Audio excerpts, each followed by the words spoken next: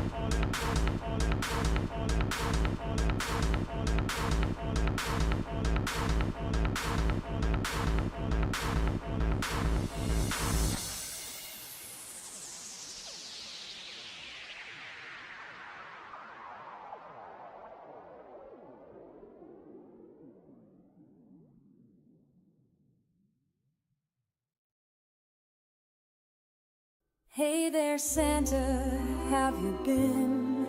I've been good, just queefing again. I've got a wish, it's just for you, but I gotta know if Mrs. Claus comes through.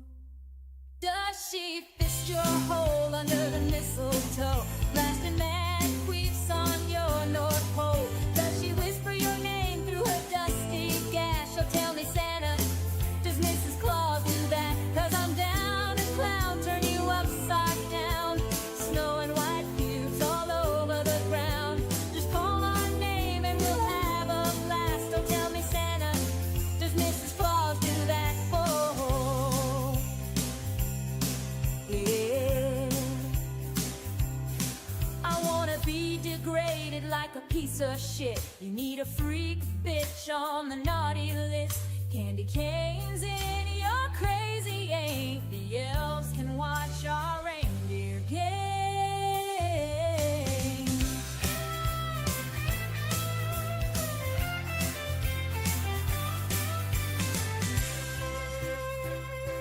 Hey there, Santa, how've you been? I've been good, just queefing again. I've got a wish, it's just for you. But I gotta know if Mrs. Claus comes through. Does she fist your hole under the mistletoe, blasting mad queefs on your North Pole? Does she whisper your name through her dusty gash? She'll tell me, Santa, does Mrs. Claus do that? 'Cause I'm down to clown, turn you upside down. Snow and white pubes all over the ground. Just call my name and we'll have a blast. Oh, tell me, Santa, does Mrs. Claus do that? Ooh, that. Tell me, Santa, does Mrs. Claus do that? I wanna be degraded like a piece of shit.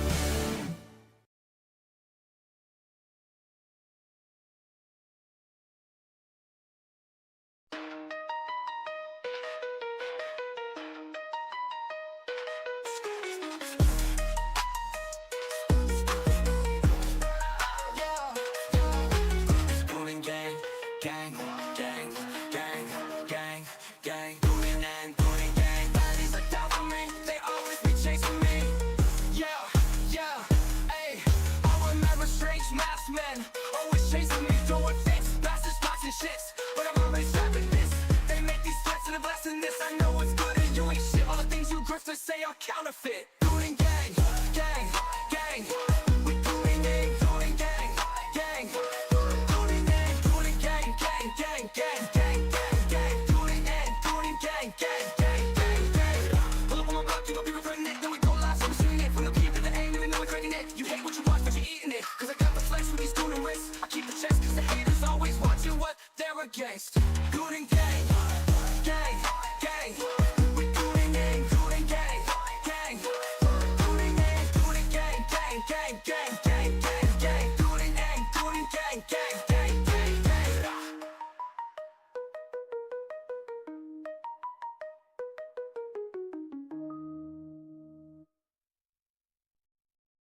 Yeah, what up, what up, what up? Oh, the new Fortnite collab. Oh shit, hold up. Alright, I hope you guys are prepared. Because it gets worse from here somehow. I promise.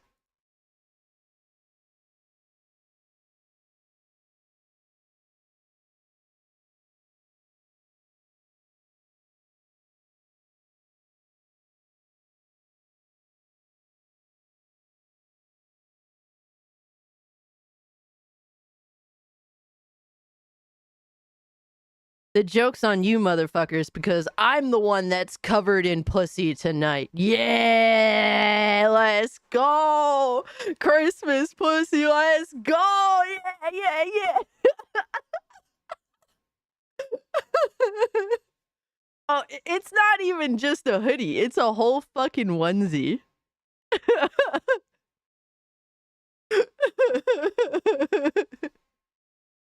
What is good, everyone?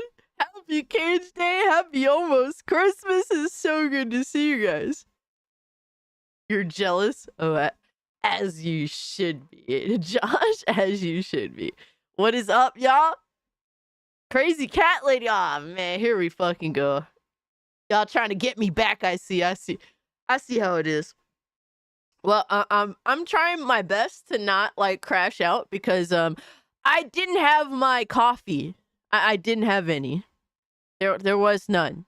There might be some later, but I didn't have time to make any myself. Usually there's like leftover coffee from the morning and I just warm that bitch up and I drink it because I don't give a shit. Like I'm just a coffee heathen. I don't care if it's not fresh, but I didn't have time to make any because I woke up late. But to be fair, I always wake up late. What is good, y'all? We got my boy Josh Mystic. Lilith, Philip, Neo, good to see you guys. My man Teddy. We got Gaming Wolf, Drewski, El Alchemy. Oh my god. I cannot believe you changed your name to Marty. I'm gonna call you Marty Jr. I hope you we have Marty Jr. in the house. We got my man Mikey for the 15 months. He says, it's a new day. Yes, it is. Hell yeah, bro. I can dig it. Oh, man. Went back when I used to actually watch wrestling consistently. Oh my god, those were the days. My man Lavistro Nolan. It's really good to see you guys. My man Casualties. Casualties had a video pop off on his channel. I love to see it, my guy. We have Sakura. We have Censor Tube. Hippo. Censored. Oh man, it's good to see you guys. I appreciate y'all being here. We have a little bit of a festive stream. So that's why I look like I'm covered in pussy. That's why Christmas pussy. Imagine being Druckmann. Oh no, we got Quiet Cries pulling up. Appreciate you being here. Don't worry, Cass. I'm working on another that will likely piss retro gamers off again. Hell yeah! If you ain't trying to piss off somebody, oh, you missed the first one. Quiet Cries. When I actually got on camera, it was even an even more clippable moment than that one. I'm just saying. Thoughts on a new Superman trailer? I'm not really. I just feel like it's doing too fucking much. Like, the problem with Hollywood right now, and obviously superhero shit, because they can't get over superhero shit. It's like the only bag that they've had for the past 15 years. But the problem with the superhero shit in Hollywood is that they cannot get fundamentals right when it comes to filmmaking. And their answer to that is like, let's just throw more shit out there. Let's just throw more shit in it. Like that's what they do. And it just feels like this is a really bloated movie that just has a bunch of bullshit in it. When it's like, hey, can you guys actually do a Superman story that doesn't have a bunch of fuck shit in it and actually get it right? Because you haven't really done that in a really long time. But hey, man, I guess I'm the crazy one. But yo, my man, Undisputed King Nate, appreciate you pulling up. Lobo, Cass, where's my Taco Bell, bro? we don't need you blowing up toilets, dog. Kenneth, I'm doing good. Kenneth, how are you? Bro, my man Frostbang, it's Kitty Cane Christmas. Hell yeah, bro. Covered it in gatos. Let's go. Yo, Spectre, my man, appreciate you pulling up. Yo, we got the 5 gifted. Holy shit, bro.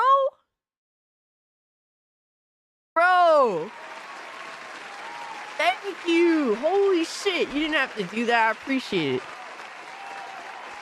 Fuck yeah. I appreciate that, man. Nah, you do. You do too much, okay? You do way too much. But, I'm very, very grateful. Thank you, Adam. I like the scene where he saves the girl. Yeah, definitely. That was a good scene. That's sticking to, like, fundamental Superman stuff. Like, that's what you like to see. Have you played Jingle Hells in Black Ops 6? No, I haven't. Is it worth checking out? I bought the skin where it's like the dude that's dressed up as Santa, but it's like he looks cranky as shit, and he's wearing like shorts, Santa shorts. It's kind of funny. He looks like an angry boxer. No, Adam, you rock. All right, we got my man Phantom for the 4 months of the mainstream classic. He said, "Who let this bitch out the goon cage?" Much love, Cassie. Love you, homie. Also, you look very lesbian today. You're just jealous that I'm covered in pussy. That's all. I'm just gonna let it be that way. That's what we're doing. I also did realize that for some reason you guys gifted me stuff on Steam, and I'm scared. I am extremely horrified. I'm extremely horrified. Like Krampus? I guess so. I guess so, but don't quote me on that. Let me see what do we got here. Jesus. You'll be getting a furry hoodie soon? You mean a onesie? Because this is a onesie. This isn't just a hoodie. I didn't buy just a hoodie. I bought the whole shebang. I go the extra mile in childishness for you guys. So you're welcome. Oh god. Oh no. So I put HDR on my monitor and you could tell on the screen. Oops. Big oops. I wonder if I could fix that. Hold on. Let me see. Properties. Force SDR. Yes. Okay, I fixed it. Nice. All right. This is better to look at now for you guys. I'm scared. I'm very scared. My man, Devastator for the 9 months of the Cult of Cage. I appreciate you, dog. Oh my god, there's not one but 2 gifts. Holy shit! Oh my god, real games! Holy fuck! Yo, Partial! Thank you, bro! Thank you so much for Papers, Please. That's actually one that my brother recommended me back when he still played video games. 2 of the normal games. I appreciate that. And also, Little Nightmares. That is awesome. Holy shit, thank you. You are far too kind, Partial. Thank you so much, bro. You guys are too you guys are too giving, damn it. It's a chat L? Not enough for bruh. It's official. You suck. Bistro! Sorry, was driving to get my son from soccer practice. Nice, nice. But the reason why Superman movies suck is the Superman curse. Every Superman died or career end. Damn. I mean, we got my boy Henry that's still out here kicking, dog. He's still kicking. His career is still here.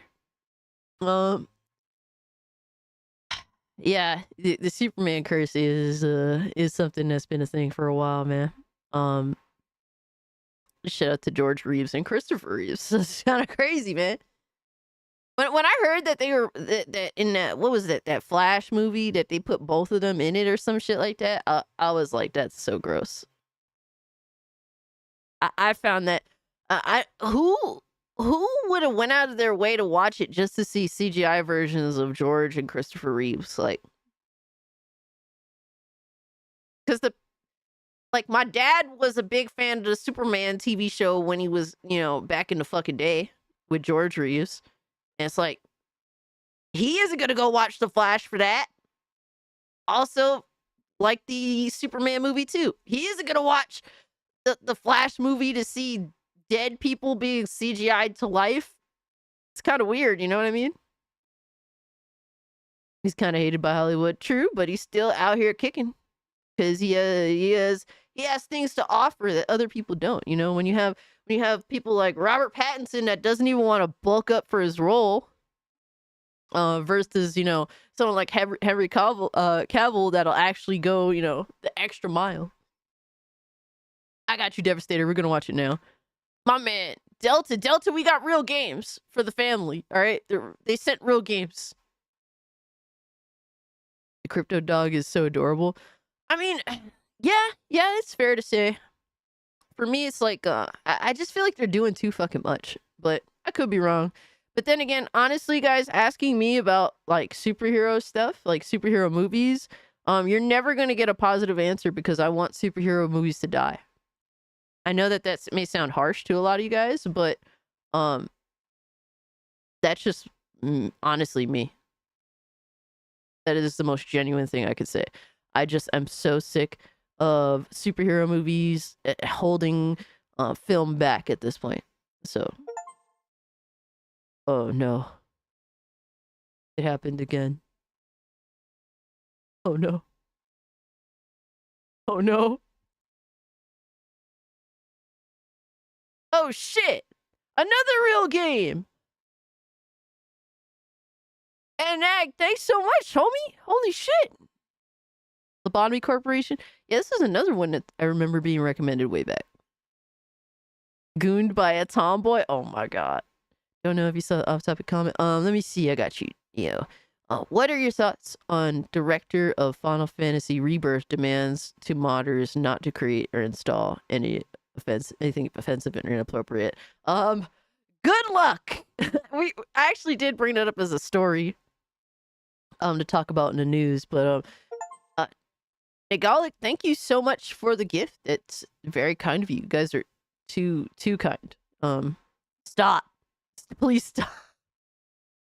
Oh shit, Super Meat Boy, baby, let's go. I actually have that on the Switch, but I don't really play on my Switch anymore.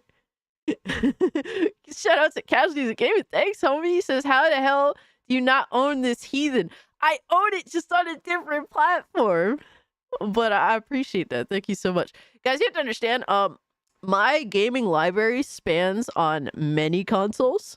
All right, and also PC. I'm trying to regather all of my games from all the other consoles, and then also get new games. That's where we're at with that.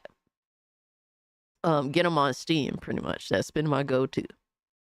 Please tell me if this is true or false. Today on Side Scrollers Podcast, Ademion said Riot Games has the power to go to Sony or Xbox and get your console bricked. No fucking way. Who the fuck is Riot Games? Yeah, that's not possible. It has to be a Sony or Microsoft decision. For Valorant, I don't see how that'd be the case. Like, they can obviously ban you on their game.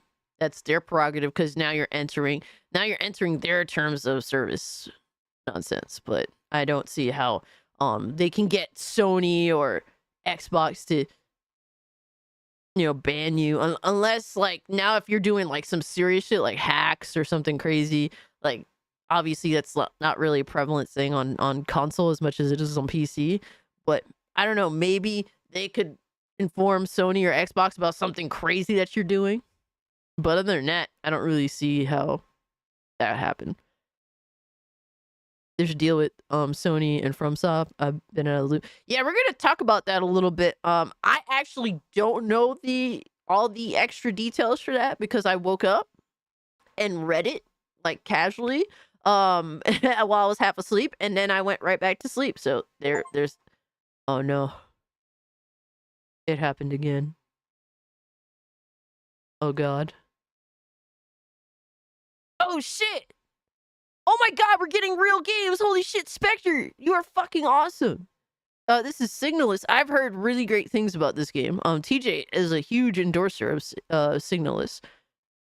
Think of this as a Christmas and as a token of my appreciation for the warm welcome into PC gaming. Oh, dude, you totally didn't have to do all that. And for being a genuine friend, much love, lady. Spectre, you're insane. But thank you so much. I appreciate that. Spectre just got a new PC. Like, he got an actual rig and it was looking fire. He had his thing going on, man. So shout out to Spectre, bro. Welcome to the world of PC gaming, where you can do pretty much whatever the fuck you set your mind to. My brain, I prefer to turn my brain off as much as possible. So that's what I set my mind to. Oh no, it keeps happening. You guys are being too much. We were on a roll. What happened? What the fuck happened? We were on a roll.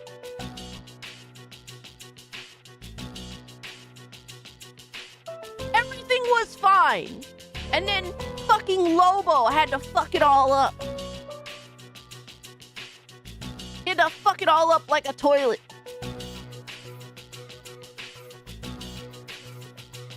Furry MILFs. You gotta be kidding me. Is the simplest 2D puzzle the final goal of which to give you pleasure, bro?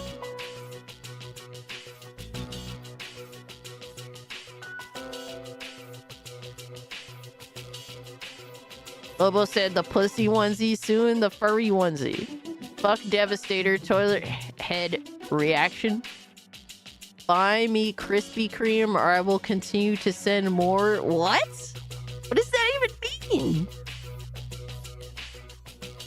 What does that even mean?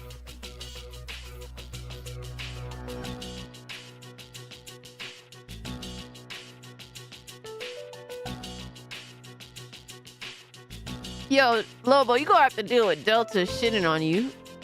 Because the whole family sees all these games on their Steam decks, and then they're just like, yo, what the fuck? What the fuck is a Krispy Kreme? Man, Lobo had to fuck up a good thing, bro. Leave it to Lobo. Oh, man. But, let me see. We have to check out what Devastator sent. If you guys can't hit the like button, we're already almost at 50 likes. Holy shit, we're already halfway to the goal, practically. Holy fuck. Thank you guys. And if you guys haven't, share it out if you can. If not, it's fine. But, it does help. Let me see. Dried goon goo?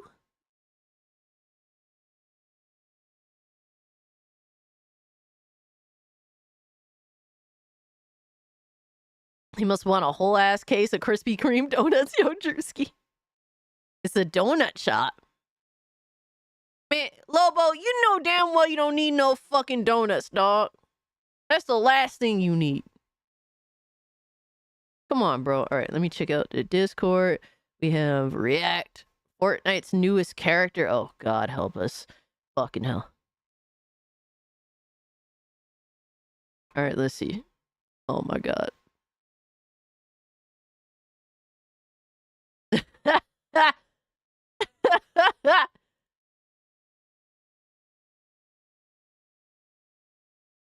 I hate Lobo.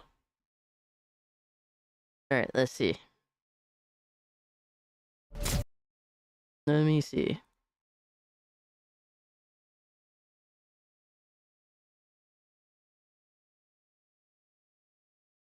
We got, the Skibbity toilet drops into Fortnite. What the hell?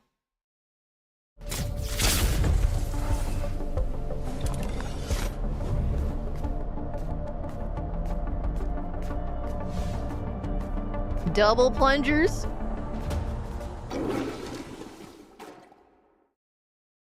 What the fuck? What the hell?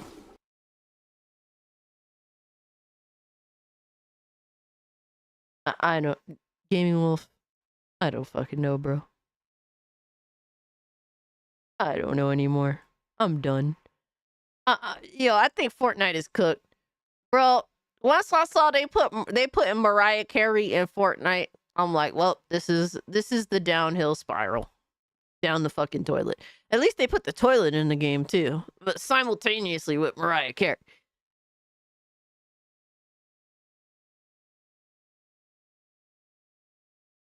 I don't fucking know. I don't even know what this is in reference of. Like, what the fuck is Skibbity toilet? Casualties, Fortnite's been the best, all right? Multiplayer experience for years, all right? In comparison to everything else. Whether you think that is good or not, you know, it's up to you, but it is still the best. Yes, they put Mariah Carey in Fortnite. Fortnite is now doing this thing where they're putting a bunch of fucking has-beens in the game. All right, Mariah Carey being one of them. All right, Eminem's on the very cusp of being a has-been. Mind you, when a celebrity of sorts endorses like a particular president or whatever the fuck goes all out in doing so, that means they know that they've peaked career-wise and that they're on the decline. So at this point, Eminem is practically a has-been. And then you have fucking Snoop Dogg that, I mean, if you saw the Game Awards and you saw that performance, I mean, if you don't come to conclusion that Snoop Dogg is a fucking has-been, I think you are dealing with some serious cope. So yes, the Fortnite has become obsessed with putting has-beens in the fucking game. So that's the struggle with that. But as for this Skibbity toilet thing, I'm so confused. You're gonna make Iman upset. Mind you, you know what? I'm gonna leave that alone. DMs, I got you, Red. I got you, Red. I mean, look, man. I understand we grew up with these peoples. I got you. What the hell? Yo, Red. Red out here dropping heat. Hold the fuck up. It's official. You Oh suck. no. And you think Gen Z will help us, Cass? Do I think they will help us? It really depends. It really depends. I think that Gen Z will be so disgusted with millennials' attempts at making entertainment that they will somehow do better. That's my prediction. I think Gen Z knows that a lot of the entertainment that is being made for them is dog shit. And I think that will inspire them to do better. But I could be wrong. Thank you so much for the 2, Lobo. Bro, Red out here dropping heat, dog. What the fuck up? Dude, you are too kind. You are far too kind, bro.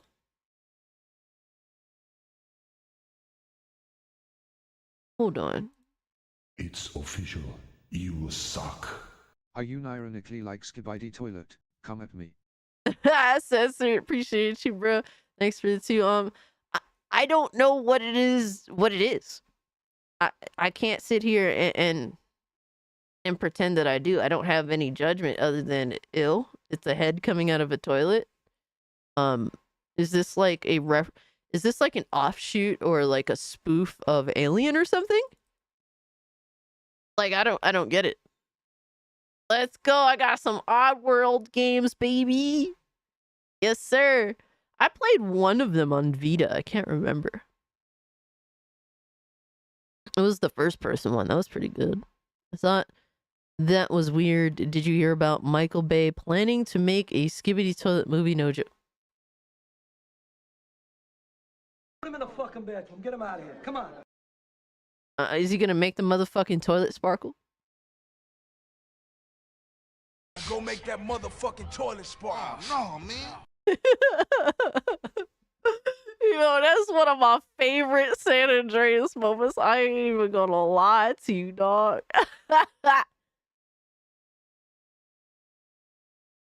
Oh man, you guys are being far too nice. Thank you so much. But what y'all been playing? What y'all been watching? What has piqued your interest as of late, guys? What y'all been up to? I needs to know. I got to know. For me, I got The Last of Us remake for like $24, which was still too expensive, mind you. But I was like, yeah, fuck it. And I started playing that. I put like a good amount of time into it so far. I'm already almost at the Capitol building.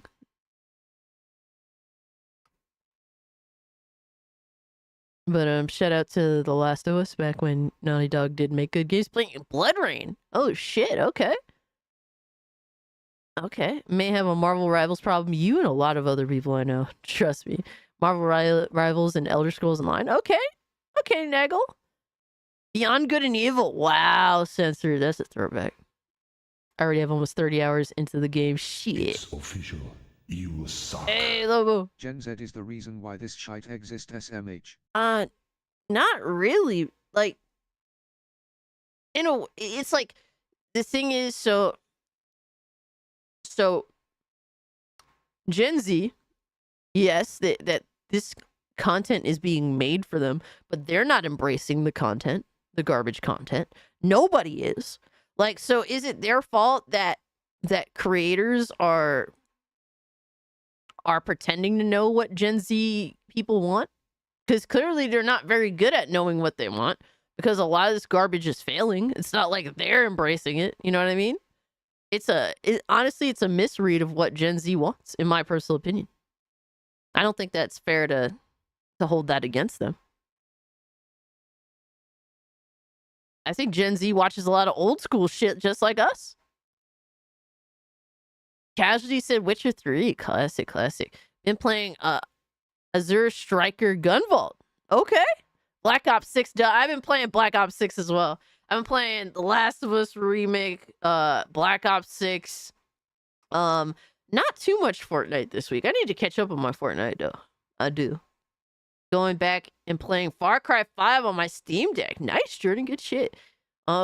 I played through that whole game and I enjoyed it. And I tried to run through it a second time and I couldn't do it again. Oh, Osnot's down with the flu. Fuck, bro. Feel better soon, man. Get well before Christmas so you can enjoy the Christmas, not being sick of shit.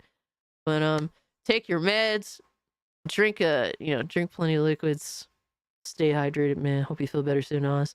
I'm replaying Dragon Age Origins. Holy shit. Look at all these throwbacks. Resident Evil Revelations 2. All right, Philip. You suck. Hey. Skibidi Toilet is a web series made in Source Filmmaker using mod assets. Oh, It shit. started as a random vid that turned into an epic action saga. What the? Yo, holy shit. Thank you so much, Censored, for dropping the knowledge in the 5. Holy fuck. I didn't know.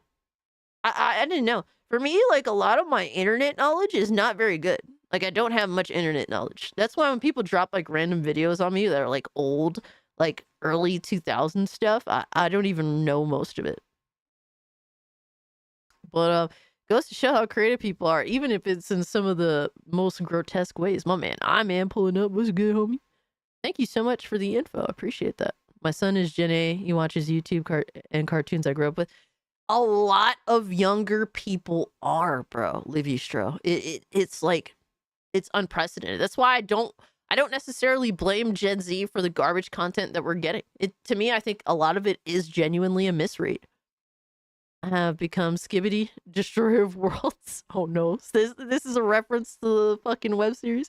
Warlocks. Gen Z has been watching 90s and early 2000s. You're speaking facts, man. It really is true. I watched Kraven the Hunter. It was okay, better than those insufferable Venom movies. Really? That is wild, especially since the movie's been getting absolutely trounced on. Josh Origins is the best. Oh shit. You're watching Josh come out the birth canal? Holy fuck, brother. Yo, Philip. Check reactions. I got you. Last of Us is a good game. Just admit it. I enjoy The Last of Us. I just don't enjoy part 2. I had never finished part 2. I got like halfway through the game and it was boring as fuck. I recently bought and beaten the Night Witch. It's descendant for a short game. Okay. All right, I'd like to hear what you guys are all up to, man. That's what's up. Yo, that's what Philip said. Josh, not me. Yo, Dark. What's good, homie? All right, example of Skibidi. Let's see. See, I'm not... like, you guys are informing me on a lot of crazy shit that I am not at all knowledgeable of.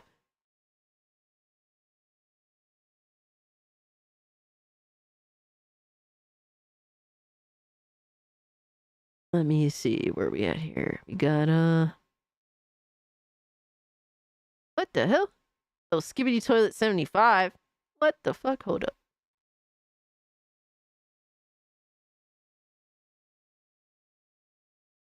I feel like next week, a lot of this nonsense y'all be sending me is really going to come in handy because there's not going to be much to talk about next week. This is going to be the last live stream Thursday before Christmas. And then like my next stream is going to be the day after Christmas. So I'm not sure what you guys want to do, but I don't think there's really going to be too much to talk about unless we got fanboys on their fanboy bullshit on Christmas Day. I mean, there's always that too. But we got Skibidi Toilet 75 from Da Fuck Boom.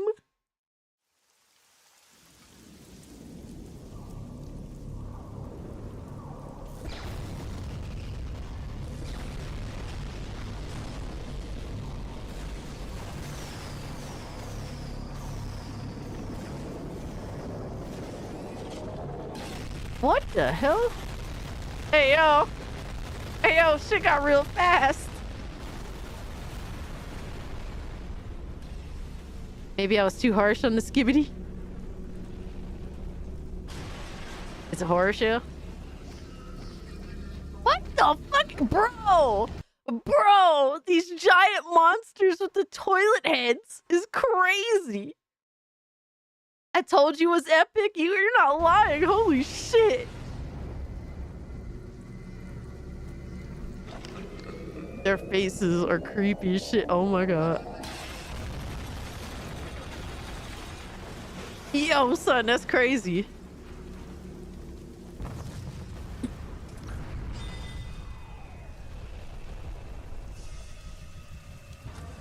Uh-oh. Uh-oh. It's nightmare fuel.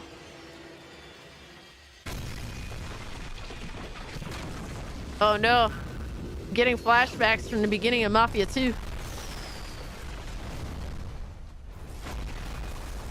Holy shit. Get his ass. Get his ass.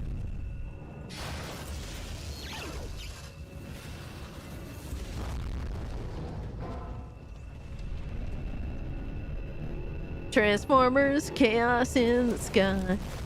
I can dig it. Okay, okay. Oh shit.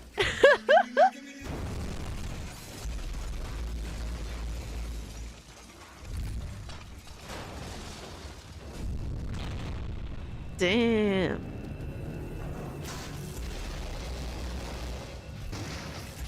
Yeah, get his ass. Get his ass. Yeah. Damn, this boss fight is crazy. What the hell? It has like a dog ear. So, is this when furries attack? Like, is this a real thing? This is like a dog ear. Alright, Blazing Silver, thanks for hanging out.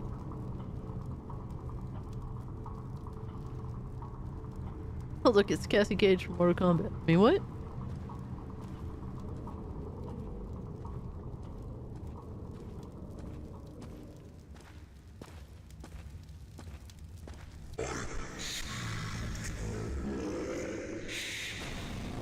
Another boss? Bro. Yeah, it does look like someone's on a bad trip.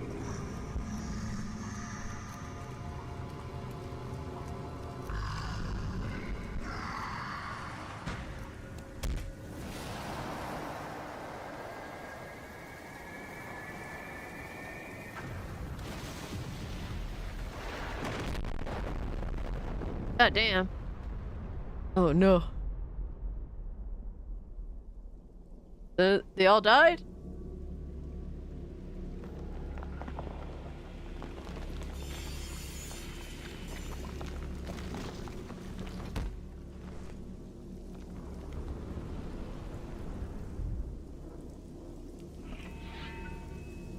Oh shit. Everyone died. The end. Alright. I like that. I fucks with this. I actually like the big explodies. Give me all the explodies. Thought that was pretty alright. Almost forgot the dialogue is closed captions, so I should have mentioned to turn it on. Oh, my bad. Control your furry game. Do you think that I know how to do any of this? Quiet Cries. Do you think that I tell people what to do here? It's the libertarian in me, bro. Like, I don't really like to, give orders, tell people what to do.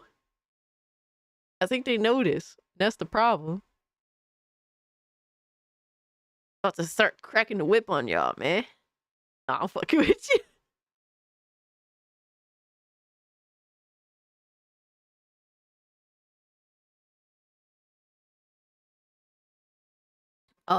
Dark says, Sony owns like 10% of Katagawa. Is that really what it is now? I haven't read it yet. I was saving it for the stream because I really didn't have the time otherwise. But that was actually pretty cool for skibbity toilet nonsense. I thought it was going to be way worse than that. We're at 50 likes. Let's go, man. We're on our way to 100, baby.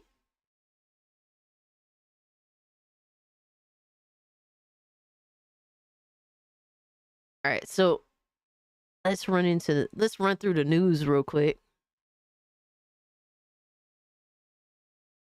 Get rid of this. Let me go back to. Let's run through this news. Oh, we got funnies first. We got some funnies.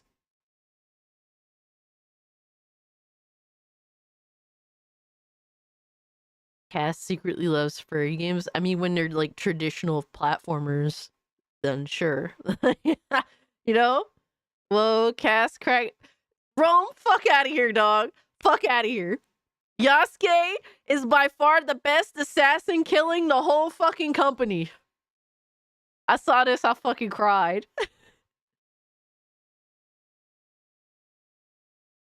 Yo, it was wildin' with this one, man. Oh man. Oh, this one was this person says Neil Druckmann has a fucking problem with women. He wants to turn them all into men. Oh man, don't you just miss Amy Hennig, man?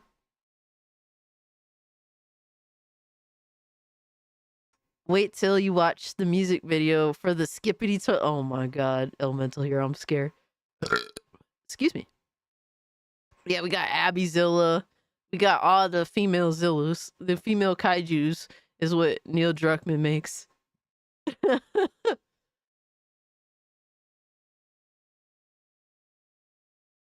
But getting into the news, let me reload this page. Apparently, look at this potential news.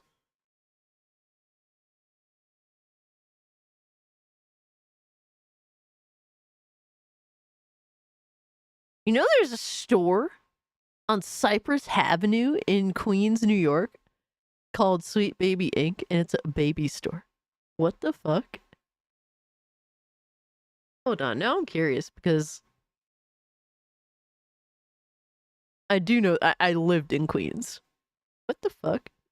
This is not even real. No, this is wrong. There's something up here. Hey, my man Michael, what's good, homie G? It's on Myrtle Avenue. I know exactly where this is. It's official. You suck. Hey! F Cold Classic Case. Hey, Handshake. Michael. Good to see you, homie. Happy holidays. Hope you're doing well. I appreciate the 5, bro. You totally didn't have to. Lawsuit maybe, but look at what I'm about to show you guys. We're gonna click on the Sweet Baby Inc. website. Let me see if it loads up. Because it wasn't loading up earlier. It wasn't loading up earlier. I don't know. It could mean nothing, but it could mean something. Oh. ¿Qué pasó aquí? What happened? What happened?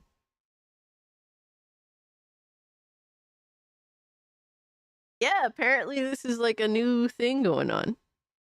The industry. I don't know. This is guys. This has happened before. To be fair, when they tried to edit their website to hide more the companies that they were working with. So who knows? They might be editing their website to rebrand or hide some more shit. Rest in Skivity. Oh man. Buy Stink Baby Inc. I hope so. Yeah, please stay down. But that's an interesting development that just oh shit, I didn't even. There we go. That's the Sweet Baby Inc. website right now. That's a new development, so I'll see what's up and keep y'all updated, but that is something that's just been noticed by the community. Sour Teenage Inc. Oh man. Next up was an interesting story. Shout out to my boy Dante that sent this one. But only 15% of all Steam users' time was spent playing game releases released in 2024.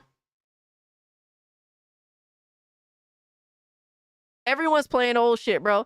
Steam's end of year review of what we play and how we play makes some interesting readings.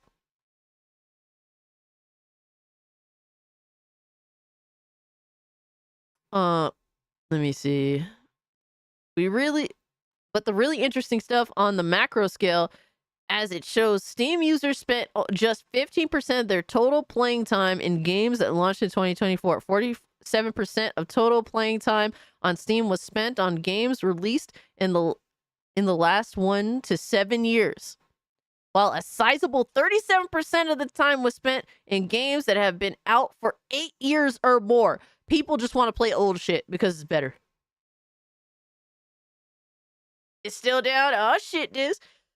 Bro, people just want to play old games because they're tired of bullshit. They're tired of being bullshitted. They're tired of games not living up to par, and they're tired of $70 dog shit games. Boomer gamer gang, hell yeah. And I think that has something to do with it too. I think that a lot of adults are now gravitating towards PC now more than ever. And really they just want to play games that they grew up with. Yo, Lindo, good morning. What's this outfit? It's my Christmas outfit. I'm covered in pussy.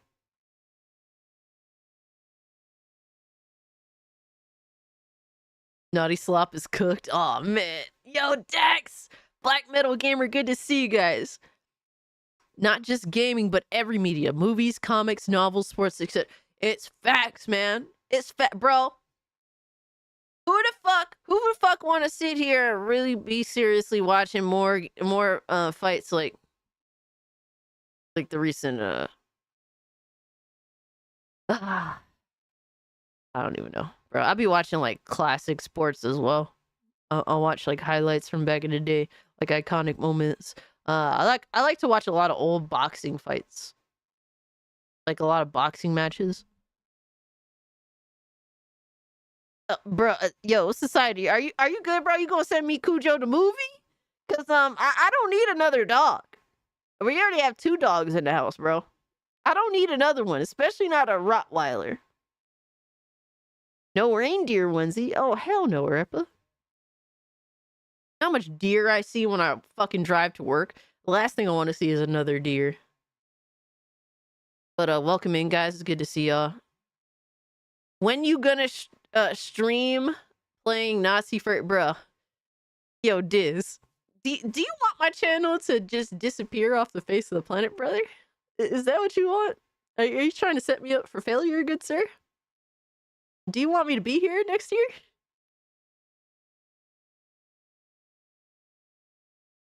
Old, good, new, bad. It's simple. That's for everything. And yo, it is across the board. But it is crazy. 37% of the time people have been playing games 8 years old or more.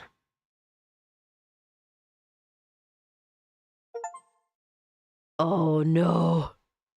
So what do we make of all this? Are people just not buying new games anymore?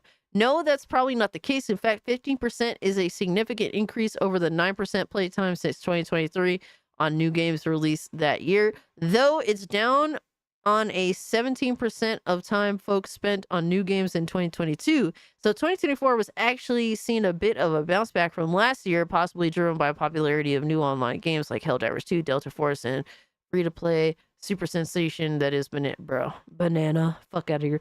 On a single-player front, Simian Action Adventure Black Myth Wukong has led the charge on some eye-watering concurrent player numbers on the Steam charts. Yeah, honestly, I think a lot of like a bounce back really has to do with Black Myth Wukong more than probably any other game. The Chinese people went insane for that game. And they took over the internet to play that game. So shout out to them. I think that probably has the biggest to do with pretty much everything going on. Why are we doing bananas in chat? Oh my god. You guys playing banana? But that is definitely interesting as shit. Pal World was a huge sensation too, absolutely. Absolutely. But there were some games that definitely could justify the little bounce back from last year. Y'all are bananas. What next AAA slop do you look forward to seeing get roasted? Roasted when released? Oh man.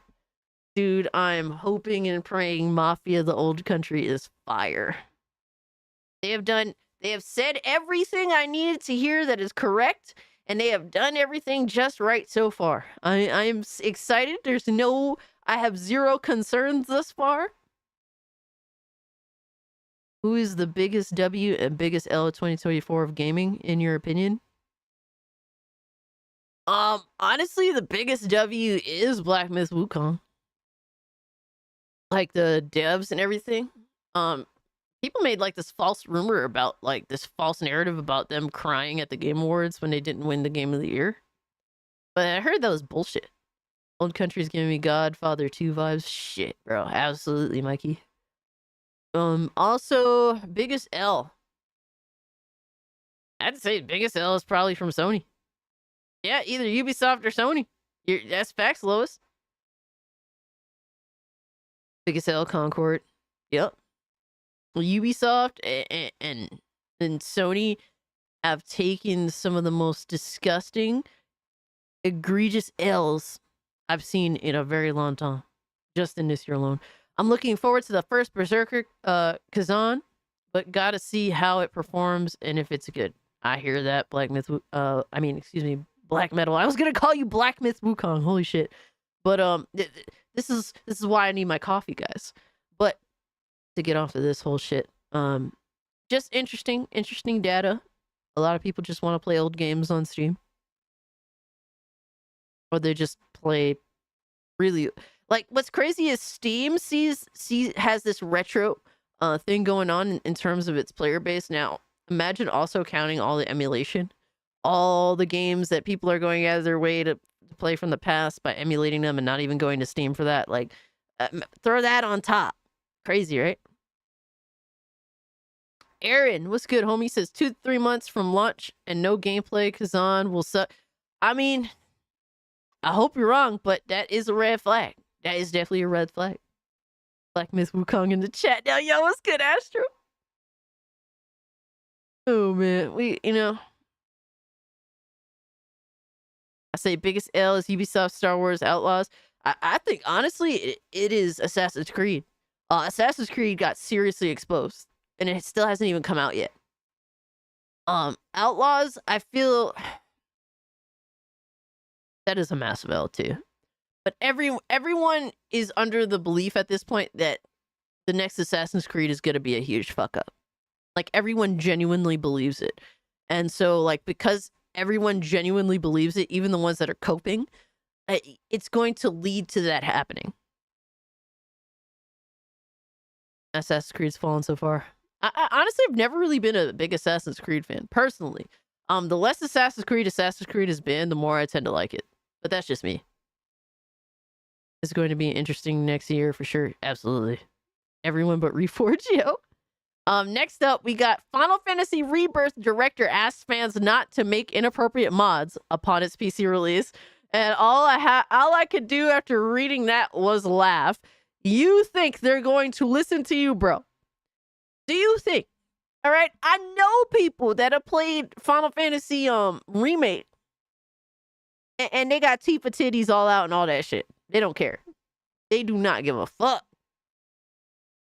And if you think someone's gonna pass up on some a dude, all right, whoever, dude, chick, whoever's gonna pass up on seeing some Tifa titties on PC, especially after waiting a whole fucking year for the game to come out, nah, son.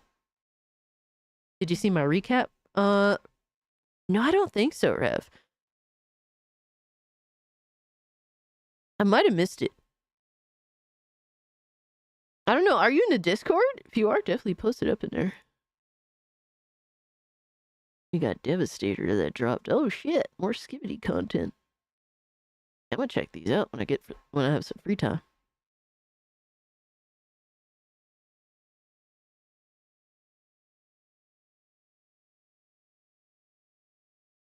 Final Fantasy VII is better than Black Myth. Oh, that's fair. I think Final Fantasy VII has like some positives to it, and really, so MIDI was nice enough to gift me the game.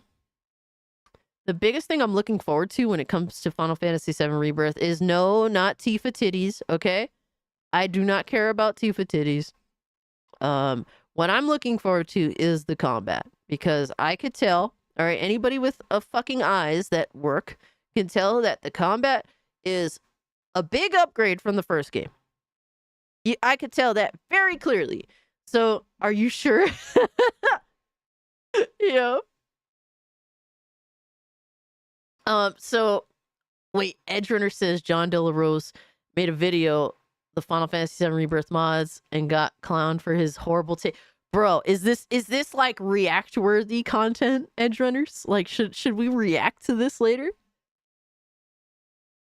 Like that is the thing that's making me want to play Rebirth, even despite knowing that the game is so fucking bloated with a bunch of shit that I do not want to do. I just really want to play the game and just kick ass in it. Cloud topless is what Cage wants most. I don't know. I mean, I like Cloud, but Barrett kind of nice. Not gonna lie, Barrett kind of nice. I like Barrett too. Someone gonna gender swap Cloud and give him the biggest titties, bro. Oh, fuck! Oh man, what happened? ¿Qué pasó? Why are you mad? Why are you mad? Edge Runner says John Delaros made a video yesterday. Would it be fun to react to is my question, Edge. Like, do you think it'd be a good video to react to on stream? Or nah, it's not worth it. Is it boring? Or is it just so ridiculous that it'd be a great react? Ensures there will be inappropriate mods. Yeah, like just saying all this shit is just gonna make more people more enticed to do it out of spite. Just stop telling people what to do with games. All right, you're choosing to sell a product to the public, and you're just gonna have to take the L. Hey yo, are you good? Quiet. Hold on. I don't wanna. Oh man, here we go. Oh, Rev, computer down. I got you, Rev. Let me see. Ah. May have to check it out later. For some reason, I can't bring up your profile. But I got you later, Rev. I'm going to leave the chat open. Alright, so we did actually receive a notification here, and I'm scared. Oh my god, I think it's Lobo again. I'm fucking horrified. Oh my god, help us. Please. Please just stop this fucking guy. And by the way, guys, if you do want to add me on Steam, you're more than welcome to. I always invite you guys to do so. I do have like I think I can have up to 540 like friends on Steam, and I think I have like 169, funny enough. That's my Steam if you guys want to add me. If you don't, that's fine too. Alright, let's see. We got... Oh my god. No, it is low. Oh my god.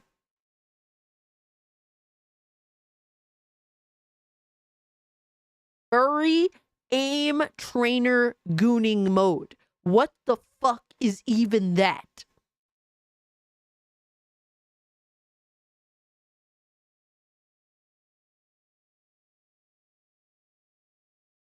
Is it like aiming the pee-pee at her face or somewhere else? Like, is that what?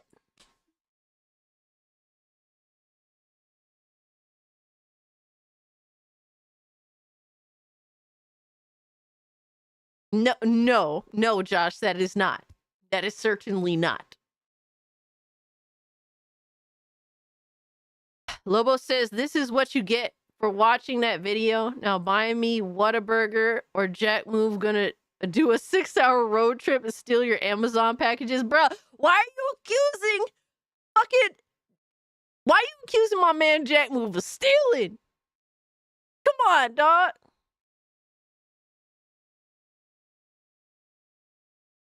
Check DMs. Are y'all good? Lobo, keep Jack Move's name out your fucking mouth. All right? Keep that man's name out your fucking mouth. What is this? Blame Klutzy's roommate? What? Bro, we got roommates involved? Hold on. What is this?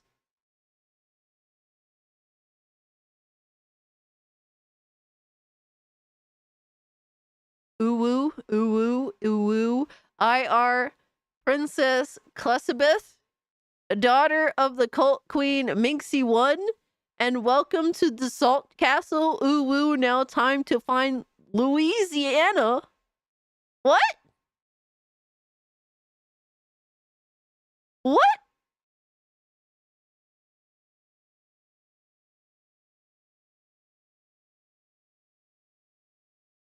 What is going on, dog? What, Philip? What allegations? Oh my god, bro. Nah, it's all y'all fault. Y'all up to no good as per usual. How dare you? You guys are demonic. This is not God's work. This is the devil's work. All right, so there's a rumor that Xbox may have a January first party showcase, which would be pretty interesting. I don't know what I would be looking forward to, because the more they show off anything, the more disinterested I'm becoming. Like, I was excited for Avowed many moons ago. The more we find out about Avowed, the more I'm like, good. I'm glad I didn't say it correctly. But the one rumor that has popped up that you guys know would make me so happy from Insider Gaming: Elder Scrolls Oblivion remake could be revealed next month. It is claimed. Dude, guys. All right, if we do get a remake of Elder Scrolls Oblivion, bro, I'm ripping off my pants right in front of you all. I don't give a fuck. All right? This is like my all-time favorite video game at heart. I know for a fact it did not age well. But even so, it is still in my heart. My favorite video game ever. Deal, oh my god. I tried pressing Jez for news on this. He didn't respond. That dude is so fucking useless. But this is my game, all right? It's all of its official. faults and You all. suck. Hey, So censor. we could get horse armor for Goatee.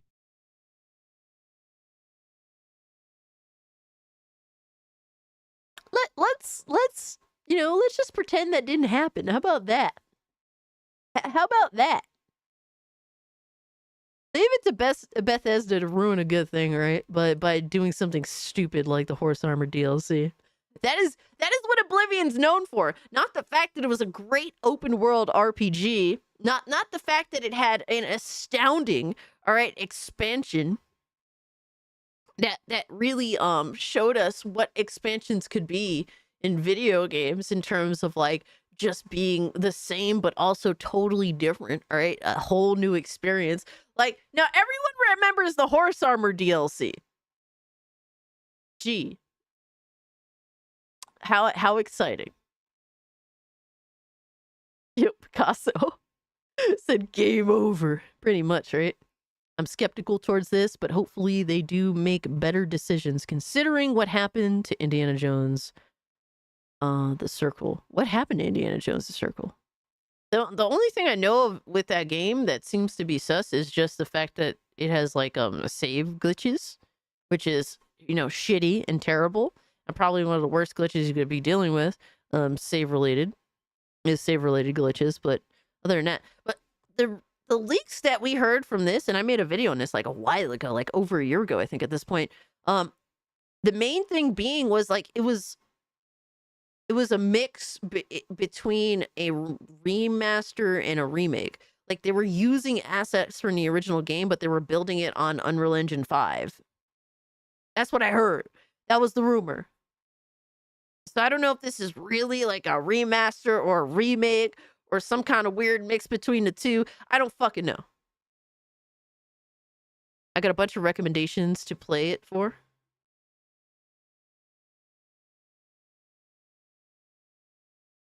No, I do not agree with you, Chiefin. Oblivion's better than Skyrim.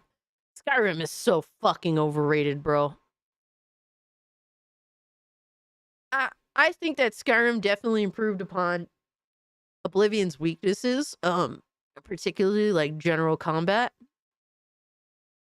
But I don't find Skyrim nearly as entertaining. Sorry, I just don't. I don't find it entertaining. I think that Skyrim has a boring world.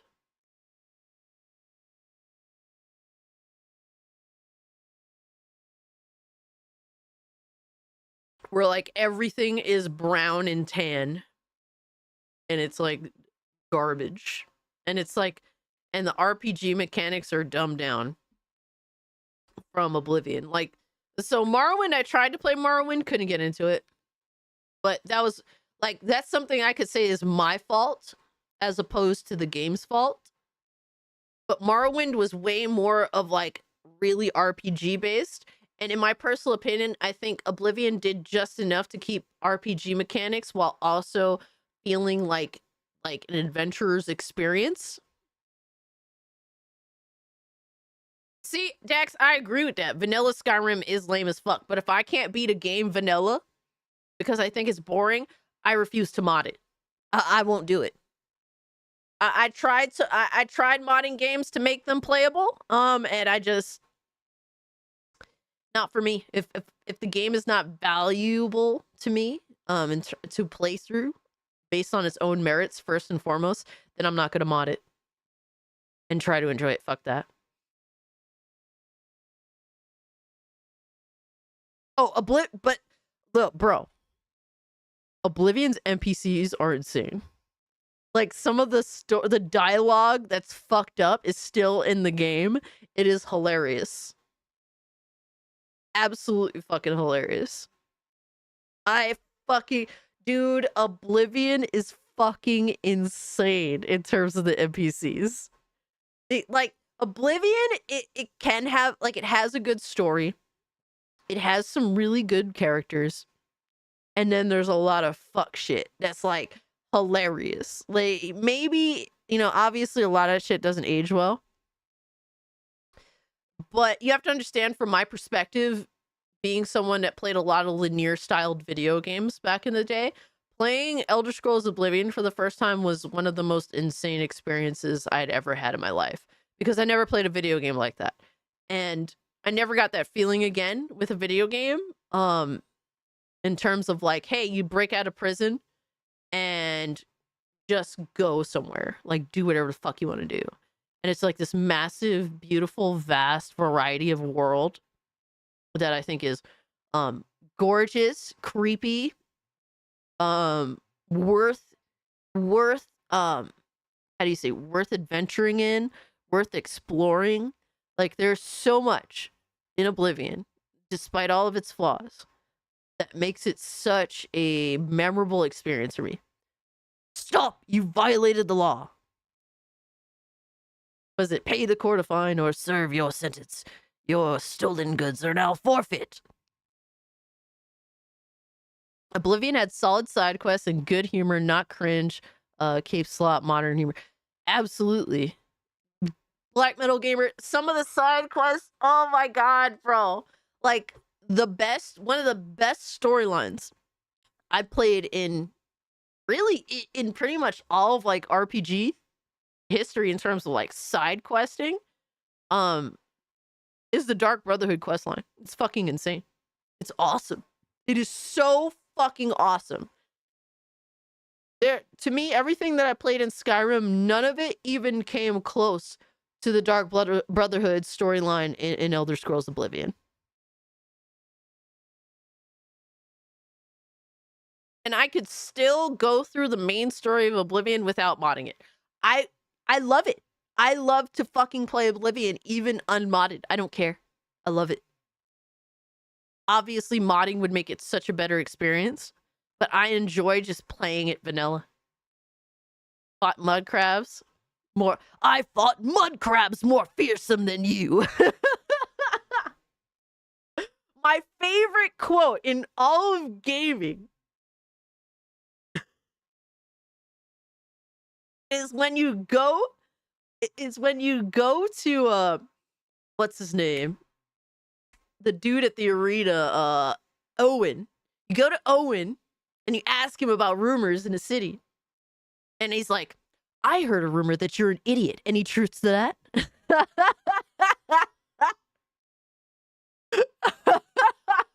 Like, it's fucking glorious, bro. I love Owen. Like, he is my entire fucking personality. All right? Like,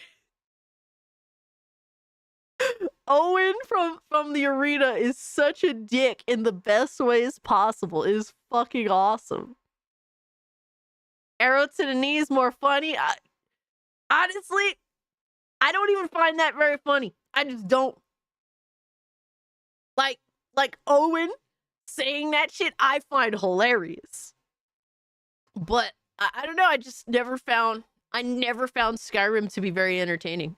And mind you guys, I was hyped for Skyrim. Oblivion was my favorite game of all time, and I was super looking forward to its successor.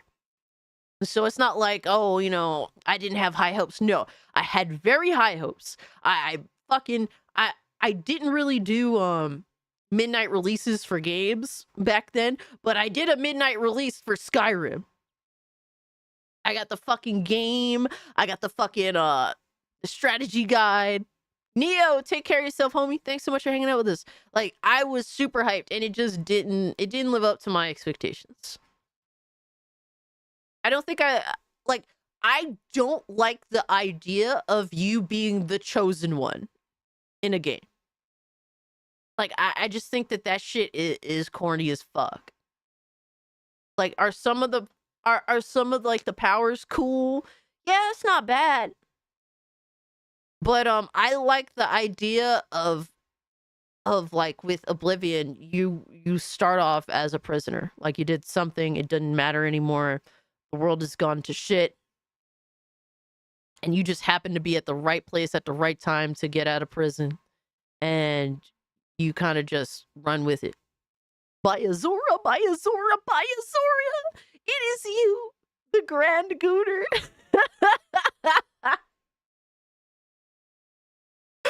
Yeah, like, dude, Oblivion will never not be fucking hilarious, dog.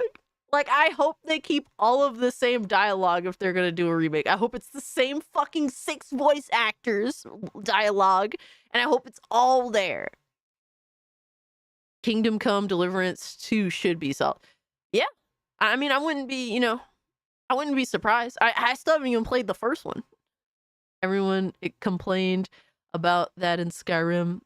Then they do it again with Starfield. Yeah. Starfield is like an even more dumbed down Skyrim in terms of the story. It's so weird. It's so fucking weird. You know what? The reason why I don't hate Starfield is one, it didn't glitch on me. That's the main reason why I hate Fallout 4. It glitched out on me so bad that it fucked me. And so I have a very strong hatred of Fallout 4 just because of that. But Starfield, it didn't glitch on me in any serious way. And my expectations were so in check for that game that I wasn't upset by it. But Starfield is mid. It's mid. You still think my favorite Elder Scrolls Oblivion 2, I tells you. But with mods. I'm not mad at that. Mods can make anything better. Attendo is good, homie. Oblivion and Fallout 3 are fantastic. Fallout 4 and Starfield are decent. I actually don't like Skyrim Casualties. I feel that. I feel that in my soul. I feel that in my fucking soul.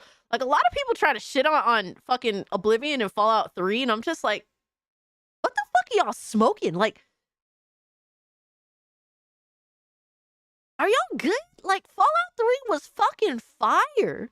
Like, yes, New Vegas is a better game, but it should be as the successor. Like, it should be as the next. It should be the better game. Like, what the fuck are we doing? Like, people just shit on Fallout 3, and it's like, the immense choice in that game, I can't fucking, like, I love it. Just in, like, that, when you're in the fucking, before you even leave the vault, like, the choices that you have with how things turn out and how to execute, or just that alone, you know?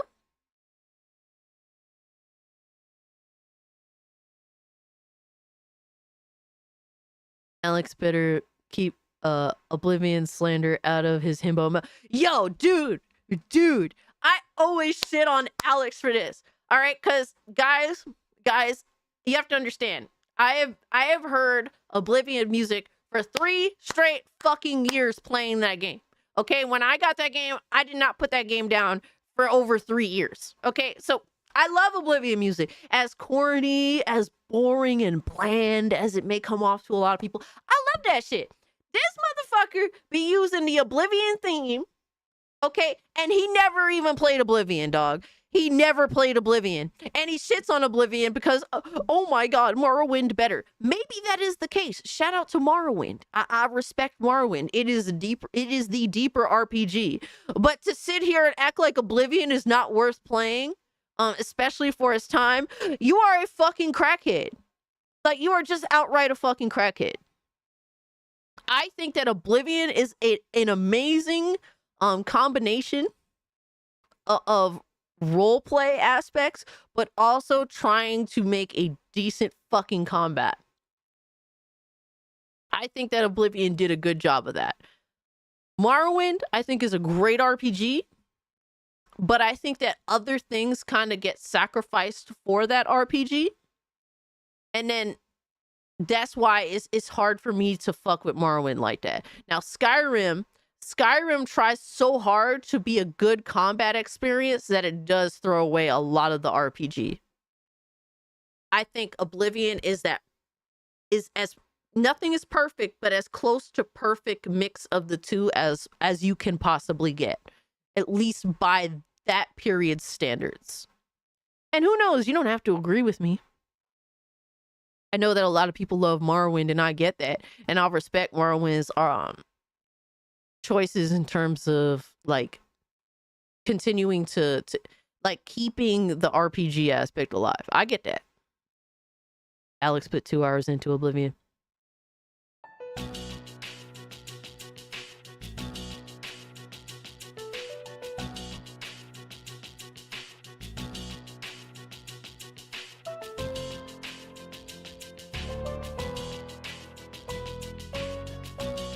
Dax, Oblivion's OST is home.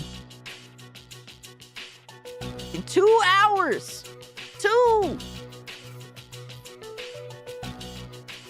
I demand Alex play Oblivion live. I demand this. Yeah, no, he can't call Oblivion mid, bro. Oblivion is not perfect. I'll be the first to say it's not a perfect video game. It's not. But was it amazing for its time? Did it accomplish some awesome things? Is it so fucking memorable that even he plays the OST in his live streams? Absolutely. God damn it. Bro, Sir Lurkington, I've been waiting on Sky Oblivion forever. Me and my brother have been waiting on Sky Oblivion forever. But guess what? My brother quit playing video games. So he waited all these years, and he's not going to play Sky Oblivion. But I will be. If there's a remake of Oblivion, I will buy it. If Sky Oblivion actually is real and comes and ends up being in gamers' hands, I will have it. Okay, any version of Oblivion, I will fucking have. 1,000 likes on his next stream, and he has to play Oblivion live instead of PoE 2. Absolutely, abso-fucking-lutely.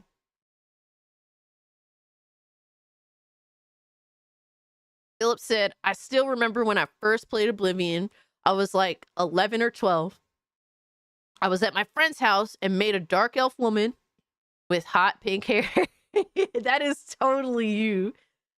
So I picked up Oblivion on just because it was my birthday. My dad said, hey, get a couple games.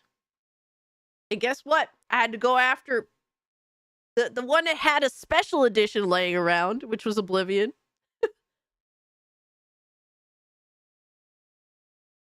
And it came with like the coin and shit and a little like book, whatever the fuck. And I looked at the cover and the back and I'm like, okay, like armor and medieval shit looks cool. I'll give it a go. Back when you bought games, just looking at the fucking cover and the back of the case. You gonna get cooked on Alex's next stream? Why?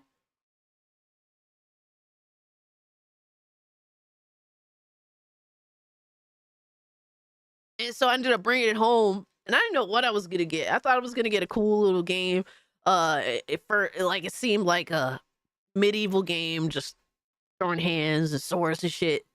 Bro, when you start that game off, you create that character. All right, cool. Created a character.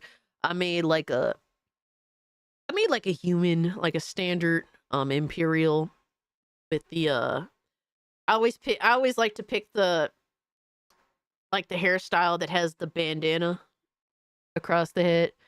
So I made like an Imperial with the bandana, hairstyle, whatever the fuck. And then you're in prison. And then when you break, bro, when all that shit goes down with the king, you're like, holy fuck, what is going, bro, this is insane. The king died. Bro, I was like, wait, what? What the fuck? And then when you actually break out of the prison, and then the game is just like, fucking, you can go, your goal is to go here, but you could do whatever the fuck you want to do in the meantime. I was like, huh? So I just started fucking, exploring this shit. I ended up in a cave, and then I ended up walking into this random town and shit, and bro, fighting off mud crabs and all sorts of bro. What a fucking experience, man. I will never forget the first time I played Oblivion. I had no idea what the fuck I was getting into, but I enjoyed every fucking moment, and I was addicted to that game forever. What felt like forever. Hey, Black Metal Gamer for the buck. I appreciate you, dog. Says, wasn't it nice back when we didn't have to look at the dev team's picks? We just used a games box art and cover and decided what we wanted. Exactly, bro. Back when you didn't have to be fucking Inspector Gadget to figure out if a video game was gonna be good or not. All right, back when you had to be a fucking detective to figure this shit out. Yeah. Oblivion's art direction is indefinitely better than Skyrim's fantasy over Nordic theme fantasy Viking shit. I agree. I agree. Like, honestly, Skyrim just bored the fuck out of me from a visual perspective. Like, there is a side quest in Oblivion where you look for this painting. I forget like the extra shit to it. But you're like looking for a painting. You click on the painting, you go into the painting. Like, you literally go into it, and you're in a different world that's into painting. It's like a different art style. Dude, like, the fucking shit that you do in Oblivion. Guys, I could talk forever about Oblivion. I'm gonna leave that alone. Like, we already, bro. I could have entire streams just discussing, like, my love of the fucking game. 20 minutes of Skyrim slander is wild. Bro, Skyrim is an afterthought. I don't even give a fuck about Skyrim. It's just an afterthought. I can talk so fucking passionately about Oblivion. If it gets a remake, I will definitely be fucking hyped. Easily. All right, let's see what we got next. But like that's cool. Let me see what we got here. But that's pretty much the news. Let's reload the Sweet Baby Ink page and see if there's any changes.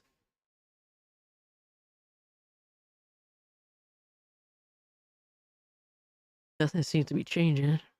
It's still loading. Oh yeah, we do have one more little news story. The Sony Katagawa shit. Yeah, Sweet Baby Ink page still isn't loading. So there's that as well. We gotta discuss this real quick. So, Katagawa and Sony agree to form a strategic capital business alliance. Sony becomes Katagawa's biggest shareholder. Sony plans on making live-action adaptations of Katagawa properties, co-produce and expand global distribution of anime, expand global distribution of games.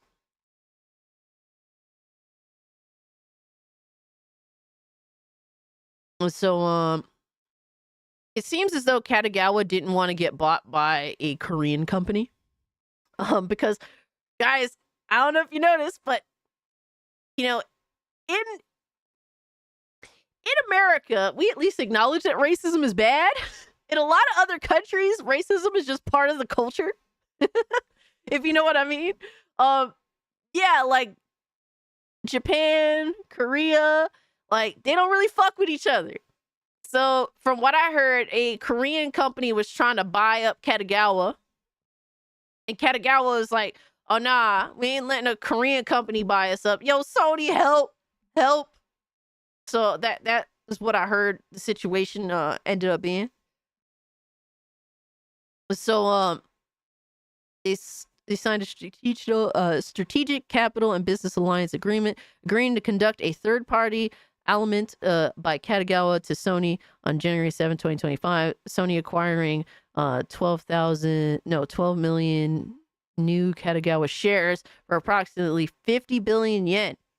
With the acquisition of the new shares, Sony will become Katagawa's largest shareholder, holding approximately 10% of its shares, including the shares Sony previously acquired in February of 2021. So yeah, there will be. I wonder how much of this do they own entirely now? Well, will own entirely now, but let's say if somewhere over more than 10%. My friends from El Salvador hate to be called Mexican. Absolutely. South America, racism is definitely part of the culture. Definitely a part of the culture. Like, you can't say shit, bro. I seen it. I lived it. All right.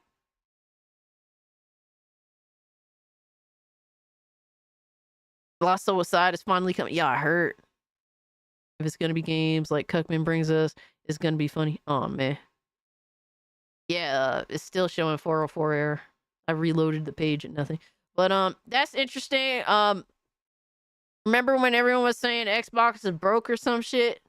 But the same people were saying Sony's gonna buy up Katagawa, and then all the Souls games, right? All of fucking FromSoft's games are gonna be exclusive to PlayStation.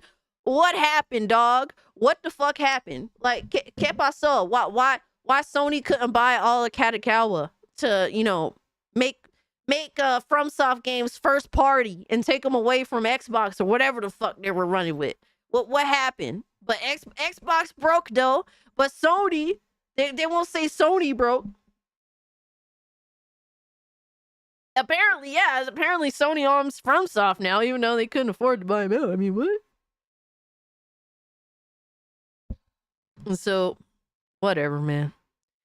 Interesting stuff. I mean, if Katagawa wanted to anything to keep things business as usual with, you know, FromSoft games, because FromSoft, you know, I don't necessarily I'm not a fan of their games per se. I respect them and what they do, and I respect their games, but their games are generally just not for me. Anything to keep them being able to have business as usual, I think is important. I know that their games are very important to a lot of people, and it seems as though they want to expand distribution of games. If that's the case, that's a good thing. That's a positive thing. Get more games into more gamers' hands. That's what we all want, right? You know, unless you're a fucking retarded fanboy. But I digress. But that's interesting. This is definitely not the W that PlayStation fanboys wanted. That's for sure.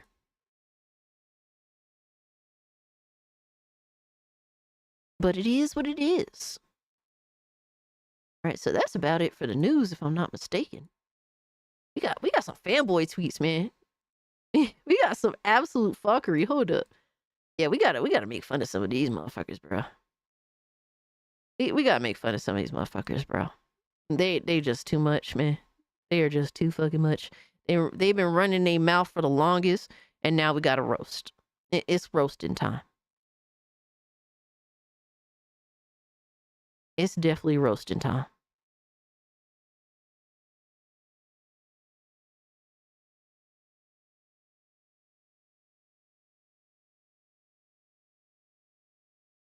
Oh, we got Bari stuff? Yo, I didn't even catch that, Josh. You got shit on Bari that would be entertaining to send it my way, bro. We could laugh at the fuckery. Because I caught some of it. Mind you guys, you have to understand, I sleep most of the day. So most of the interesting shit that goes on, I do happen to sleep through. I try to catch up with y'all. Let's go. We got the pony saw. Absolutely. Yo, Fuzzy Logic. I appreciate you, dog.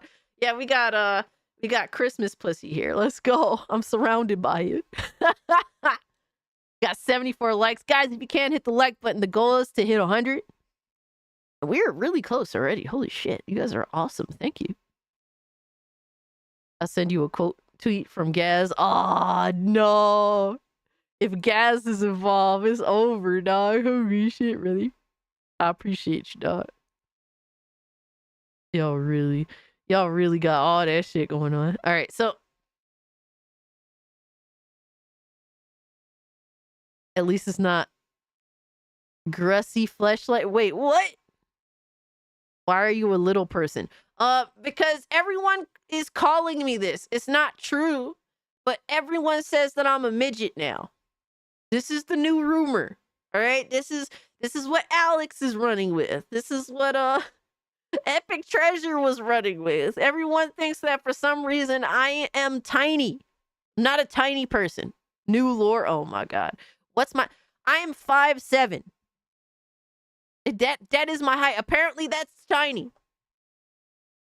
A little furry person. Oh my god. Was it stuck at 66 on my screen? Coincidence? I have no idea. No, not 47. Jesus Christ, y'all are terrible. So, shout out to Josh. This person is fucking replying to Dreamcast Guy's video. Says, you are the last person that should call anyone going broke. You sold your PlayStation 5 to your girlfriend. For full price, mind you. Full fucking price. Yo, that is crazy. And it is savage as fuck. It is so savage. We do need to take a moment to appreciate. Sensor said I'm 6'4". God damn. That is tall. I feel it's 5'8". Like, technically, I'm like a half inch fucking shorter than you, Philip. Because I'm technically 5'7" and a half, if you want to be technical. Aaron's 6'3". Damn, y'all are tall. Holy shit. Cassie's a sloth. In terms of laziness, absolutely. My ability to my activity levels are that of a sloth.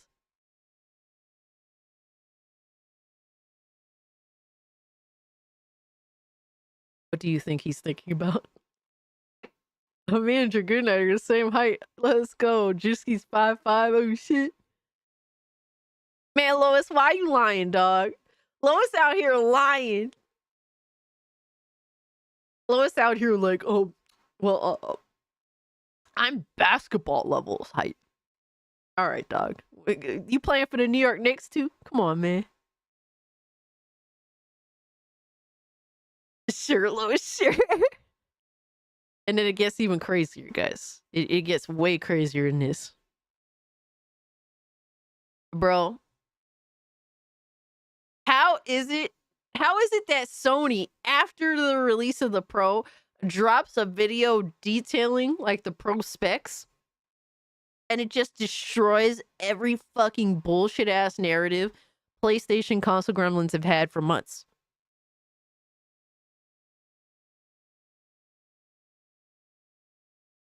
Dude, this shit is fun. Kids Move out here collecting receipts, bro. He out here with the receipts. Shout out to Kids Move, but he was calling out D-Batch on this shit. Fucking hilarious stuff, guys. One thing I'd like to clear up is the erroneous 33.5 teraflop number that's been circulating for PS5 Pro. Dude. Calling out all these console gremlins, bro. That number isn't anywhere in our developer docs. It comes from a misunderstanding by someone commenting on leaked PS5 Pro technical information. This acting shit got you acting crazy, man. What's up? You know I love you, man. Come on, man. Yo, that's what I'm saying, Dragoon Knight. All that shit, all that information should have definitely came out before the Pro came out. What the fuck were they selling people on the Pro? Surface level bullshit. Fucking surface level fucking like highlightable things, you know, but not actually getting into the nitty-gritty details. But that's the difference between people on PC and people on the consoles. Like, people on the consoles, you don't have to give them all the details, and they'll still be like, fuck it, I'll buy it. I was one of them, bro. I bought the PS5 because I was happy with the PS4. I was very happy with the PS4. So on that alone, I was like, look, I'm in it with the PS5. I got burned. It is what it is. But like dudes They'll just hear. I'm convinced they hear the price point, and that's what turns them on to wanting to buy the new console. I did get a Craigslist used one for $300 for my game room. No tax, great deal. Hey, can't argue that. Yeah, they did not give nearly enough specs for the Pro in order to show confidence in it at all. But you had dumb motherfuckers like D-Batch, like Craig Harris, like these retards just running their fucking mouth, acting like they know all the details to the shit and fucking paying attention to Digital Foundry, who are a bunch of fuck-ups too, by the way. They fucking Digital Foundry is their lord and savior. Come on, baby. Weezy, come on, baby.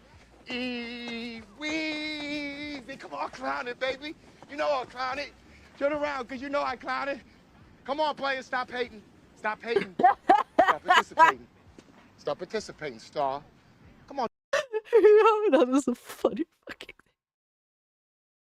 And then he goes and quotes and is dropping screenshots of D-Batch. And D-Batch's only comeback, bro. Guys, D-Batch's only comeback up here, guys, says, Digital Foundry also said this, so keep the same energy, clown. Keep the same energy, clown. You are coping and seething.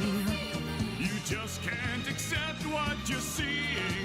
Yes, you're coping and seething. The truth Just take the L, you lying sack of shit. Take the L. Do it gracefully. You look like a fucking idiot. He is salty as fuck. It is so gross. So gross, bro. Dude, everyone has your receipts exposing how much of a fucking clown you were acting like. And here's the thing, man. If you just say some shit and it's not like, you know, hey, you say you drop one tweet, whatever. This dude was like, this is what it is, and I'm standing on business, and I'm gonna fight anybody that has any pushback for me. That's how this motherfucker was this whole time with this, since the console was announced.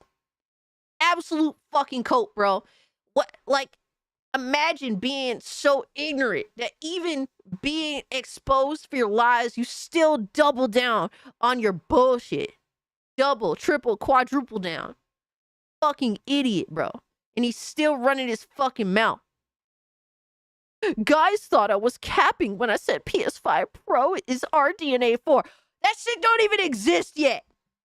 That shit ain't even on the market yet. It has RDNA 4.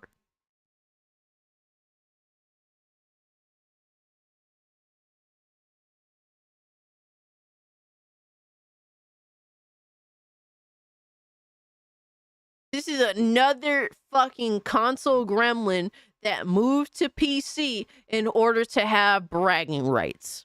But as you could see with how he reacted with the Pro, he's still a fucking console gremlin at heart. He just wants to go for the most powerful console. That seems to be D-Batch's bag. Now, Kepler, a top chip leaker, says PS5 Pro is RDNA 4, so 33.5 T-flops of RDNA 4 is a huge uptick. That CPU, though, 10% better. Oof. Fucking bullshit artist. And you can quote tweet these tweets to his face, and he'll still make excuses, bro. You look like an idiot out here. Absolute, complete, total clown. There's no getting out of it. You suck. Hey. He made the short furry queen mad smirking face. Really, Black Cobra? For real though, dog? Thank you so much for the too, bro. I appreciate you. I DM'd you 2 tweets. I got you, brother. Let me see. Yeah, like, this is his reply. What? It's almost like D-Batch, you don't actually think for yourself. You don't actually have a real opinion. It's just, you just run, like every console gremlin, all right, that's trying to justify their side. You look at Digital Foundry for all of your talking points. That's what you do, like every other console gremlin. I have a bunch of of retards. All right, guys, straight up just retards. Even in my personal friend group back in the day, we know one dude, we don't even talk anymore. He was a PlayStation fanboy, bro. Every time, everything he would reference is just Digital Foundry bullshit. Everything Digital Foundry bullshit. And look, the massive quote from D-Batch. He says, post all outlets and leaks that said the same thing. Quote Digital Foundry, who also repeated that number. Shut up, man. We went by the leak. That was the only thing wrong. I took my L when PS5 Pro released and the 16.7 was in the manual. LOL, can we be wrong at times? But real men own up and get better. Kid thought he did something. Yeah, exposed how much of a bullshit artist you are. People don't forget, bro. Like, if you want to be that bold, like, people like this were so bold and argumentative on Twitter. And then when the dust clears and they're exposed for being bullshit artists, then they want to have responses like these. No, we're going to drag you through the mud, because people that are so bold and so argumentative, like, honestly, you need to be dragged through the mud. You did it to yourself. Absolutely 100% did it to yourself. And then this clown who was like, oh, well, I got an imaginary friend that has a 4090 that says, yeah, the PS5 Pro is going to outdo even my 4090. Yeah, that fucking guy, Craig Harris, said the 4080 is needed to run Final Fantasy VII Rebirth. And it will cost you more than a PS5 Pro. Once again, PS5 Pro is more powerful than a 4090. PSSR is in its first iteration, is already beating a 4080. Wait till the second iteration, bunch of dumb fucks. Bro, he tweeted this a week ago. A week ago, he's still running with the bullshit. Still, bro. Fucking idiot. What's he been talking about lately? Still running his mouth? Oh, he's retweeting his console grumbling fanboys.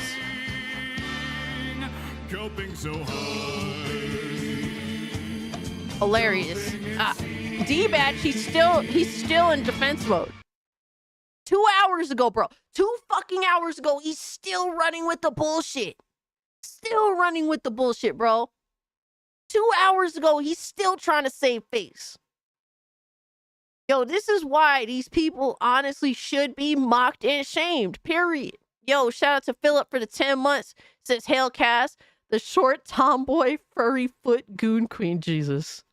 Oh my God. All right, let's check out Josh's tweets. Well, let's see what Josh got going on. Oh no. Oh no. It's official. Oh, it's You so suck. censored. DEBITCHMADE. What's it spell? D bitch made, baby. Appreciate the 2 censored. Elden Ring is now a Sony first party studios game. Let the tears flow. Sony believes in exclusives. Just because they own 10% more now. All they could muster was 318 million. Wow. Crazy. 10%. Yes, this 10% share in Katagawa makes Elden Ring a first party Sony title, apparently. Hashtag fentanyl is crazy. Yeah, appreciate that, Josh. Let's see what else he got. He's Josh is Santa bringing the gifts. Oh no. Oh no. So he screen cap post up saying Xbox Series X optimized game will play at 4K 120 FPS. The base setting for the console is 60 FPS, so you're never going to go lower than that. 30 FPS games are dead, at least for the Series X. Oh my God.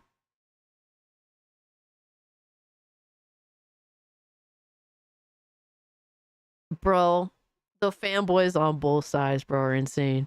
D-Batch said, this you? Hilarious. Like, bro, He's the same person as you, just from fucking 4 years ago. Well, what are we talking about? Like, bro, y'all be doing the same shit. It's just like y'all just exchange hands. Y'all literally just change hands. That's it. Like, this dude stay talking shit like he isn't the laughing stock of the crumb side right now. Yeah, exactly. Dude, D-Batch, you are the laughing stock of the crumb side. Absolutely. And you will be for a while. And people, and this isn't the first time you've crashed out like this, talking your bullshit and being exposed for it. He did the same thing back in the day with Xbox. So he hasn't changed how he is. He just changed his size. It's crazy, bro. Yo, these fanboys are insane. Absolutely fucking insane. And we got Big Cloud that's taking his victory lap. And Big Cloud says, I told y'all, I'll accept all apologies. Let this be a reminder to stop letting clowns like D-Batch gaslight you into making stupid claims about hardware you don't understand. And tweet also, somebody check on Craig Harris. Yo. Guys, console gremlins need to stop. Stop fucking talking about specs. The whole point of being a console owner is to not have to worry about that shit. Like, to you, what you should be like, you don't have to worry about that. The console is just gonna play the motherfucker. You don't have to worry about all that extra bullshit. You don't. And you haven't had to worry about that shit for so long. To the point where a lot of these dudes that want to be involved in these tech conversations to try and prop up their console, they have no idea what the fuck they're talking about. They have no idea what the fuck they're talking about. Talk about RDNA, all this architecture shit. And look, do I know some things about tech? Yes, I do. But do I know a lot of things about tech? Absolutely not. Absolutely not. You don't see me talking about all this tech bullshit out here. What I know is I could do my research. I could do my research to put together a PC. That's what I know how to do. I know how to put a PC. I know how to find the information to figure out what the fuck goes with what. And that's it. That's all I need to know. But I'm not going to sit here and tell y'all all this bullshit that I don't even know about. I don't sit here and talk about shit that I don't, one, I don't find interesting enough to know, and two, shit that I don't know anyway. Oh no, Black Cobra, what you showing me here? Oh no. Oh, you bitch slapping this dude. Damn. You really did bitch slap this Nazi guy. That's crazy. Shout out to you, Black Cobra. Yo, Epic, what's good, fam? Hope you're doing well, Epic. But yeah, like, honestly, man, if you don't understand tech, just please shut the fuck up and enjoy your games. Like, what are we doing? I don't sit here and bullshit y'all. I'm not going to sit here and have conversations about business and money and these companies and their sales figures. And, like, I don't care about that shit. I don't understand how their business works. All I know is what games look good and what look like shit. And we go from there. Tech shit, I understand how to put a PC together. I've done it once. I will be doing it again shortly. I know how to do my research. I know. All right, so there's YouTubers out there that dissect all the shit in terms of performance and whatever, and their results. I understand how to read their results. But other than that, I don't sit here and pretend I'm that smart. I'm just your average gamer. Casualties Gaming says, I know a bit about tech, but I don't talk about how well my 7800 XT has sold because who cares? Exactly, Casualties. I know enough to get by, but I'm not a fucking professional by any means. And I don't care about having these discussions about sales and whatnot. Like, none of that shit. Absolutely, I feel you. I relate a lot. And then hold up. That's next on, oh my God. Then we have Japan hates Xbox. He says, as is Christmas tradition, I will now shame and humiliate any parents who bought their kids an Xbox. That's crazy. This is what you can expect if you buy your kids a crappy rotten Xbox for Christmas. Don't ruin a child's Christmas. Get them a PlayStation instead. Yo. And this is the dude that got exposed for actually not even playing on PlayStation. That's crazy. He doesn't play games. All he does is run his fucking mouse, but he doesn't actually play games on PlayStation. He ain't in Kansas no more. Yes, Josh. I did happen to see Alex's big black console. Yeah, that was interesting to say the least. That was very interesting. Whoever did that is a sick fuck. And then we have the alternative to Japan hates Xbox, which is Japan hates PlayStation. Shout out to Japan hates PlayStation. Oh my god. I had to clock into work, hide my gooning. Oh my god. Yo, Lindo, you crazy. Sounds like every Twitter pony. Oh man.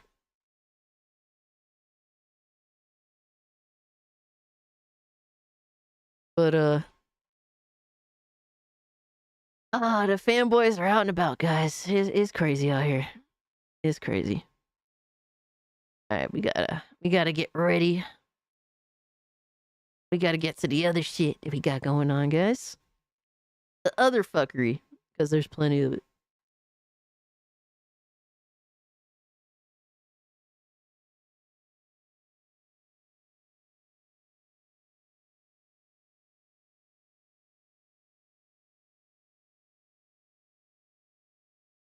I tagged you. All right, Epic. Let me see.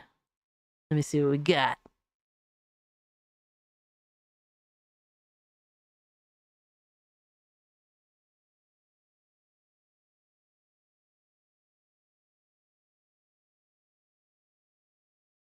Oh no. Hold up. Let me see. Holy shit. Let's go. Epic posted this. Yes, the reaction to JTech. Yeah, JTech blocked me too. And he spent so many times unblocking me, and I would always ask him to please block me again, and he would listen. Imagine if there's videos like with kids getting the PS5 Pro. Oh my god, dude. I wanted a Steam Deck. JTech TV. At this point, yeah.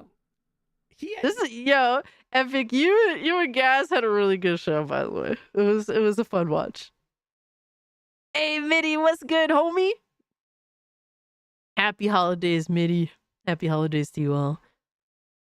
But you guys did a good job on the show.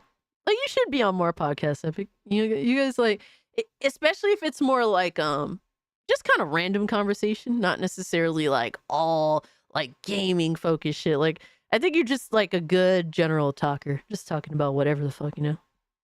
He does not know what he's looking at because they didn't announce the what's Yo, my man Mo for the $1 sticker. Yo, what's good, homie? Like Sony, appreciate you pulling up, dog. Hope you're doing well. I need to put this up. It says Sony. I see before, Sony right. Does it look at him? He's like, look at his face. Just look at his face. His reactions all day. I'm not Hey, gonna lie, it makes me laugh. And then look at him. Listen to his face. He pounces. He's pouncing on that. Mike. yo, he's so upset. He says it's gonna be another audience game. Has he got a Spider-Man outfit on? Is that what he's wearing? Yeah, I think. What the hell? Is he wearing a Spider-Man outfit? He's wearing a Spider-Man onesie. Let's go. I got the pussy onesie. See, I got my priorities in order. I don't know about JTech, dog.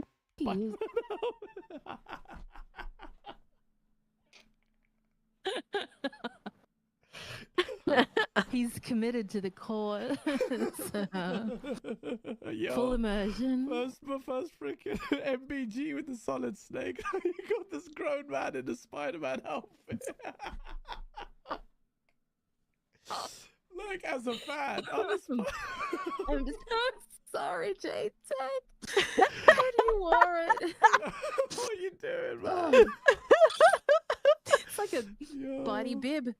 Oh, fucking hell. Oh, shout out to JTech, wearing man. a He's bib? in there with the Oh, Spider-Man outfit, man. and at this point, he doesn't know.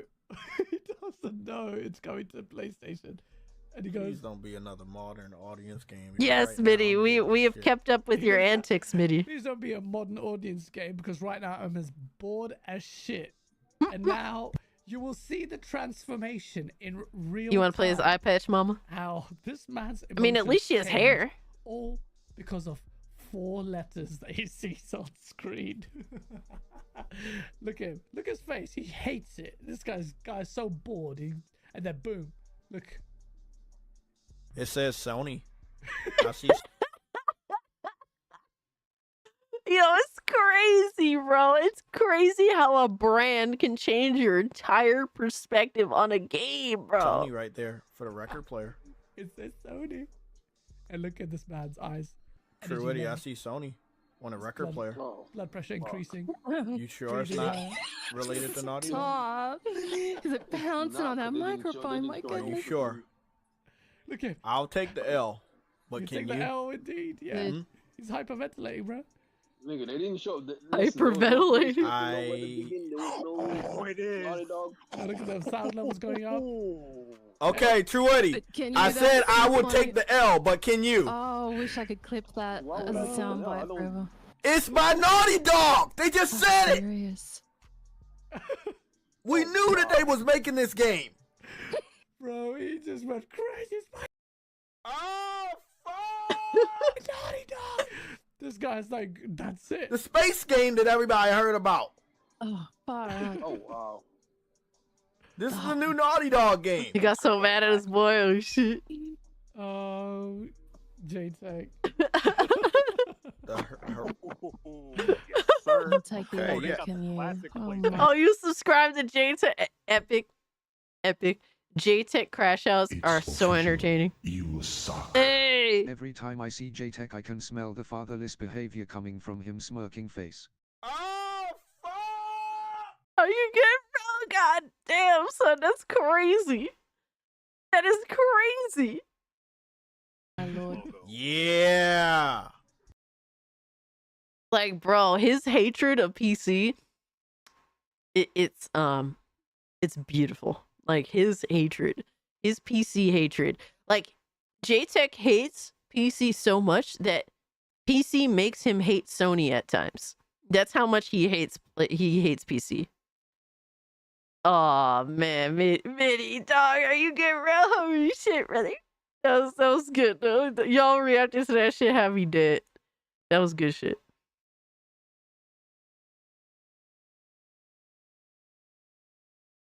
The way JTech smacks in the mic? What? The way JTech claps his cheeks on the mic? I mean, what?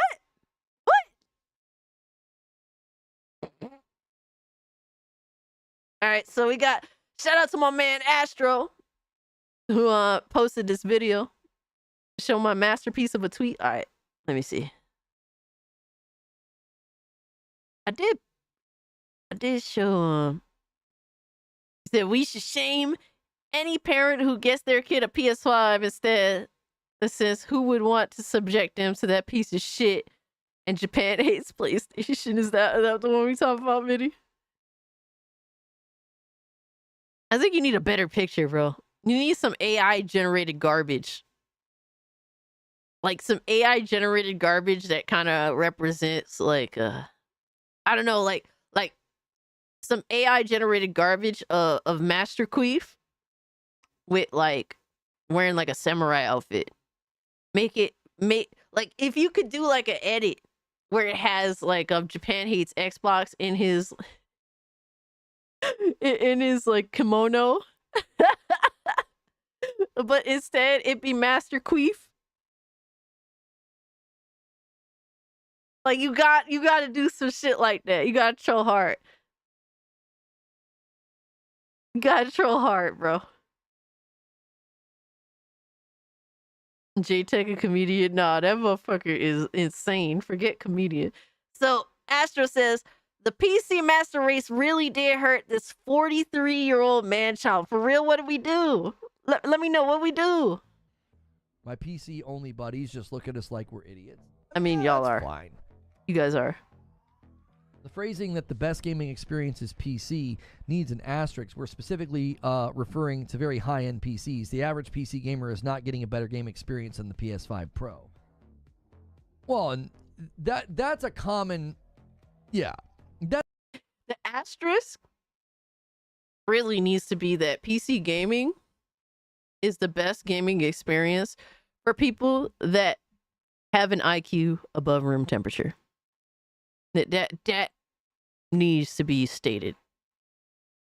Like, if you are stupid, if you are Reforged, and we watched him try and play PC games and him not know how to deal with the menus for, like, what was it, like fucking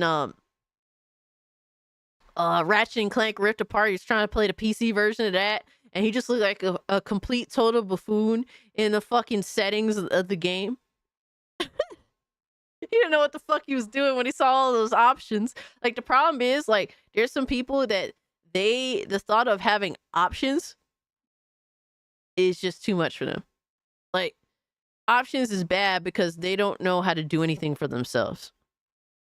My PC friends laugh at us, as we should.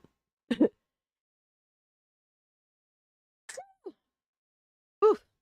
Big sneeze. Yeah, the settings is easy. Homie was stuck at the settings in Rift Apart of all things. Like, holy shit, bro. You gave him back shots too much? Oh my god. All right, bro. That's a common debate point that I do think is worth visiting. Like, well, this PC is so much stronger than that. And it's like, well, is that the PC that you have? Yeah, my PC is definitely better than a Pro. Is that the PC that you have? My PC's been better than your PC that amazing? The Pro for a while. By the way, we're halfway through December. Did everybody that said they could build a $700 PC that would be stronger than the PS5 Pro, have they uploaded their videos yet? I haven't seen them. I wonder why they haven't done that. Huh. Wait, so he expects people to actually go out and buy, like, the parts and then build a PC that is supposed to be the equivalent of a console? Like, what is the point of that? Like, this is how console gremlins really show how stupid they are. If you're going to go into PC gaming, why would you limit yourself to that of console experience to begin with?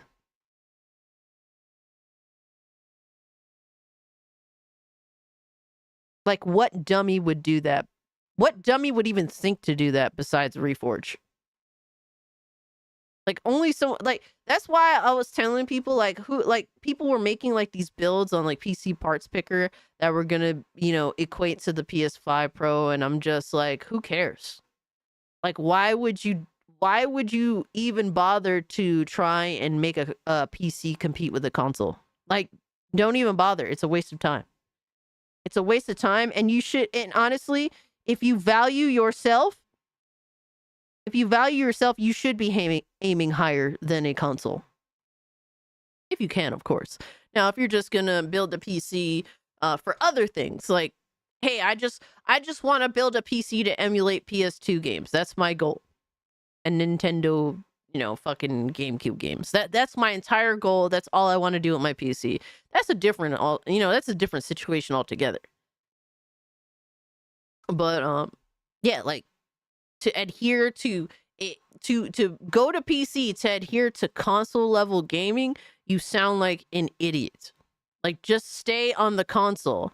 Like, stop trying to convince console gremlins to go to PC. I think that's one of the biggest problems we have right now. We as console gamers, oh my god, we as PC gamers are trying to convince console gamers that they can come over here, and I think that that's a big no-no. Stop doing that. Stop trying to do that. Just do not tell them, oh, you could do this, this, and that, and it's a smooth transition over to PC. Like, no, stay on your garbage ass console. Yes, please buy the Pro. Stay over there. We do not want you. PC will never, ever, ever be dumbed down to suit you Riri's. And I hope that you just stick with what you know, even if it is the ceiling for you. Like, consoles is the ceiling for most of these dudes. They can't manage to think to do anything more than just what a console could do. That's it. Mitty says I have a RTX 3060 laptop, a Steam Deck OLED, RTX 4090, so suck it, Reforged. Yeah, exactly. Like, you got all that shit. It was the PC community saying get a $700 set. Of problem is that PC doesn't exist. I just think that it's ridiculous to even aim at that. A PC equivalent to a console just sounds depressing. Like, obviously aim higher.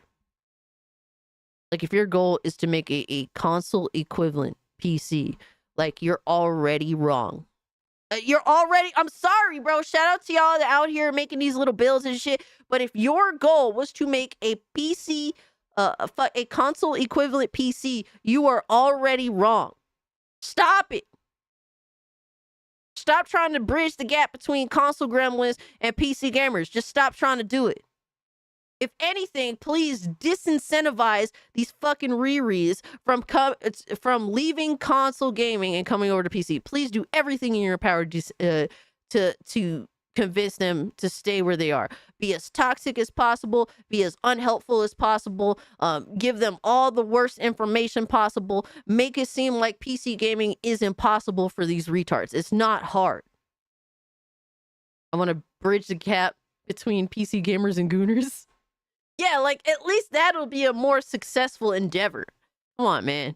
Like, stop trying to convince these fucking Riris on the console that PC gaming is doable. For them, it's not doable. They're stupid. Let them stay where they are. Tell them they could download RAM. Yeah, exactly. Exactly. Be as toxic as you possibly can. PC community is the most toxic community. PC community is the most privileged community. All right, PC gaming is the most demanding community. You do not want to be a part of us. Tell them to use Arch Linux. Oh, no. My PC is made from dead PCs and a GPU from eBay. Why pay for things? Hell yeah. Yo, Pico. Yeah, son. Stop trying to convince these guys to come over to PC gaming, man. They will fuck everything up for us. I'm telling you, dog. You're the expert of privilege? Oh, shit. Yeah. Like, dude, I don't understand why people were trying to build these console level PCs. Just stop doing it. You know, if you're going to do that, just get a Steam Deck or something, man. Come on, dog. I wonder why they moved just to the next false narrative, right? You just you run one false narrative until it runs out of gas and then just jump to the next. So, you know, we had to hear about how I can build a $700 PC that's equal to the Pro. Really? Did you? Where are the videos? Where are all those videos? Helping out your PC brethren to build a rig equal to the PS5 Pro. He's being disingenuous because that would be making a video for console gremlins. And we don't want that.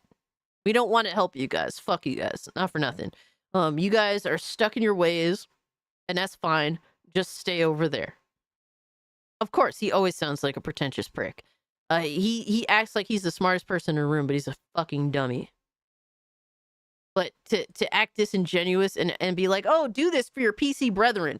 PC brethren already know what the fuck they're doing. And they're going to do what they want to do with their PC because guess what? That's what a PC allows you to do. Do whatever the fuck you want to do.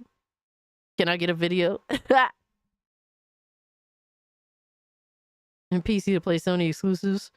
For $700. Why what didn't exclusives? You do that for your dear beloved PC brethren? Where are all those videos? Oh, that's right. You don't have to do that for PC gamers because they already know what the fuck they want and they actually aren't stupid.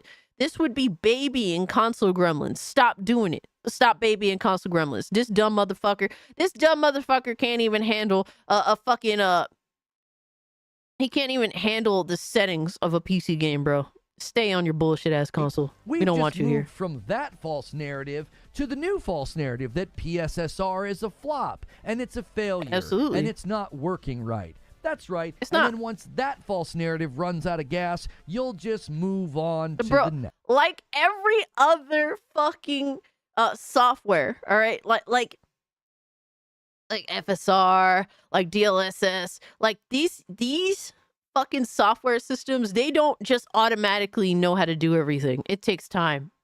All right, the pisser, essentially what they sold you on was a beta for the pisser. That if you bought a pro. And guess what? It's not going to work very well in some instances. It might work well in these instances. It might work well in that instance. But there's some instances where it doesn't work well at all. That's what it is. DLSS, the current state of DLSS wasn't the same as when it first got started. Like this is the start. So essentially, y'all console gremlins got sold on beta access. You pay over $700 for beta access. Congratulations, bro. Next one. It must get tiring being dishonest. You know, it's got to be exhausting. Just ring out the false narrative, make as much money as you can, and then move on to the next false narrative. Still waiting for all those videos. I told y'all they wouldn't make them. I told y'all we'd never see $700 rigs that actually go toe-to-toe with the Pro as they said they could do. Surprise, surprise. Well, the problem with the Pro is that it is like custom software. So it has like a little bit of other shit. So with PC, you have to choose between two options, really. And the Pro is like, hey, there's this custom option that does its own fucking thing. So you're not going to get exactly the same shit you would with a Pro. Yeah, it's like, do you not understand how the architecture is, how the shit works? Like, look, I'm not the smartest person when it comes to tech. Absolutely not. But we have NVIDIA shit. All right. And then we have AMD shit. And you have to choose between the two. AMD made custom shit for the Pro that's different, a little bit different from everything else.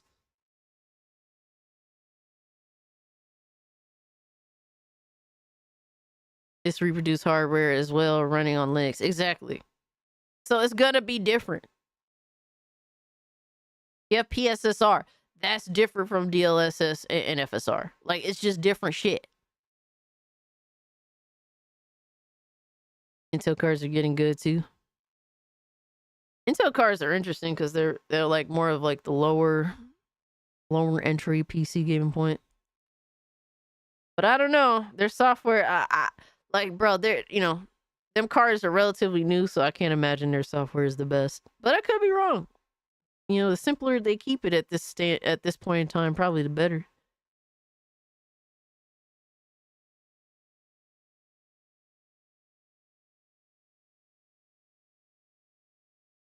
K Beggar with the VIP, and then a gifted member as well. Takes us to 415. That's a nice setup, DK Beggar. We're a 10 bomb away from 425. They said they could, but they didn't. Actions speak louder than words. Yo, that's crazy how this dude actually...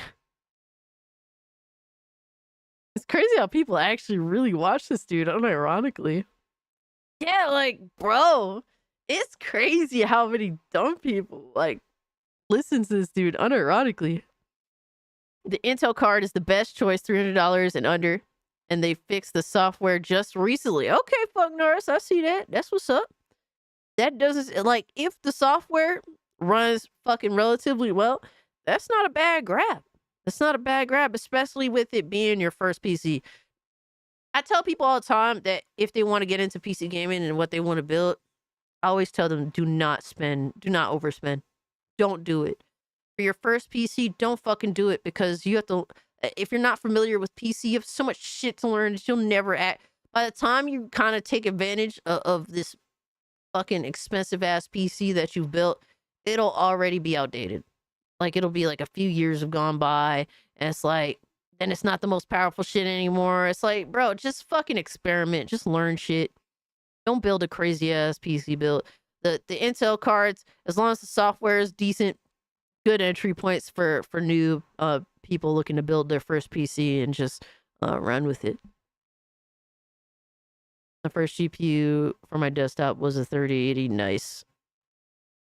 My first shit. My gaming laptop was a 1070. A 1070 with an i7. And then I was like, I actually kind of fuck with PC gaming heavier now. I'm gonna build my own PC and officially become a PC gamer. No more experimenting.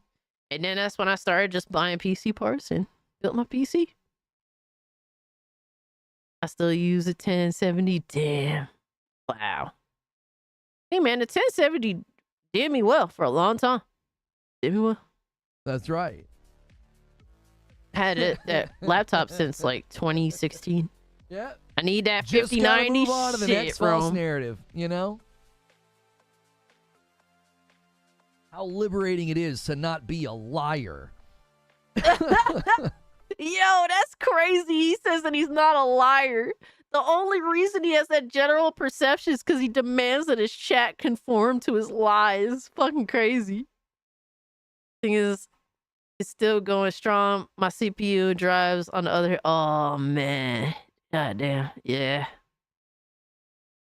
Yeah, it's always better to honestly be like GPU bound over CPU bound. It's kind of more rough when you're CPU bound, at least in my findings. RTS 6090. Oh man, imagine when that shit comes to market. It'll be like this. Bro, the 6090, so you're gonna have your mid tower, and then the mid tower, all you're gonna see is just the giant fucking graphics card take up the whole interior. You're not gonna be able to see your fans, you're not gonna be able to see your fucking your processor, you're not gonna see any of that. It's just gonna be covered by the fucking graphics card. Oh, it's so liberating to not constantly have to lie to people every day. Oh, the irony. Well, I could do it, but I'm not going to. PSSR failed. Uh-huh. Sure, Jan. Oh my god, when he does that sure Jan shit. Oh, he's so corny, bro. Yo, I'm gonna start hardcore grifting, guys. I'm gonna start demanding memberships. Membership goal at the bottom. He has 500. I'm gonna start demanding 200. Sure, Jan. Yo, if he could be this stupid and have that much support, yo, and I could have like half of a brain. So this dude's running on crumbs. I have at least half of a brain, right? Bro, if he's running on crumbs and he's gotten this far and I have half of a brain, bro, I'm gonna start really getting out of pocket. I'm gonna start crashing out like Reforged too. I save money by trading my old games physical. Yo, I don't know, MIDI. Are they really like? Here's the thing. Like me and my best friend, like back in the day, like early on when we had first met, we met on Killzone Shadowfall. But like back in the day, we used to like on the norm watch YouTubers we thought were genuinely retarded, and we actually really enjoyed watching their content. But not because some of them happen to be in this community.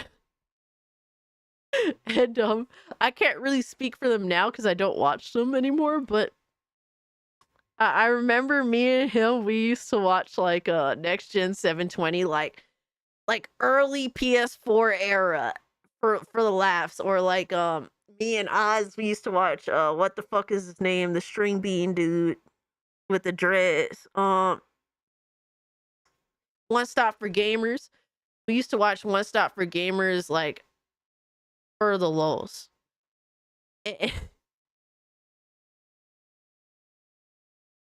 Like we genuinely like we would look forward. What was the other dude?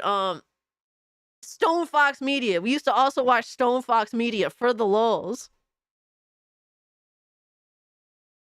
Back in your day, YouTube did not exist. But like we used to genuinely like have fun watching like YouTubers we thought were genuinely fucking insane. I can't understand watching someone I don't like. It's weird. It's not necessarily that we didn't like them. I had no real opinion on if I liked any of those guys. And like I said, I can't speak for their content now. It's, like first off, Stone Fox Media and One Stop for Gamers don't make content anymore that I know of. And then Next Gen 720, I haven't watched his content in years, so no disrespect to him. But back in the day, we used to find his content very entertaining. It wasn't that we didn't like them. It was more so like we had no opinion on if they were likable or not. It's just their content was fucking so ridiculous. It was hilarious. Like, dude, watching One Stop for Gamers on his second channel fucking talk about he would talk about what the fuck, like being a flat earther, and he was serious about that. She had a whole channel just dedicated to being a flat earther, and it was the funniest shit. It was by far some of the funniest shit to watch. I promise you, this shit was hilarious. That now, am I a flat earther? Fuck no. That shit is retarded. Like, it is retarded as hell to me. But did I get an absolute kick out of watching these people try and argue this point, even though I don't agree with any of it? Absolutely. Absolutely. Shit is hilarious. What was One Stop funny? He was entertaining? Absolutely. But was like the whole point ridiculous as fuck? Yeah. Next Gen 720 is a PlayStation fanboy now, Kiss. Damn. So he was an Xbox dude back when we used to watch him. Then he switched over to PlayStation. Then he went back to Xbox for Series X era. Am I right? And then he went back to PlayStation. Bro, this flip-flopping is crazy, bro. I watched Melanie Mac videos on mute. For what? She ain't got nothing worth watching for, though. That's crazy. That's insane, actually. What the hell? I bet that guy can't play OG Final Fantasy VII. Nah, he definitely doesn't have the temperament for it.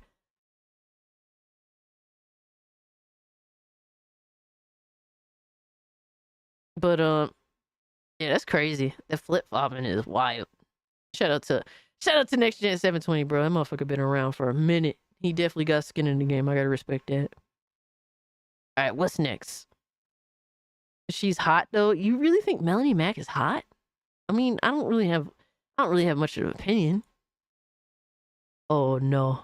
Nah, we gotta save this one for later. We gotta save that one for later. Oh my god. Oh no. Oh, let's watch this one. Hold on.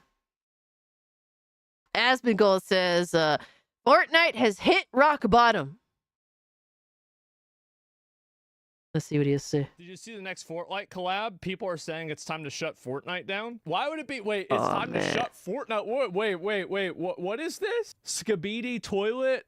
Wait, what? Fortnite Skibidi. Context. For the blessed souls that don't know, the Skibidi meme originated in 2022 after singer Biza King released his magnum opus, Dom Dom Yes Yes. Magnum opus? No. And instantly became an internet sensation after being memed to the ground. In this bizarre turn of events, a YouTube channel known for his meme edits called Dafak Boom decided to add his own twist to the meme, releasing a new Skibidi meme edit while using Half-Life assets. Wow. Somehow, someway, this whole thing exploded through the stratosphere and has been ongoing ever since that very first video, with Dafak Boom releasing dozens and dozens of episodes, the Skibidi each one getting more meme. views Oh than my the god. previous, and his channel gaining more than 18 billion views. Let me go see this. I cannot believe this shit. Come on, Fortnite. We for real with this. Outfit, Skibidi backpack, and Skibidi toilet back blings. You know what's so good about this? Is the fact that they're releasing it a few days before Christmas, so all of the kids can pressure their parents into buying it. Like, if I was 7 years old, I don't know, would I think this is retarded? Fuck you say to me! No, I'd probably You just be hate retarded Zoomer and think it memes? was funny. And so, Oh, wow, man. I guess it is happening. Wow. That is some other shit, bro. That is some other shit. Speaking of which, let's get an update on Sweet Baby Ink's website. Are they back yet? Are they back yet? That's yeah, that's a little bit of extra backstory that I needed.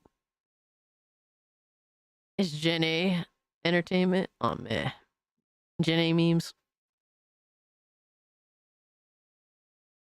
Hawkins says, stupid people make it so easy to spot them these days. You ain't lying, bro.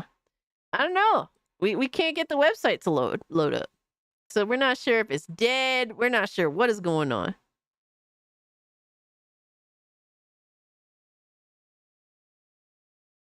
Oh shit. Here we go. Bro, this is how he This is how he starts the video. It doesn't get any better from here, boys. We have Dreamcast guy. Get that sewer monster off my screen is crazy. Check Discord real quick. I got you. Dreamcast guy says Xbox is broke. Microsoft CEO talks about future of Xbox games. What? Apparently Xbox did die again this week or some shit like that. Jesus. Never fails with this fucking guy. Never fails. Holy shit.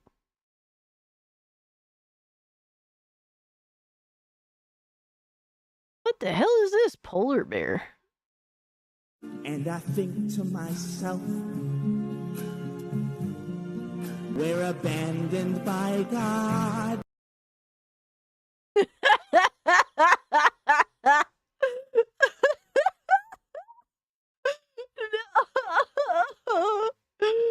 Oh, he's not wrong.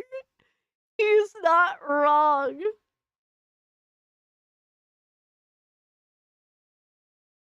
He's not wrong, though. That is a good clip. That is a really good fucking clip. You suck. That's DCG's who face. This is ooh. Ooh. That's crazy. All right, let's hear about how Xbox is broke, Xbox is dead. Let's see what this clown has to say.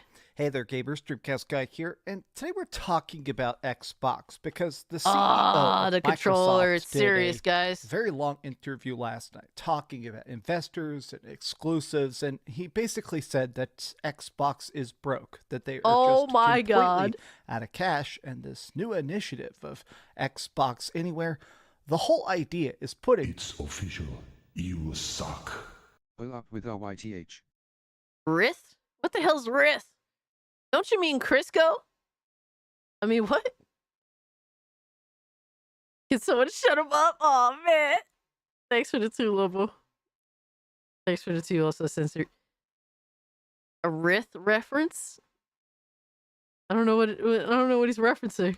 Xbox games onto Nintendo Switch, onto PlayStation 5, just anywhere that can actually make their money back. And I wanted to talk about this because a lot of Xbox fanboys seem to be incredibly betrayed, incredibly pissed, incredibly disappointed, and we're going to take a look at a bunch of that because honestly, Pico Trick. I don't blame them. Sending me more If you've been playing Dreamcast Xbox guy now for content. decades, Oh, you no. had the OG, you had the Xbox One, the 360, if you've been buying these, if you've been collecting controllers and achievements and games, and then suddenly the company just says, you don't matter, it's all about what does that mean? Margins, it's not about exclusives. I understand people's what the fuck does that mean? Blowback, but let's take a look at a bunch of... Bro, Xbox is not telling their Xbox gamers that they don't give a fuck about them. Uh-oh. Did TTS break again? Yo, TTS be staying broken. Shout out to my man Golden Apples for the 2 who says, Gooncast guy looks like the Skibbity toilet meme. Oh my god. Holy shit, brother. Wow. Thanks for breaking TTS, by the way, Golden Apples. That's crazy. Let me see if I can pull this shit up real quick. I don't know why TTS be breaking randomly. It's happening like every fucking week now.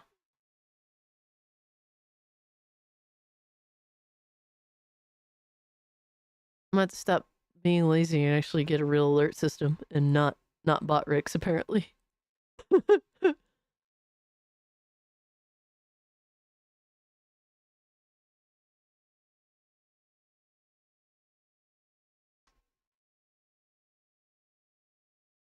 Yo, H-Dog was good, homie. Been over Dreamcast guy, clickbait, SMH. I cannot with this guy. I mean, we just exposed this motherfucker for being online second shit that he is. Like, I don't understand what, like, they cannot make a direct correlation where they're saying, like, hey, the fact that other gamers across other platforms get to play Xbox games, they can't correlate how that's necessarily bad for gamers who game on the Xbox console. Like, they can't bridge that gap. It's just, you have to accept that as reality without explanation. But, like, to be like, hey, Xbox doesn't care about you, when it's like, but they are providing their services. It's not like they're taking stuff away from them. They're just giving more to everybody. Like, hey, we're gonna put our games out to every fucking buddy. What the fuck is the problem with that? Like, if motherfuckers can play Xbox games on all platforms and play together, why the fuck is that bad? Like, I don't understand, bro. Because I've collected a bunch of very angry tweets and stuff, and I want to discuss. Hi, hope you're having a great day, and if you could please... Oh man, I can't wait to see the fanboy tweets that Dreamcast guy has collected that we're supposed to apparently take seriously for some fucking reason. Give this video a like and subscribe if you haven't already. So to begin with, what are we talking about? So this is the CEO of Microsoft, Satya Nadella. Now this guy has been much more hands-on with Xbox this last couple of years, and it seems like a lot of Xbox fans are not exactly pleased about it, because this guy is definitely just in it for profit margins. He's in it for investor meetings. He's not the kind of guy who, no offense to this dude, he doesn't really seem like a gamer. I don't think he knows what Gears of War is, which, you know, is fine. There's a lot of people that are at the tippy top of companies who don't fully understand. Look, I understand that he's, you know, a suit and tie without wearing a suit and tie. I get that, obviously. But, like, I'm pretty sure he's gonna at least know some of Xbox's top long-standing franchises. I mean, come on. I'm sure that he has a general idea that the next Gears of War is in development. Jim Ryan couldn't even hold a controller. Yeah, exactly. Like, I don't understand. Like, what does that mean? Yeah, like, they're suits and ties. They don't give a fuck about gaming like we do. Like, no shit, Sherlock. They don't give a fuck. We get that. But that's not, like, why is that necessarily something you have to reference with Satya Nadella? But for other motherfuckers, like, no, you won't say that. Like, they don't care overall. And all the inner workings Stachios? of it. But oh, hell yeah. He said essentially that they are happy with how the Activision Blizzard deal went. Obviously, Microsoft bought them for billions and billions, tens of billions of dollars, and then immediately like put 70 billion. Call of Duty on PlayStation. And it's been selling like crazy on PlayStation. I think the numbers are that 83% of all the copies of Black Ops 6 were actually sold on PlayStation. They basically continued to do what they were already going to do with Call of Duty anyway. Like, essentially, like, they bought Activision and nothing changed with Call of Duty. Except that it was on Game Pass. Like, why is he saying, oh, they put it on PlayStation like that was something new? No, that's not new. What's new is that it's now on Game Pass day and date. That's what's new. Why don't you reference, like, bro, like, can't you tell that he's purposely trying to frame the narrative to just be everything negative? Like, you notice how he said they bought Activision Blizzard and they put Call of Duty on PlayStation like it's something new, instead of saying they bought Activision Blizzard and they put Call of Duty day and date on Xbox Game Pass. Like, that's a positive, because you have more options on how to play the game, which is always going to be a positive. But then he wants to reference what in his mind is the negative with it being on PlayStation. It's crazy, bro. Fucking clown show. PlayStation 5, which is a astronomical amount of cash. And he said, okay, we're going to be doing that going forward. We're going to keep doing that. That is our new strategy. That going forward, it's about being able to enjoy Xbox on all your devices. Now, he doesn't say the word PlayStation 5, but it's very obvious what that means. And we're going to take a look at some leakers that essentially... It means exactly what it says. Like, dude, I'm on PC and I'm playing Call of Duty. And guess what? On PC playing Call of Duty, I played Call of Duty with my friends on PC, my friends that are also on Xbox, and my friends that are also on PlayStation. We all played together on all different sorts of platforms. Like, that's what's fucking awesome. Like, how can you sit here and say that that's bad? Satya Nutella? Like, how can you sit here and say that that's bad? Like, my cheap-ass bro, Osnot, got to play Call of Duty with me because he has Game Pass. And that's a cheap motherfucker. We got to play Call of Duty together, even despite him being a cheap fuck. And then my boy, Blake, who's never really gonna do PC gaming like that, he's just very content with things just playing on a console. Shout out to him. Like, he's never gonna come to PC. He just wants to play games on his PlayStation. We got to play together, no problems. All three of us were playing Team Deathmatch together. Like, how can you sit here and act like that's fucking horrible? Like, that's a bad thing. Oh my god, a PC queen playing with her console peasant homies? No! Like, I don't understand, like, how fucking closed-minded can you be? You have to play Hell's Bells? I'm gonna have to. I'm gonna check that out. I'm gonna play Call of Duty tonight after the stream. Actually said that they have to put stuff on PlayStation in order to make their money back, but this is Destin Legary. Obviously, he's the host of one of the biggest Xbox podcasts, Xbox Unlocked, and he says, welp, there it is. Now, a lot of the replies are like, well, look, if this wasn't clear enough during the FTC trial, I guess it's making it extra crystal clear now. He's not saying anything new that hasn't been said before. A lot of people are basically saying, look, man, he's been hinting about this. They've been dancing around this. It's good that they're finally just explicitly saying there are no Xbox exclusives. Like, it's crazy when they keep telling you, yeah, we want to put Xbox everywhere. And they've been saying this for multiple years now. But yeah, people are still shocked every time they talk about it. Like, that's been their goal since like the beginning of the series consoles. Like, since putting Game Pass on PC, like that's been openly their goal for years. There is no red line. Everything, Halo, Gears of War, Forza, Fable, every single game is coming to PlayStation. It's just a matter of time. It's not about if, it's about when. He's not saying anything that hasn't been heard before. I really don't know why anybody would buy the next Xbox. He said console innovation. They aren't leaving hardware behind. I mean, this feels like the last desperate grab that people can say now is, well, it's not like the Xbox is being deleted. It's just irrelevant. I mean, there will still be Xbox consoles. It's just that it'll basically be a third-party device, like buying a Sega console, which has all of its games on every other platform. Now, what do we have? But there's people that want to play on Xbox if they like the controller. They don't want to deal with PC gaming. They want Game Pass, and that's not offered on PlayStation. Like, they just like their ecosystem on Xbox. And what is the problem with that? What is the problem? I don't get it, man. Like, there's plenty of reasons that people there's plenty of reasons for people to choose to be complacent. They will always find one. And if that's what they want, I mean, hey, man, like, if you're not complaining, I mean, shout out to you. If you're happy and you're happy being complacent and just be like, well, it's what I know, it's what I'm into.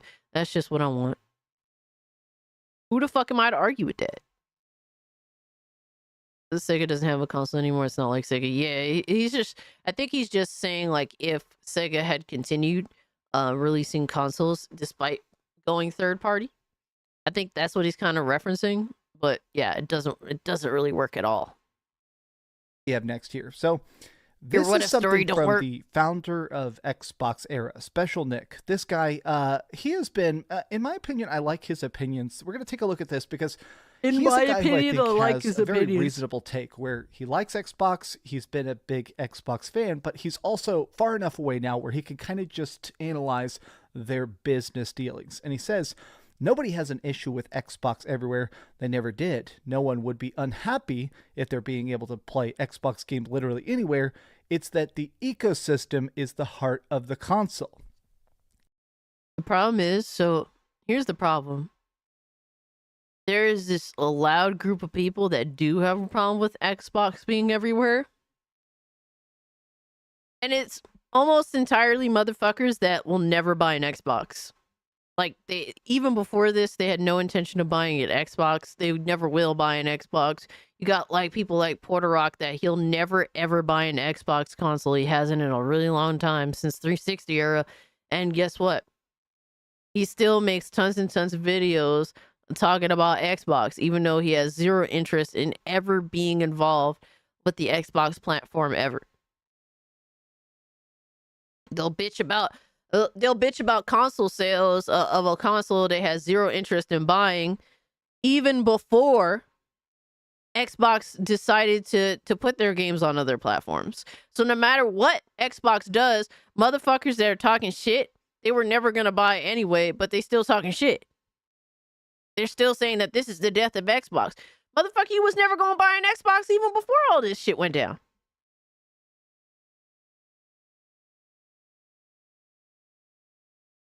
Cast, if Xbox dies, what are these idiots going to talk about? Well, they're trying to go at PC gamers. So it's like, the problem is that, dog, you can't compete with PC gaming. Like, it's never going to come close. But yeah, they definitely, with the Pro, with having gassed up the Pro to be like the competitor to the 4090, that's what they were doing.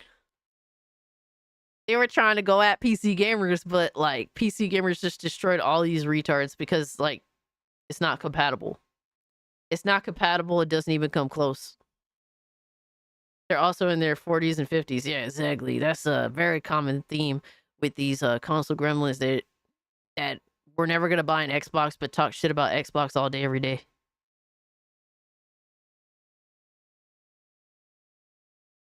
Yes, is it Xbox is dead or Xbox is broke? I wish Dreamcast guy could make a video up his make up his ghouly mind. Yo. First thumbnail's epic, really? And he extrapolates on this. I think this is a really good point. Game Pass, Play Anywhere, Cloud Remote Play, this is the backbone of the console. So the backbone is the console. These are Xbox games. You need an Xbox. To some degree, there has to be an Xbox for there to be Xbox games, right?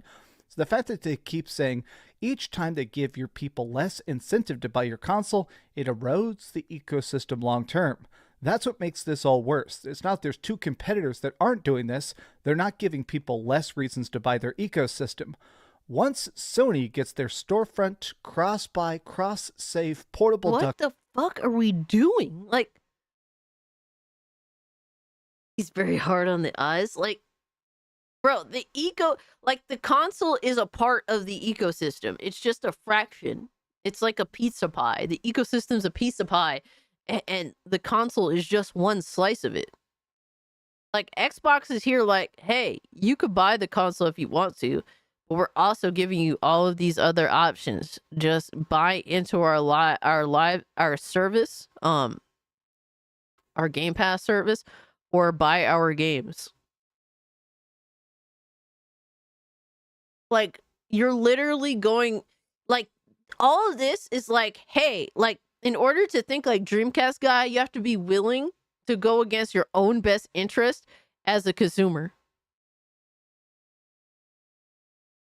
Exactly, MIDI. Like, the service and the software sales are the money that they're making. What they're saying is, hey, we're giving you all of these other options or opportunities to buy into our service or our software. Console is dying. We need Elon Musk to make a new console. Oh no.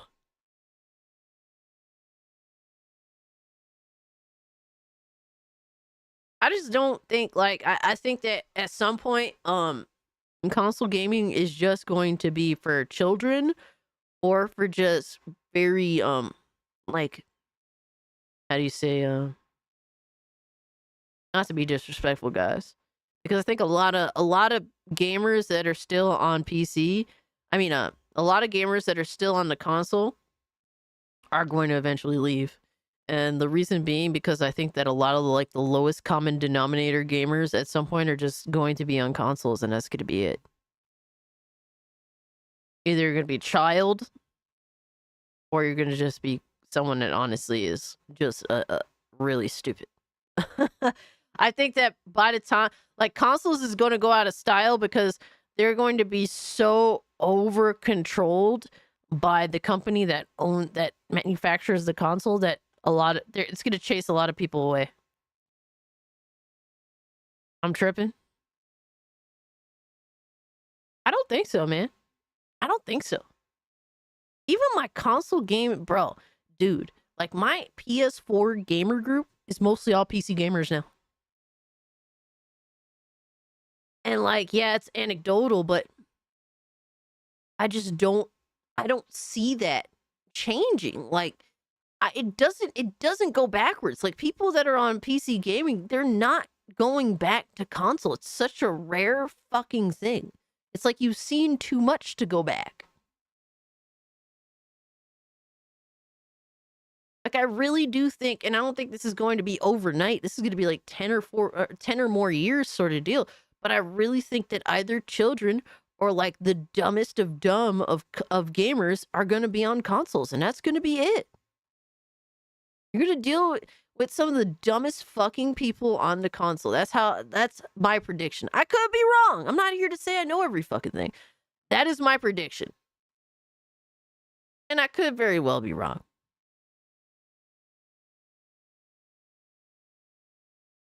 Please call your console the Gabe Station, please. Oh my god. Cass, Black Ops 6 was best-selling game of 2024, even though it was on Game Pass, according to the Himbo Alex. I think it was second best-selling? And here's the thing. Everyone was saying that Black Ops 6 is going to be a disappointment in sales. And guess what? It's done everything. It's done every fucking thing that a Call of Duty game is supposed to do sales-wise. So that entire narrative that people like Dreamcast guy created is dead as well. They keep creating these fake-ass narratives, and they keep getting proven wrong. Wrong, only geniuses like generic Eric will be on console. Oh, no. Japan was home of the console only. Bucks in a row. It's game over. They are done. I am seeing a lot of Xbox people down in the comments basically saying, this is it. Guaranteed if Steam releases a console, PlayStation will stop putting their games on Steam because all they care about is trying to get those first day one exclusives. Yeah. So, what? What? What is this cope? What is this cope? Here's the big reason why I really feel like only stupid people will be on console, bro. We're going to have, and mind you, I need to take a little bit of a victory lap on this because I was a big Vita stan back in the day. I loved Vita. I still appreciate Vita. I think it is a solid handheld that a lot of people looked over. Some reasons justifiable, other reasons not. But when Vita died, and when essentially Sony abandoned the PS Vita, you have to be honest about that shit. When they abandoned the PS Vita because the PS4 took off, everyone's narrative was, handheld is dying. There's no room in the market for handhelds. Nobody wants a handheld. They're playing games on their phones. And that was the narrative on why Vita failed. Not that PlayStation fucking abandoned it. Not that PlayStation made some really poor decisions with Vita. If it be the memory card that they had with it, if it be like the two fucking cameras that didn't need to be there, the back touchpad that also didn't need to be there. Like the overall design has some serious flaws to it. They could have stripped away quite a few things, made the system cheaper, gave it a non-proprietary memory card, and kept it moving. But they got stupid. It's not PlayStation's stupid ass decisions that killed Vita. No, it's the fact that the market for handhelds doesn't exist because Nintendo owns the market with the 3DS. Like there's no room for another handheld because there's the 3DS and then there's your phones. That was the narrative. But guess what? Now everyone wants a fucking handheld device. Everybody and their mother, bro. At some point, I really feel like the future is handheld or PC or phone. Like that is where it is. And only stupid people are going to be left on the console. That's my prediction. Like I said, I could be wrong, but I feel like there's a subsection of gamers that are kind of just like, hi, I don't really want to do anything extra. I just want shit to stay the same. And they're not going to leave consoles, and there'll be something there for them, but there will be a degradation of console sales over time. The Vita was great despite Sony, not because of Sony. I can play GTA San Andreas on it thanks to the Vita community. Hell yeah. Absolutely. Exclusives, yeah. So I think that Xbox is in a very strange spot because for the last couple years, they're fanboys. A lot of the messaging, even from the top, people like Phil Spencer, has been the idea that things are about to be great. I think a big reason there is such a diehard community of Xbox fanboys specifically is that underdog effort. It's a bunch of psychology about the fact that people love to cheer on the person that's almost winning, right? They like to actually say, hell yeah, this team was down by 10 points, they came back and they managed to just barely win, and the crowd goes wild. And I think a lot of people have been feeling that about Xbox, this concept that, yeah, they're in a bad place now, but the next Forza, the next big game, the next big Halo, the next big project, Fable's gonna finally get things going. What you're explaining is that people don't care about the hardware so much because they care about the games. That's what you're explaining, not, oh, the underdog mentality. That has nothing to do with it. You're literally explaining what people actually care about, which is the fucking video games. And the fact that more people than ever before have access to those games.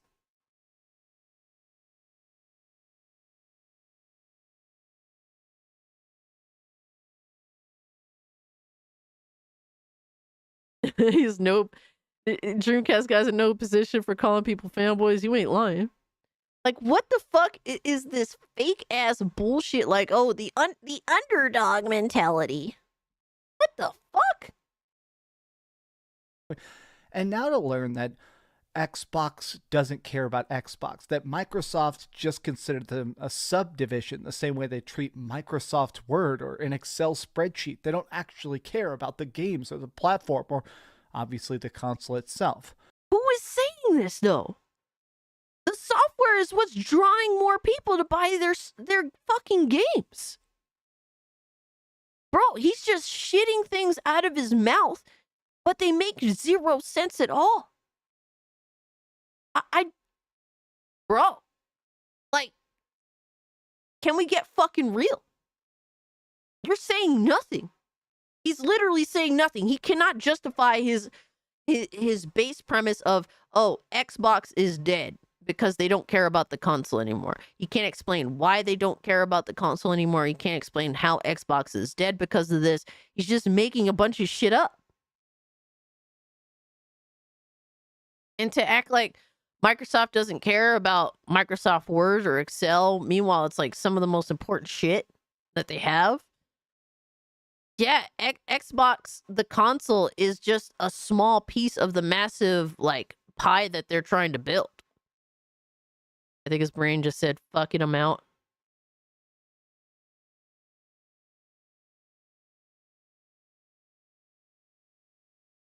I noticed a planet is named after Vernon Wells.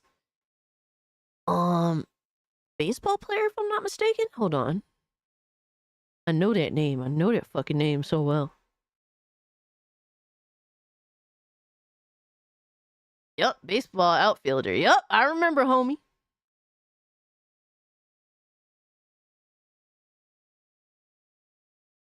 Yeah, he did play for the Yankees at one point, too. And shout out to Vernon Wells.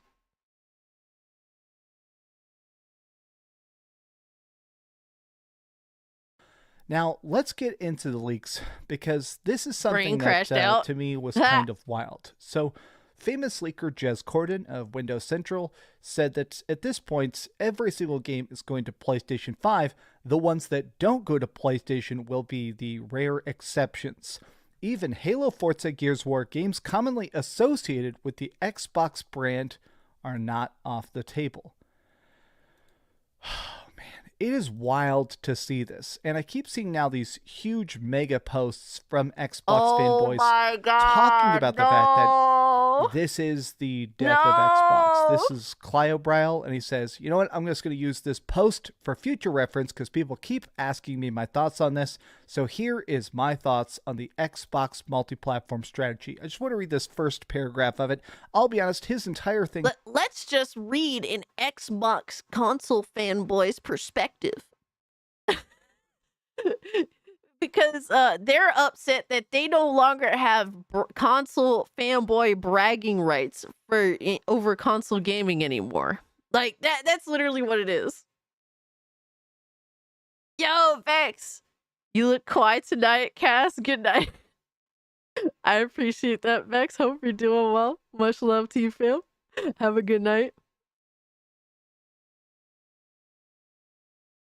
His pronunciation of Clobrel, oh my god, is wild. I'm pretty sure I just butchered it as well. Let me live, man. Let me live. Here is so good. I was tempted to make the entire video about this post because I think it is so good, but let me just say this at the very start here.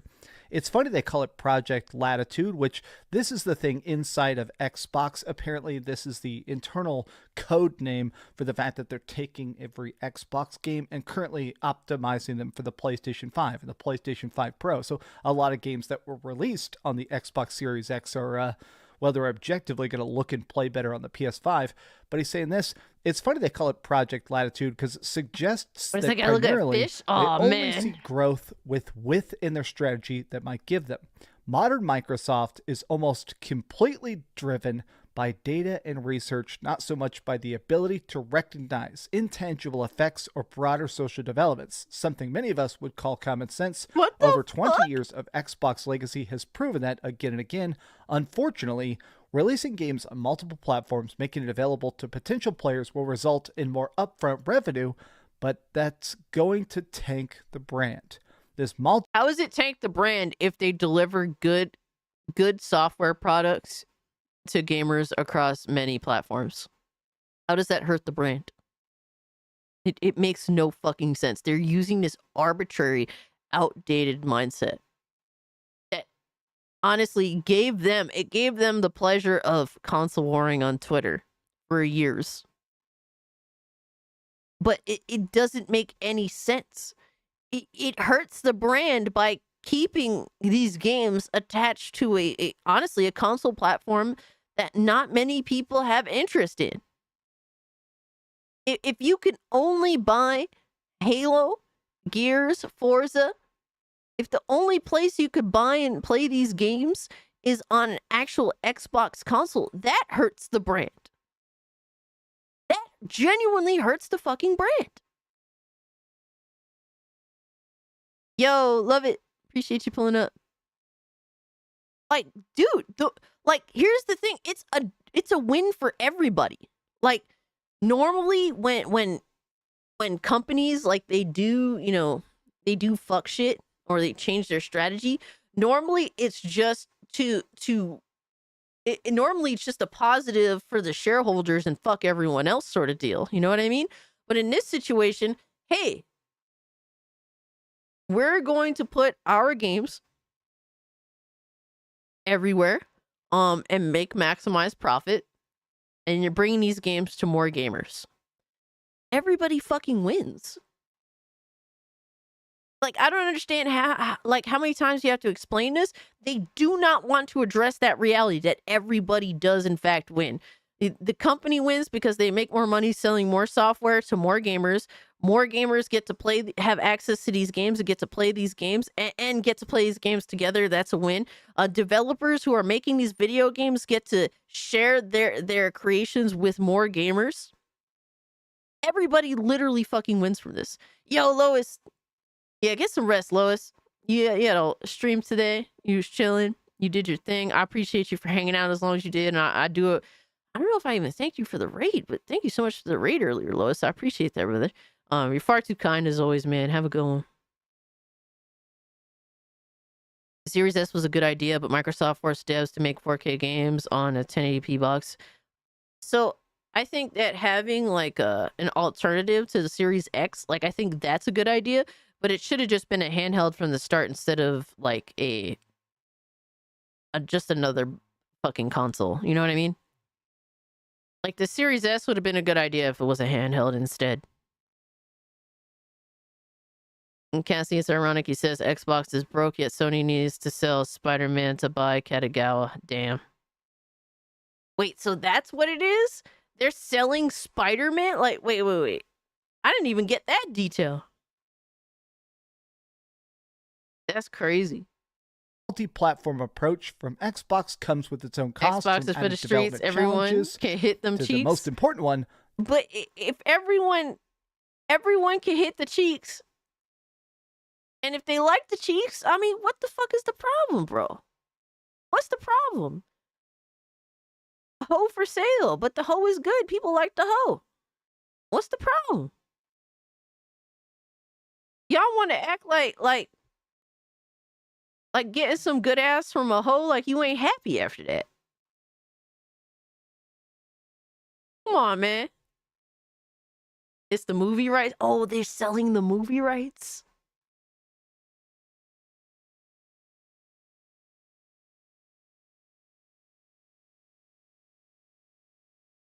Really?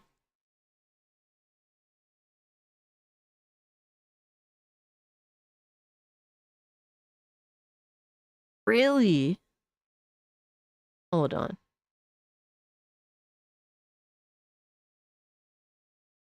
Oh no, this is like a whole rabbit hole. No, this is a whole rabbit hole.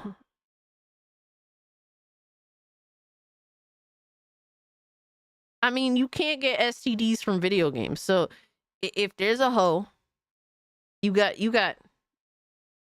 a sex worker, right? There's no way to get STDs from her. And everyone loves to hit it. How is that a bad thing? How is that a bad thing? Yeah, now y'all want to act like you're so virtuous. Like, oh man, I wouldn't bother with a sex worker. I don't care about I don't care about the sex worker. I'm not about that. I'm too virtuous. Come on, dog. Don't be pretending. You know damn well if you could have it and it looked good, you would have it. The potential loss of your own identity and the loss of customers to other ecosystems. And this is an interesting idea, that Microsoft is, in a way, cannibalizing sales. This is a topic people have discussed in the past. It's why games like Titanfall 2, which is one of the best shooters of all time, it failed because they dropped it between Call of Duty and another big game. I think it was Battlefield 1 at the time. Yeah, EA sabotaged the game on purpose. Cannibalization of sales, where you're trying to make sure that each project you release has a chance to breathe, to get marketing, to get sales, and stuff like that. And so with Microsoft, they're at a point where, yes, if they kept stuff exclusive, it would measurably sell Xboxes.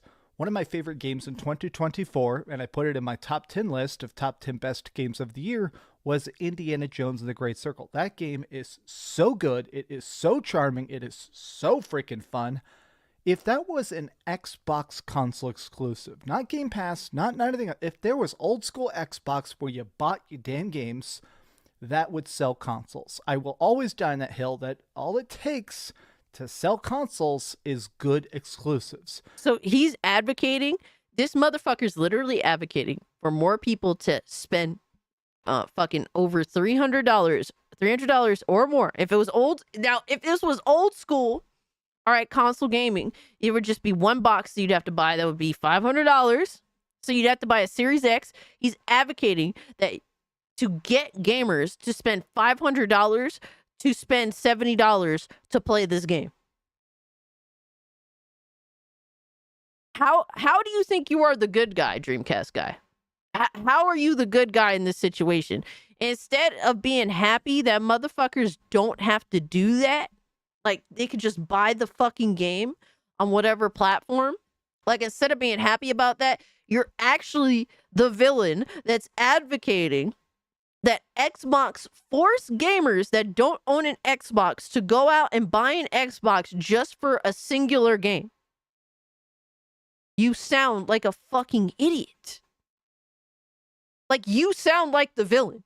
Maybe, just maybe, the people that think this way are the bad guys. It's crazy to say because I'm super against these corporations. Like I fucking hate them. That's just the type of person I am. But maybe Microsoft in this situation is not the bad guy. Maybe, Dreamcast guy, you're the fucking bad guy because you want gamers to spend more money and force them to go out of their way to have this good experience. When Xbox is just like, we'll bring the experience to you, bro.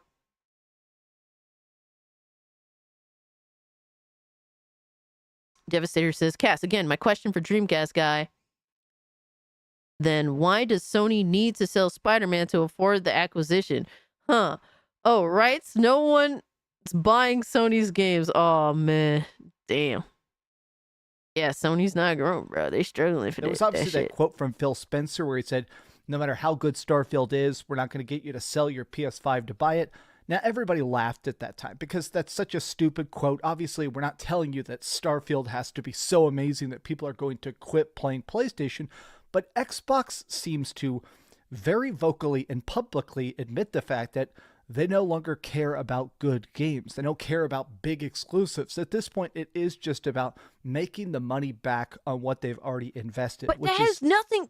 Forcing people to buy a console or not has nothing to do with whether the games are good. These are two totally different conversations. How does, hey, we're going to put these games across all these platforms. How is that the same conversation on the quality of the games? They do not equate. They do not equate. This does not make any fucking sense. This is a garbage ass video. Outright, this is just a bad fucking video. Just such a baffling pivot. Now, next he's literally just got talking about how one of his game of the year video games is an Xbox game, is an Xbox Studio game. People are very much in a spot where it sounds like Xbox is bleeding cash. Apparently, Hellblade 2 not being on PlayStation 5 is considered to be a giant mistake. Now, obviously, I don't like Hellblade 2. I actually thought that game kind of sucked. I think I gave it a 4 out of 10. But Hellblade 2 being exclusive to Xbox, and nobody even played it on Xbox. I think it was like the 75th most played game on Xbox. The game bombed even on its own console.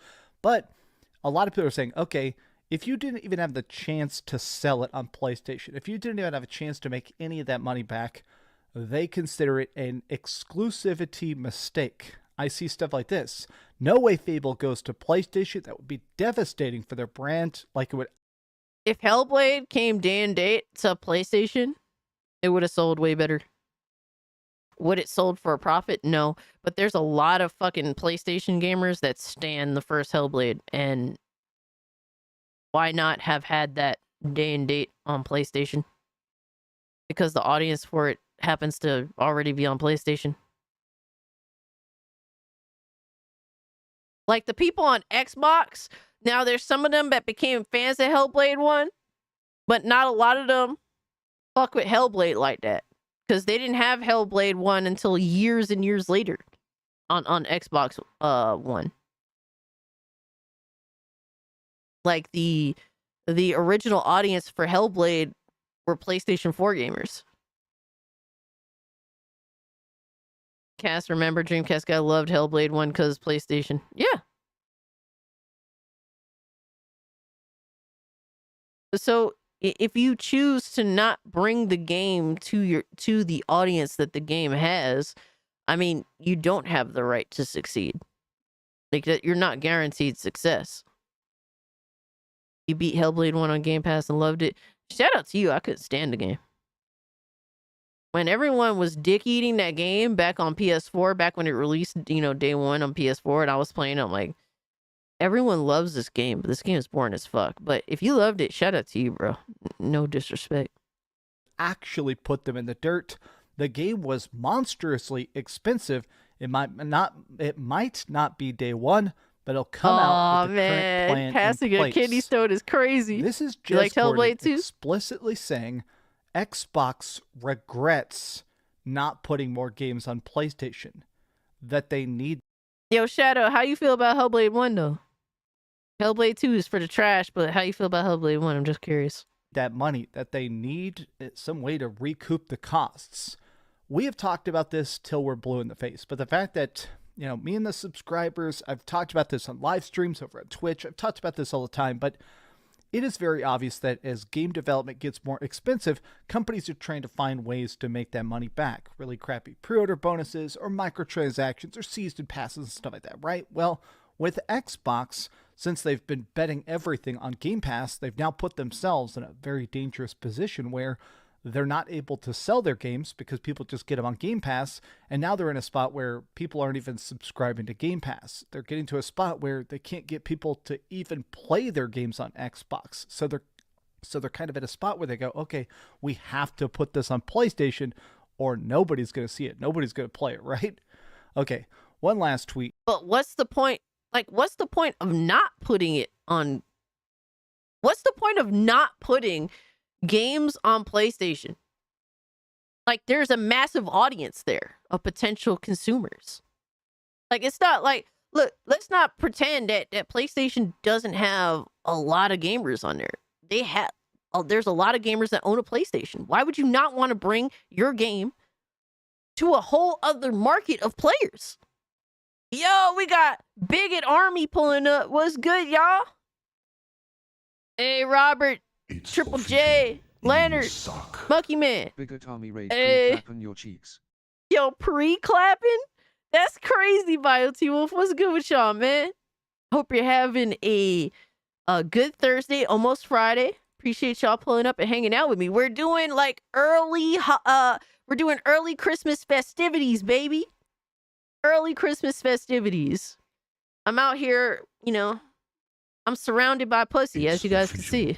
You suck. Hey. Him clapping on Cass's cheeks. Yo, Furious Dad, are you good, brother? Appreciate you for the 2, bro. Appreciate you as well, BioT Wolf. Thanks for the 2, homie. It's official. Yo, Michael T.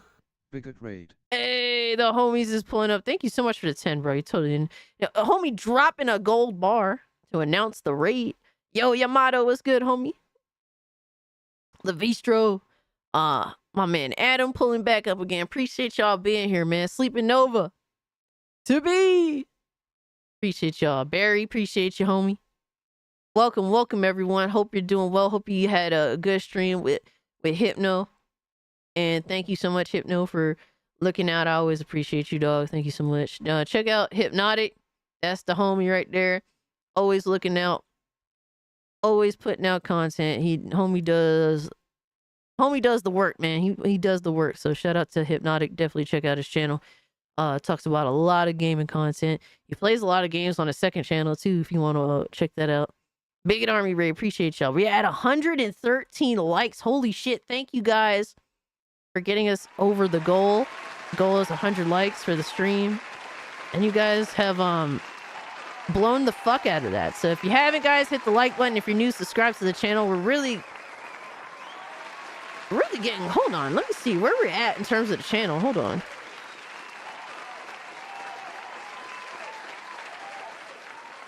Oh shit, we're almost at 5,700 subscribers. Wow, super close. We're getting close to 6K. That's insane. Yo, Raging Dia, good to see you, homie. Cassie, have you heard of Mighty Morphin Power Rangers Rita's Rewind? I heard about it, and I definitely want to get it. I just haven't gotten to it yet. I heard mixed things though. How do you guys feel about the game? Is it good? Is it worth playing? Does it fuck with Shredder's Revenge at all, or is it decent in its own right but not as good? That's what I'm getting a lot of comparisons to. A lot of people are saying it ain't fucking with Shredder's Revenge, but to be fair, it doesn't have to be as good as Shredder's Revenge to still be a decent game. At least that's how I feel personally. I just haven't gotten to it yet. But I appreciate y'all. It was disappointing in my opinion. Aw, man, that sucks. I didn't want to hear that. I wanted to see Mighty Morphin Power Rangers do well. Power Rangers levels are good, but the Zord stages are crap. Aw, man. The gameplay was good, but it was rushed, especially Zord stages. That sucks. And does Shredder's Revenge have the 80s theme song? I don't know. I didn't watch the 80s cartoon. I watched the 2000s cartoon. The one where, like, the turtles looked really, like, mature and, like, kind of more like a teen orient. It felt more teenage oriented, that version of Turtles. Yo, hail, Scott. Appreciate you being here. Because if not, it's poop. The theme song was good. Aw, man, come on, dog. Nah, Shredder's Revenge is heat. It is worth playing 100%. No. The version that was on Sakura, the 2000s TMNT that was on Cartoon Network. That's where I watched it on. They made the Zord levels a lot easier in the balance patch, really. So it's at least more reasonable, I guess. All right. So right now, guys, we're watching Dreamcast guy completely shit the bed. He's talking shit on Xbox. Apparently, it's bad that Xbox is putting their games everywhere so that more gamers can play games. He cannot justify it. He's just going to a bunch of console gremlin fanboys that bitch on Twitter, that do the fanboy war shit on Twitter all day, every day. Bro, he's bringing up Crap Gamer. He's showing a Crap Gamer tweet.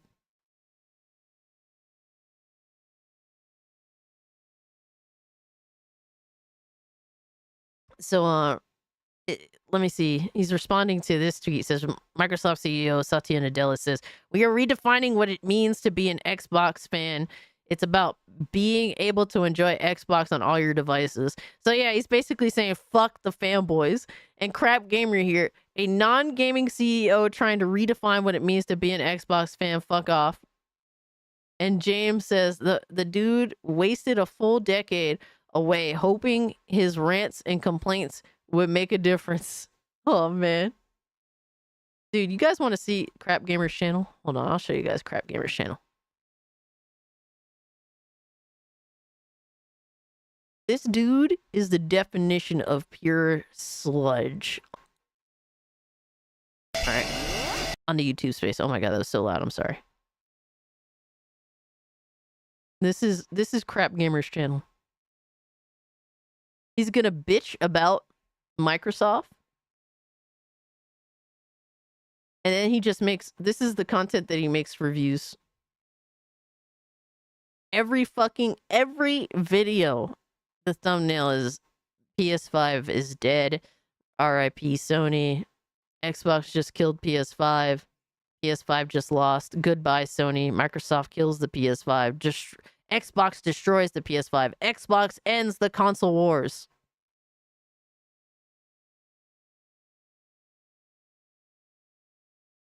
Crap will always be salty about Phil Spencer. Dude.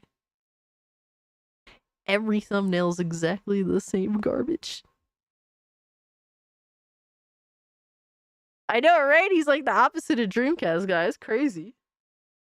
Look, it's the same, bro. Every fucking thumbnail for the... And he makes videos like every fucking day, and every thumbnail is the fucking same. Dude, this guy has more pictures... Bro, this guy has... Crap Gamer has more pictures of Phil Spencer than Phil Spencer's wife has of Phil Spencer. That's insane.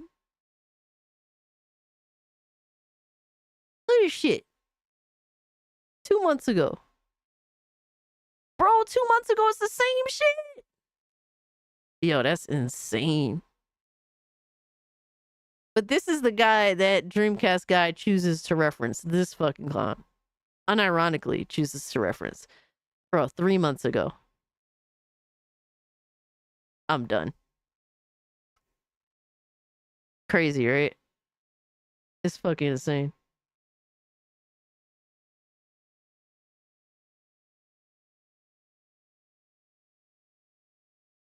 You're a PC guy? Hell yeah, David. I'm a PC gal. Zero creativity. Dude, he just makes content for the views for money. Dreamcast guy, 47-year-old, he still plays video games. Other side of the same coin, exactly. I saw this Crab Gamer tweet. I'm not making fun of Crab Gamer. Again, nobody attack anybody in this video, but I did. Dude, you should make fun of Crab Gamer. And you should make fun of Dreamcast guy, too. Find this funny. A Yo, non-gaming Xavier. CEO trying to redefine what it means to be an Xbox fan. F off. This dude wasted a full decade hoping his rants and complaints would make a difference. Crying emoji, laughing, crying emoji. It is weird to think about the fact that Satya Nadella just coming in and saying, I'm going to redefine what it means to be an Xbox fan. It's about enjoying games on all devices. Xbox is gone in the typical sense. If you're here still trying to get exclusives, crazy, big bro. hype, big trailers that don't have a PlayStation logo at the end of it, it's over. I'm not going to pretend the PlayStation 5 is cheap. I'm not going to pretend the PlayStation 5 is, free or whatever like that. But I still say What does that mean? It definitely seems like soon. If your options are to buy an Xbox Series X, which is $500, or to buy a PlayStation 5, which is $500, I think it's pretty wise. It's pretty obvious that you should probably go with PlayStation. Or That was the case before this. Like, in my opinion, and you guys could disagree with me, the PlayStation has been more viable of a console purchase over Xbox for 2 generations now. And I'm sure there's going to be people that disagree, and that's completely fine. Because at the end of the day, there's options for a reason. But for 2 generations now, that's been the case. It hasn't been the opposite since the 360. This situation in which, hey, like, the thing is, what Dreamcast guy is saying is something that people have known forever, for 2 decades now, almost. And Xbox is now responding to this reality. They have spent how many years trying to convince you to buy an Xbox over a PlayStation, and most people are not going for it. So they're just like, well, we have to change our strategy entirely because we're not going to beat PlayStation at their game. So we're going to do our own thing. Xbox died with the DRM announcement. It fucked them up heavy. It's something he gloomed and doomed with Xbox acknowledged. Yeah, like, bro, like, it's always been like this where the PlayStation is preferred over the Xbox after all this time after the 360 generation. Them being like, hey, we're going to put our games everywhere now. That has not made this the case. It has always been the case for almost 2 fucking decades now. obviously save up and get a PC where things are pretty damn good and graphics are definitely... Absolutely, Pico. Now, you prefer Xbox, and people have their reasons for that. And that's completely justifiable. I'm not here to tell you that you're wrong. Like, at the end of the day, it's your purchasing choice. Shout out to you. More customizable. You can mod everybody have big old watermelon titties. But I still am surprised to see the death of Xbox finally happening. But what do you guys think about this? I still am surprised to see the death of Xbox finally happening. It's been happening for years, according to Dreamcast Guy, but they're still here. They're still here. What are we talking about? And Pico Trek has posted videos of Dreamcast Guy in the past calling out the same exact people. Like basically what Dreamcast Guy is doing now, Dreamcast Guy used to call out years ago. He's become the very thing he's hated. Expose song? Well, you ain't lying, y'all. Graphics are definitely more customizable, and you can mod everybody have big old watermelon titties. But I still am surprised to see the death of Xbox finally happening. But what do you guys think about this? Bitch, you exposed. If you got no games, you exposed, bitch. You exposed. You exposed. You exposed, bitch. You exposed. You exposed. You exposed. You exposed. You exposed. If you play the ring, nigga, you exposed. Yo. If you play the ring, nigga, you exposed. Exposed. Yeah. Oh man, Crumb Side classic, baby. If you play the ring, you Yo. Bars, absolutely. Bro, every time, like, how many times is he gonna make a video saying Xbox is dead and they still going? Like, it's just wild to me. Cass, I found a Harmon video of him going after Alana Pierce for lying about the Wukong head dev posting a reaction. Oh shit. Oh shit. That's crazy. Hold the fuck up. I do have a Harmon video here already. Let me see. Is it a potential Harmon W? Because I heard that shit was bullshit. Do we have a Harmon W on our hymns? Hold on. We're gonna have to. Oh my god, dude. We might have to watch that, I'm not gonna lie. We'll make it like, guys, if you guys are not familiar with Harmon Smith, you guys are gonna be familiar with Harmon Smith.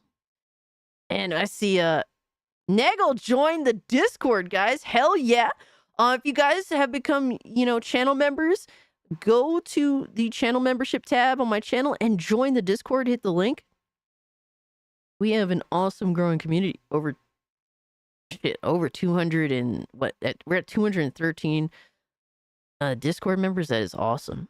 Oh no, you posted a fuck ton of Harmon videos. Oh my god. Astrobot is bought and paid. Oh my god, here we fucking go, brother. Absolute. Whoa. Whoa, Harmon, are you good, bro? What the fuck was that? Dude. I can't with this fucking guy. Listen to this fucking guy, bro. Absolutely unbelievable. Holy the biggest shit. L of the game. Yo, Aaron, awards. what's good, homie? Holy shit. I really hope that people are making videos about this. It's the only reason I'm talking about this is that, like, I'm fairly certain that no one else has noticed this or cares or, like, Yo, Sofa King was good, homie. Yo, he is unhinged as fuck. Because I'm sure most of the people involved in this scene are in the position. So this is Harmon Smith, Game Awards shill Alana Pierce lied about Black Myth Wukong dev crying after losing Game of the Year. Where Oh they man. want to 100% be behind one of the biggest. Yes, he needs to dress up as shills Mario more often. in the industry. They don't want to call this person out. They don't want to address the situation. They don't want to rock the boat. They don't want to point out something that should be talked about. Yo, he really hates Alana Pierce. Holy shit, bro. Holy shit. Yo, God Emperor Sofa King, thanks for becoming a mainstream member, dog. Appreciate you. That is insane. Guys, if you haven't joined the Discord, baby. Dude, wow. No, he's not gooning. He's doing the opposite of gooning right now. Alana's super dumb, though. I think Alana has really bad takes, and then sometimes she does have good takes. But, yeah, I don't hate Alana. I'm indifferent to her. But she can have some dumb moments, admittedly. But to be fair, we all have her dumb moments. Because that would go against the Not enough narrative goon oil? Oh, that the shit. Game Awards is some wholesome, well-constructed well put together show that has the interests of gamers and developers in mind. We cannot talk about this. All right, we know that that's because not true it at would all. make them look like retards. So this really needs to be talked about, and we really need to address this. The story released by the gaming media, specifically by former IGN shill Alana Pierce, the story released by the media that the Black Myth Wukong lead director broke down in tears after Astrobot won Game of the Year. Now, hold on. When did Harmon suddenly endorse Black Myth Wukong, though? Yeah, this is an unhinged rant. I am so like, what the hell? What is going on? When did he suddenly endorse Black Myth Wukong? Didn't he hate on the game? I think he needs a doctor. He needs medication. this was something I heard when it happened. Like, I heard people talk about it. You know, I heard people like make jokes like, oh, he said he had a acceptance speech written 2 years before the show. Like, you know, I heard stuff like that. But then I began hearing other things. I began hearing things from people who were there, who were nearby, who confirmed that that didn't fucking happen. That's true, though. There's a lot of people saying this shit, and it isn't true. I was watching a clip from Asmongold, and he pulled up a scene where Astrobot won, like had just won, and the camera was on the Black Myth Wukong developer. Hey, this woman get him a Goonie snack. Oh man, no. Yeah, we got Goonie snacks in the Discord server. Become a channel member and join in.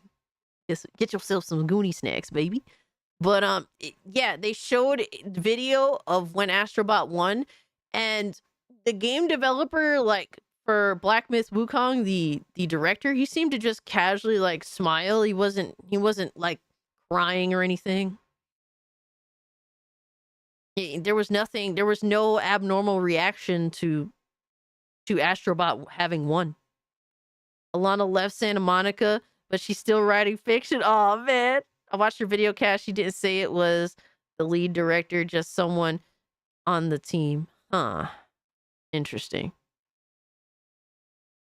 So I did hear, and mind you, I didn't watch Alana's video, but I did hear that the response to it, like people's response to it, was them assuming that she meant the director. Is that true?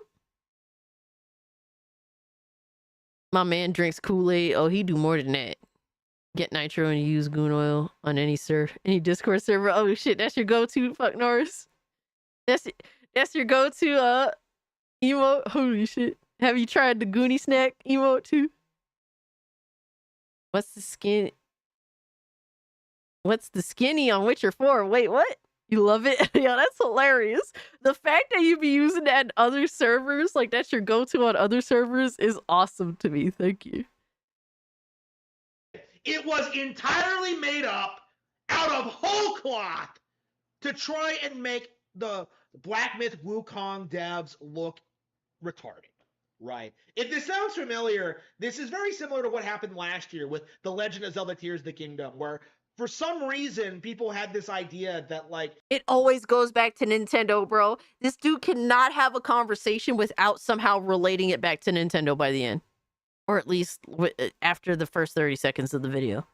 But this guy can't handle Silent Hill. I mean, to be fair, I can't even handle Silent Hill. I'm just saying, brother. Like, I'm really bad at that kind of stuff, so... Giving Baldur's Gate 3 a Game of the Year award would somehow like make Nintendo seethe, right? This was somehow like some big massive L for Tears of the Kingdom, when in reality Tears of the Kingdom was hugely successful and popular and everyone prefers it over Baldur's Gate 3. But like the narrative was that Anoma was still, like seething. He's right? still upset by Baldur's Gate 3 winning Game of the Year last year. Like he was so upset because he got Balto, wrecked by the dog, the half wolf, half dog. Let's it go. was just a code, right? It I was love just Balto. a narrative that was pushed to try. Damn, we got and 130 make likes. Swin What up, look bros? Cooler. When this guy is irrelevant, nobody cares about his game. He sucks, right? You know, fucking hate Swin, hate Larian, hate Baldur's Gate 3. This is a rehash of this, right? You know, I've been very critical of Black. Hold on. Guys, I need y'all to join the Discord server. Here.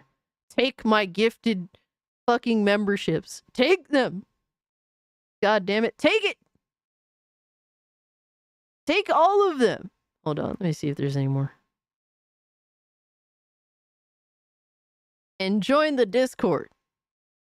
Go to my channel membership page. Click on the Discord link. There you go. More. Take it. Bend over and take the gifted membership. I mean, what? I mean, what? Hold on. And use, you know, and whip out the goon oil, damn it. Whip it out. Whip it out. Here's some more. Let me see.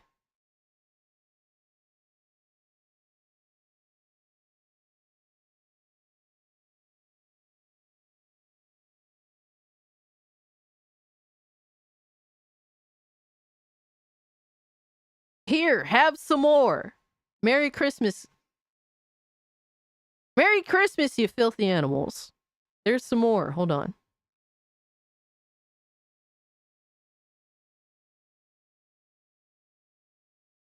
There you go. There's some more. Join the Discord. Join the Discord. Go to the channel membership page. You know what? You know what? Fuck it. Here you go. I'm feeling. It's official. You suck. Hey, casualties. I'm calling it. Alana turned him down. Alana turned him down. Aw, man. You know who Alana didn't turn down, though? Michael Does Life. Alana turned down Harmon Smith from Michael Does Life. I could tell why Harmon's mad. I could tell why he's mad. Harmon's like, you turned me down to this motherfucker that can't even look you straight in the eyes? Yo. There, here you go. Here you go. Yes, communism. Join the Discord server. You don't have a choice. A lot of gifts, absolutely. There you go. More gifts. W's all around. Join the Discord server. All right, pull out your goon oil. Oh my God, Risk It got one from me. Yo, is Risk It in the chat? That would be hilarious. I even give my enemies gifts. Holy shit, brother. I better see some new heads in the server, man.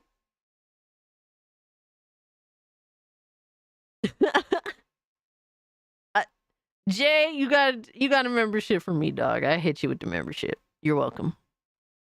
The ops was gifted, absolutely. That's how we do. That's how we do. Oh shit, we got Xavier matching.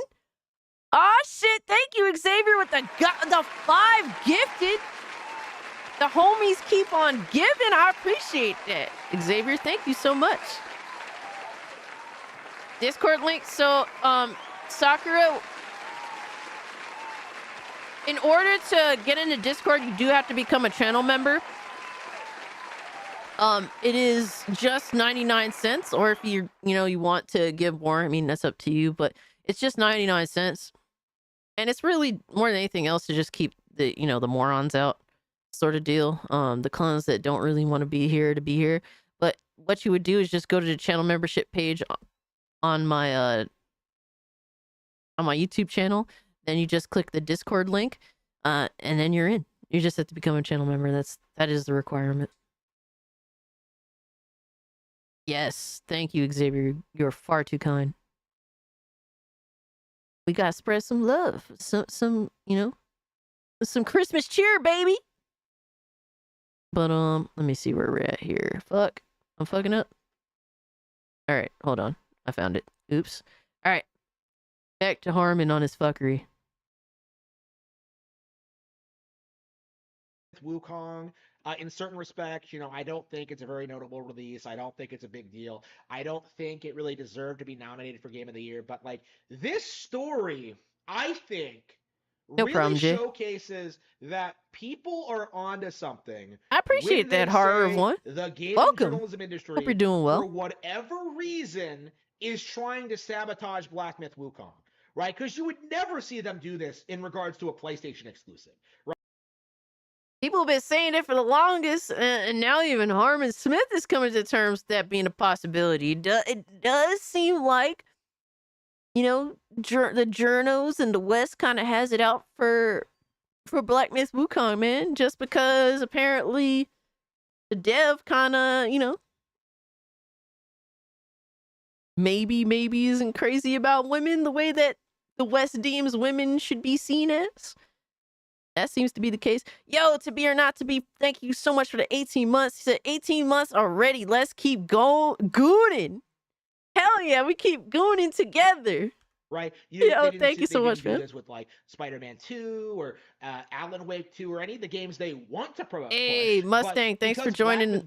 Is made by people who are like outside Thanks for joining the Discord. Right? Because it's like made from a Chinese developer. Hold the fuck up. To be or not to be with the 5 gifted. What a fucking beast. Holy shit, bro. Thank you. The 5 gifted. Nice. Hey.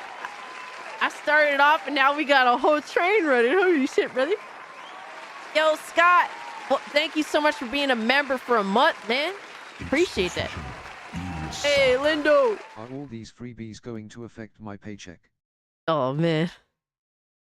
Well, it is communism here, so. We will take your paycheck. Nah, I mean, what? Lindo, thanks for the 2, homie. I appreciate you, dog. Cass, are you a fan of Legacy of Kain, Soul Reaver series? So for me, I played Legacy of Kain Defiance, and that was after playing. So I played a little bit of Legacy of Kain. I don't remember if it was Soul Reaver 1 or 2. I can't for the life of remember, but I played it at a friend's house, and it was like at that time it was a bit of an older title, and then I ended up seeing Legacy of Kain Defiance in the store, and I'm like, oh yeah, that franchise, that game I played the previous one at my friend's house, so I bought Blood Omen. Was great too. Nice. Yeah, so I bought Defiance, and I had that game. I've been waiting 25 years for Legacy of Kain series games. They got remastered recently. I did pick them up. I was playing them at work. Actually, that's another game I've been playing here and there while I'm at work. Runs really good on Steam Deck. Really good game. You could see like the difference in the improvements between the original release and the remaster. I think they did a good job with the remaster. Shout out to them. Right? They seem to feel very, very comfortable in coming out and making these really ludicrous claims about the game. And this goes back all throughout the release cycle, but people caught on to this and were addressing this and were pointing this out. No, and, the characters actually look really nicely restored. Horror This is the kind of thing that should lead the Game Awards to being dismissed by everyone. Because this is an example of Jeff Keighley and his shills, people like Alana Pierce, using the awards show. Oh shit, he's going in. Their insane conspiracy theories, right? To push their agenda, right? Damn. Like Black Myth Wukong was nominated specifically. He owned Defiance. Nice. Just like Tears of the Kingdom, just like Super Mario Bros. Wonder, right? The idea was to create the illusion that this random PlayStation exclusive, Astrobot, was way bigger and more successful than Black Myth Wukong. And they went out of their way to try and fabricate weird stories about the developers after the fact. He won't stop speaking. To me, this is completely and totally unacceptable. Damn, he's laying it down, y'all. This is proof that the Game Awards are a sham, right? Damn. Jeff Keighley and his ilk are just ruining gaming for their own benefit undermining other honest developers who have done everything they possibly could to make a good, fulfilling, entertaining game in order to prop up absolute bullshit. Oh Every single shit, time bro. this happens. And like usually Oh, Nintendo is the shit, victim, bro. but this is like a very once in a blue moon style like thing where they're not. And yeah, I feel the exact same Nego, way. we make fun of the Game Awards every year, bro. That Every single should year. We not don't take any of that shit happen. seriously. And for me, I think this is something that we need to keep talking about. This is something we need to rail on them for. This is something that, like, I want to see Alana Pierce apologize publicly for. This is this based Harmon moment? Holy shit, brother. He's just shitting on the Game Awards. He's calling out these dumb assholes for shitting on Black Myth Wukong devs. Yo, son, holy shit. Oh man, like the little details may be a little off, but Harm is onto something here. No, people should be aware that this oh shit. Let him cook. Let him cook. Let him cook. Fuck yeah, bro. Yo, Harmon cooking right now. And it ain't fucking, bro, and it ain't leftover McDonald's. Holy shit, brother. Is a complete cocksucker who was formerly individual, is a complete, people should be aware that this individual is a complete cocksucker who was formerly employed by a PlayStation studio. Why? Yo, he called Alana Pierce a cocksucker? Yo, no. No. Yo, what the fuck, bro? Bro. No, why would you do that? Yo, that's crazy. That's crazy, bro. Oh my god. Oh my god. Gotcha, bitch. Gotcha, bitch. That's insane. I just snapped that motherfucker, bro. Bro, that's insane. Oh, fuck! Oh my god. I don't condone it. I don't necessarily condone it, but it's not like he's not cooking either. Oh no, RJ, no! No! Please, God.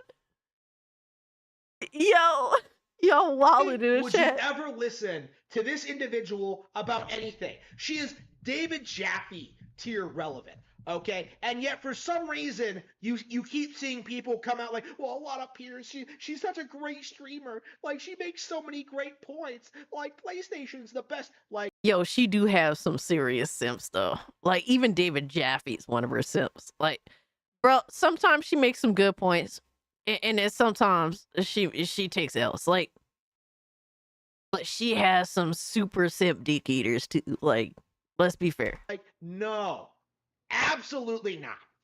She is the worst. And this is just one example as to why that is. And this is something that we need to keep hammering in on. This is something we need to talk about. I don't want to he's hammering it on. and listen to Grums do his thing. Well, actually, I'm mostly concerned about Stellar Blade not being nominated at all. No, this is what really matters when it comes to these kind of award shows, right? This is the kind of behavior that should not be allowed, period. He is going scorched earth. This is something that should be condemned by the community, and yet we're just not really seeing it from anyone. Like, I imagine everyone's like doing damage control for Alana Pierce right now. The Sims will, for sure. I imagine people are going to try to brush this under the rug. No. It 100% needs to be said Pure nuclear that Alana energy. Pierce is a lying bitch who needs to be put down.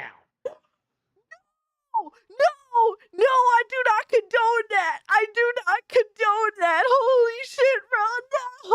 No, that's insane. What the fuck? What the fuck, yo? No, we don't do that here. That's crazy. Oh my god.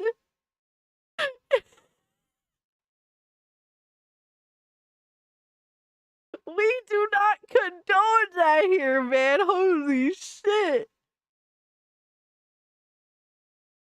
Oh, Silent Night just woke up to the fuckery. Holy shit. On the spectrum, much Harvin. That's crazy. Yo. I just imagine that dude. The guy that's like, Daddy, chill.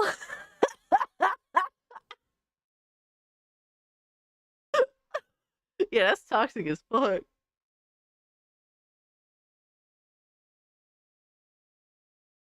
Bro is playing darts the whole video. Oh my god. He's like, cause he's going like this the whole video.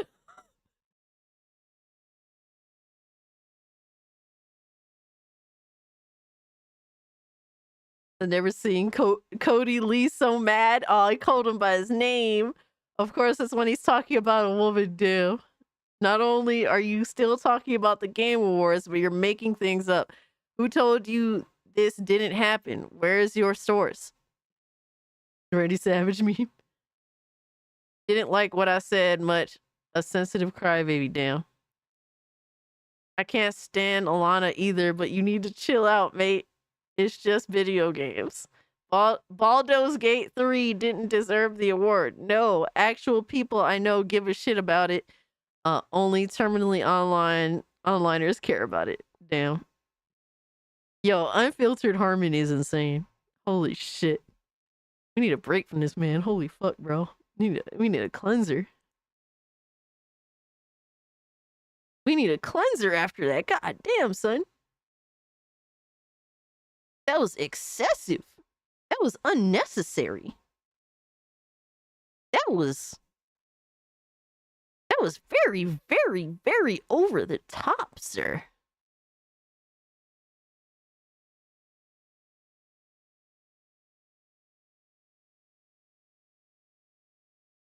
And I think to myself, we're abandoned by God. And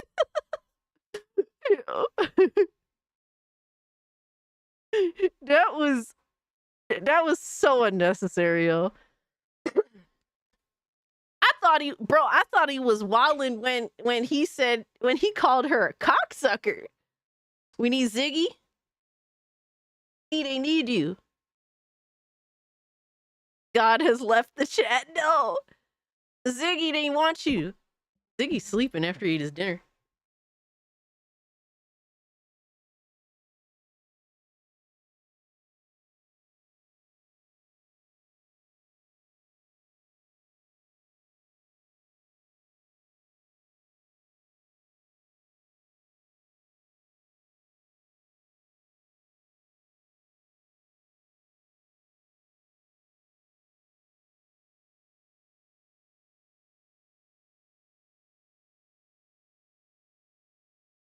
I had to wake him up for this, so he's cranky. All right, Ziggy. Like, why the fuck am I here, bitch? What is this? Let me go. We need your floofiness. We need a palate cleanser, Ziggy. That's why you're here. I think he was hiding behind the couch or something. He has some dust. Why were you hiding behind couches? Your eye crusties. Look like a mess. Look like a disaster. Forget a mess. Uptown Kitty.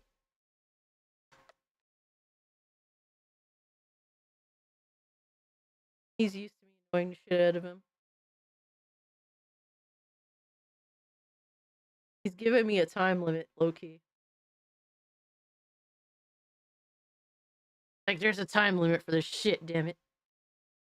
Come on, Ziggler. Give me more hugs and kisses. He woke up, I think. Yeah, he just woke up. Right, Zigman?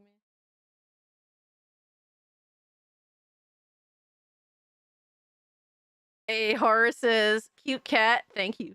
His name is Ziggy. He's a good guy. Hey, Ziggy. A recent convert to Catholicism. I like cats now. You know, I didn't really care about cats until like a little over 2 years ago. My best friend was obsessed with cats, and she would do nothing but send me cat videos. I didn't mind cats, but I wasn't crazy about them. I was more of a dog person.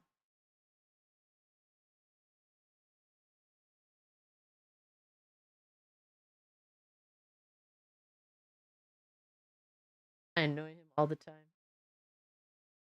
All right. He's like, please let me go.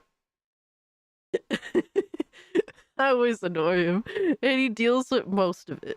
I have to give him props. He does deal with most of my bullshit. All right. You know what, guys? Cats rule. Cats rule, dogs drool. I'm gonna take a little break. I have to go dehydrate, and also there's coffee downstairs waiting for me. So I'm gonna take a short break. You guys, talk nicely amongst yourselves. Don't make fun of me, and please don't send me any more fucking furry porn games. Thank you. I'll be right back.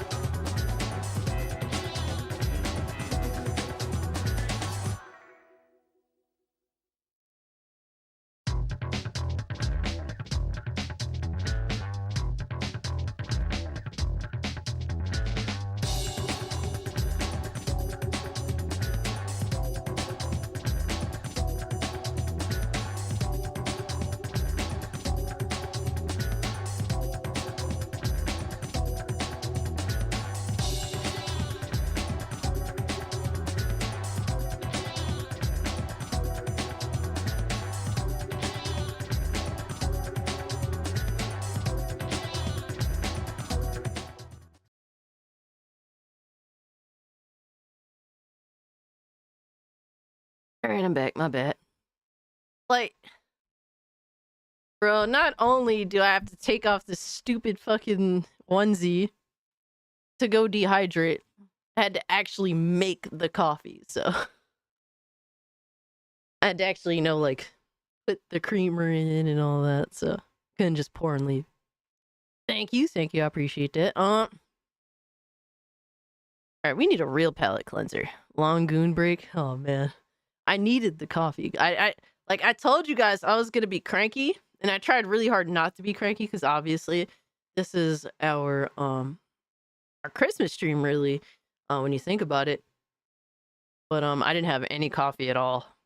Normally when I wake up, I jump in the shower, I get the stream ready. I normally get a cup of coffee just before, just when the stream is about to start. Like, that's kind of how I run it. And I didn't have any coffee and I didn't have time to make any, so. It's fresh and it's hot. I take my coffee black, don't cut my drug. Oh, man. I don't really enjoy black coffee like that. I don't know. I like flavored creamers. Like I use a lot of French vanilla is my favorite, but I like hazelnut, caramel. 48, and I've drank about 4 cups of coffee ever. Really? Wow. So not only do I need coffee, I am entitled to it. I love it. I want it. I want it. I need it, and I love it.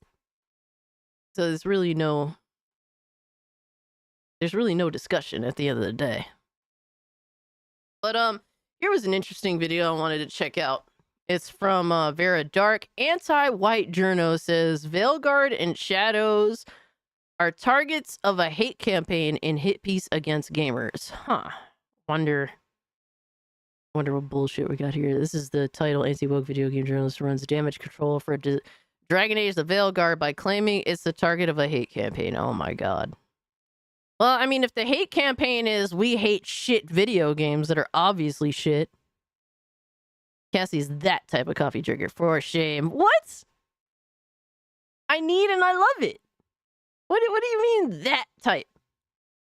Most of the people within the mainstream gaming media absolutely hate our guts. They constantly attack us whenever they can, and they defend their own, and that's exactly what's happening because an anti-white and anti-gamer video game journo is running damage control for the Veilguard by claiming it's the target of a hate campaign. I have a few different things to show We off, hate but before shit. I get into the topic, That's the hate if you campaign. enjoy the content I create, check out the links in the description, join the community in my live streams, and consider supporting through Patreon or YouTube memberships. Now, there are constantly stories like this where people are being called out for their really disgusting behavior, and now it just happens to be this video game journo who hates white people and who hates gamers. And what they're doing is they're trying to defend games like Assassin's Creed Shadows and Dragon Age the Veilguard. So what I'm assuming is they're gonna go on some sort of tangent just shitting on white people, which is like, bro, there are so many different types of people that are looking at that game like, nah, fuck no, bro. Like, it's not specifically just white people. It's mostly just gamers that have been gaming for a long fucking time. Posted 6 SCP videos. Holy shit. I found flavored coffee and I haven't used creamer since. I have to have flavored creamer. Oh my god, I have to. I genuinely enjoy it.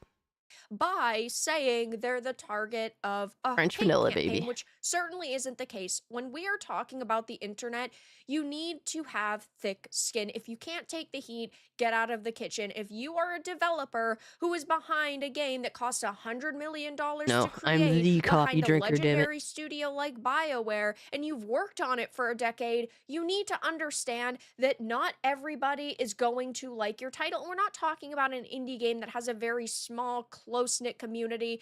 There are going to be people who buy your game that love it and that hate it because you have such a large reach. And we are talking about an established franchise like Dragon Age. So you'd think these people would understand that you're never going to please everyone. You're going to, face backlash and harsh criticisms, but instead they always call it a hate campaign when that certainly isn't the case. It says Hayes Madston, who previously claimed that he can't stand white people, attempted to run damage control for BioWare and the Veilguard by claiming the game is the target of a hate campaign. Bro, it's wild because it's like Veilguard, everyone was sus on Veilguard, you know what I mean? Like even people that were waiting for Dragon Age sequel, once they saw Veilguard, they were like, I don't know, bro. A lot of them were still kind of interested, but a lot of them were like, ugh. And once that leak for the Barv bullshit, that whole nonsense, like that leak went so fucking mega viral that it exposed that the game was on that fuck shit. Like I'd be saying like the hate that Starfield got when it came to the pronouns, like that was like that response I've said was unwarranted because the pronouns was just, it was a whatever thing. It wasn't attached to anything. Like the actual game, like Veilguard was different because Veilguard really did push that fucking gender ideology bullshit into it. And like I said, like that shit is just not popular amongst most people. Forget gamers, just the mass majority of people. So they chose to push that. It got leaked out. And they had to face the consequences of pushing that bullshit in it. And that's what it is. Like, a lot of people knew what was up once they saw that. And people acted accordingly.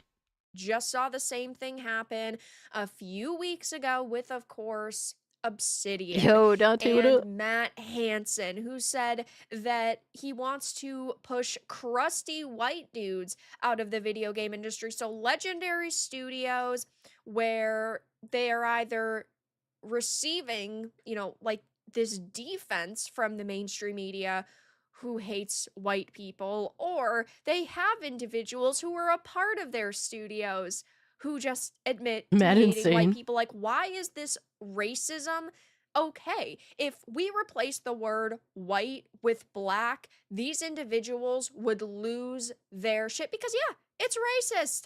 Yeah, it's crazy how just because it is like one group, it's acceptable to hate them, like that's okay, but like hate is hate anyway. And don't get me wrong, I go hard in the paint on white people, but it's mostly like the people that I shit on when it comes to like me calling out like white people, whatever the fuck. It's people that believe in a lot of this ideological bullshit that push their like political beliefs and try to force them on people. It's not necessarily because they're white.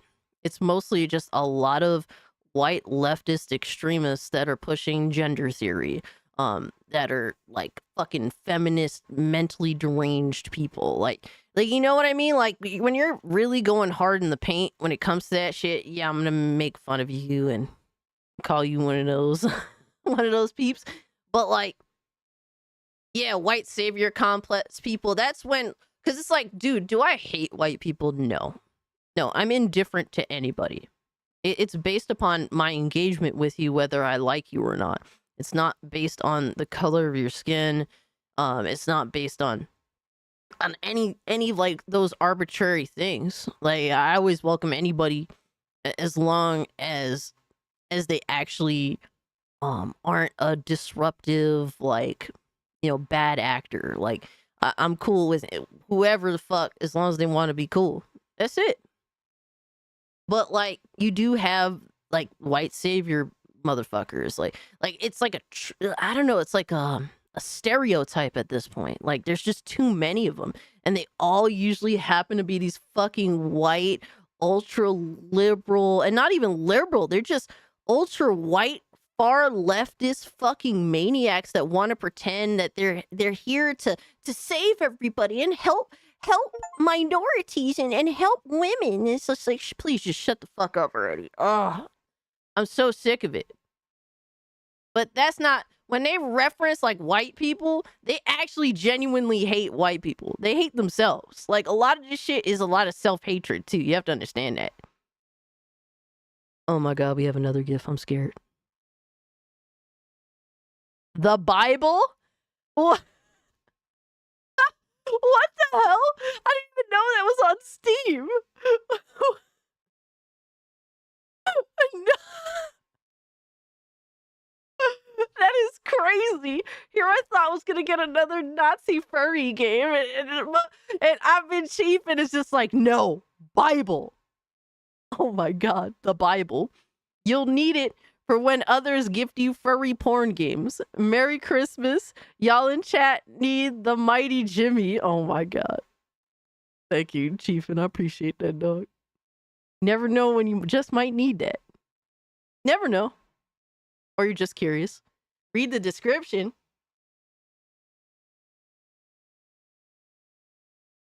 Let me see.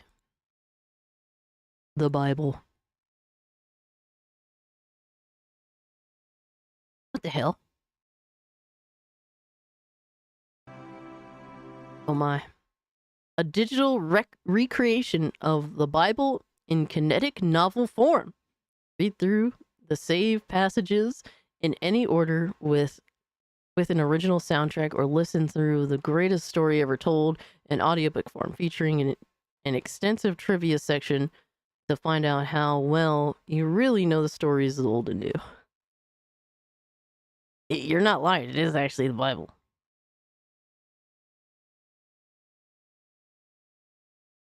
Oh, you meant the gift message? I did read it. I read it. I read it out loud. But I appreciate that.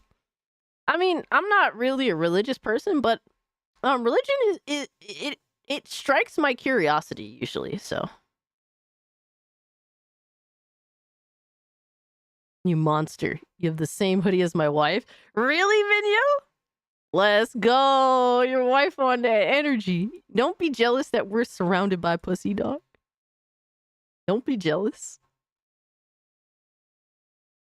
I forget there's like these weird NES Bible games that aren't legit games. Really? I never knew that. Curiosity killed the cat. Trust me, ignorance is bliss. You're not wrong, Nigel. You're not wrong at all. Like, I do enjoy being ignorant, and I do make a conscious choice too at times.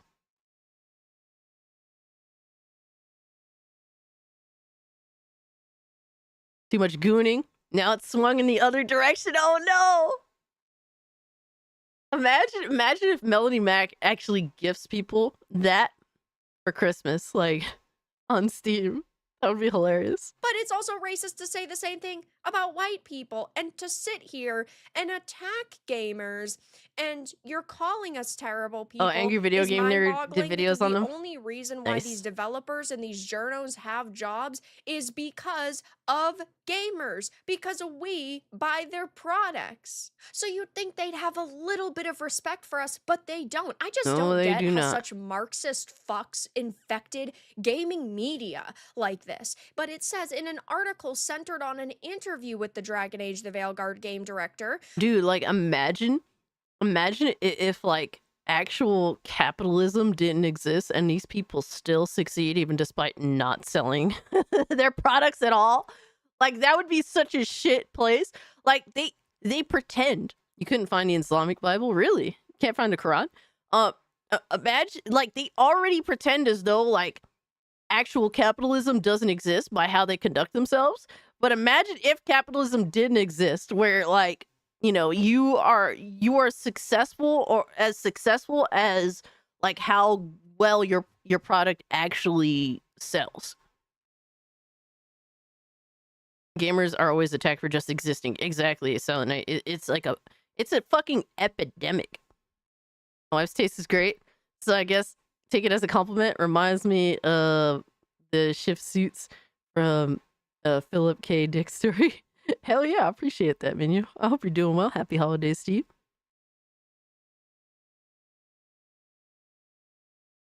What the hell? Homegirl says, hello. Can you give me money to buy cigarettes and alcohol? I'm in dire need of financial assistance as I have lost all of my money on crypto. I'm also cold and my stomach rather hurts too. That's unfortunate. My sincerest condolences, but cigarettes and alcohol are not going to help you, good miss. Corinne Bush, published by woke publication Inverse, Mattson claimed that the game is the target of a hate campaign that's put Veilguard at the center of a kind of culture war on social media, along with plenty of hateful comments towards We're probably going to only be able to get to the Christmas one. And I would like to get to the Christmas one because, obviously, Christmas. And review bombing on sites like Metacritic. They never call out review bombing when it's positive review bombing, when there are people who leave positive reviews and they agree with those reviews going up. So I think that that's funny. And it's not just Veilguard that is at the center of the culture war or Gamergate too. There's tons of different games. So to hyper focus on this just proves that ultimately you simply wanted a new opportunity to attack gamers. And he does mention within this hit piece against gamers titles like Assassin's Creed Shadows and Tales of Kenzera Zhao, though ultimately he talked to Corinne Bush, and Corinne Bush within this interview, I've got to be honest, didn't even really sit here and attack gamers, which I was a little bit shocked by. They just kind of were talking, and Inverse and Hayes here is the reason why there's now a controversy around this. If Hayes here didn't worry about pushing a fucking agenda in this piece, if he simply talked to Corinne Bush and accurately represented their thoughts and opinions and didn't try to cause a controversy, there wouldn't be one around this. He wrote, yeah, it's like these journalists, like, their whole goal is to just start shit.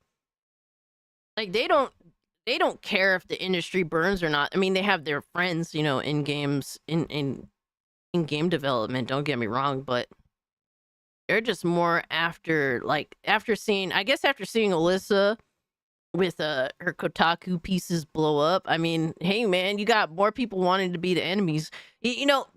Grifting does exist when it comes to journalism too. It's actually an important part of it. Like, journalists want that tasty, all right, eccentric story to get people to click. Duh. wrote, for most of this year, Shadows has been the constant target of a hate campaign, with Ubisoft's art director recently condemning the backlash and harassment the studio and the team has faced. The creator of the indie game Tales of Kenzera Zhao, Abubakar Salim, has also been vocal about the fever pitch of racism the game and its team has received. But maybe Abubakar and Hypnotic are like friends now. They DM each other. It's hilarious. if they stopped and thought about this for a minute, they would be able to understand why Abubakar understands how gamers feel. Like, yes, Spectre, I'm not joking. Like, I obviously won't talk about what DMs are, but they actually talk to each other. Like, I think this was a huge learning experience for Abubakar, because, like, the thing is, I think that he didn't understand. Like, you have to understand, he's involved with the industry, and the industry doesn't want to acknowledge people that take issue with it. You know, like, they're in their own fucking bubble. They just want to see all of us as bigoted, evil people and just write us off. The problem is, they can't really ignore us for long, because the people they think that are all angry, evil, bigoted people, like, they happen to be a huge portion of people that actually buy their products. So, like, the more franchises they destroy, run over, the more games that they falsely sell to us, like, the more bullshit that they try to pull on us, the more of us they create. We are their own creation.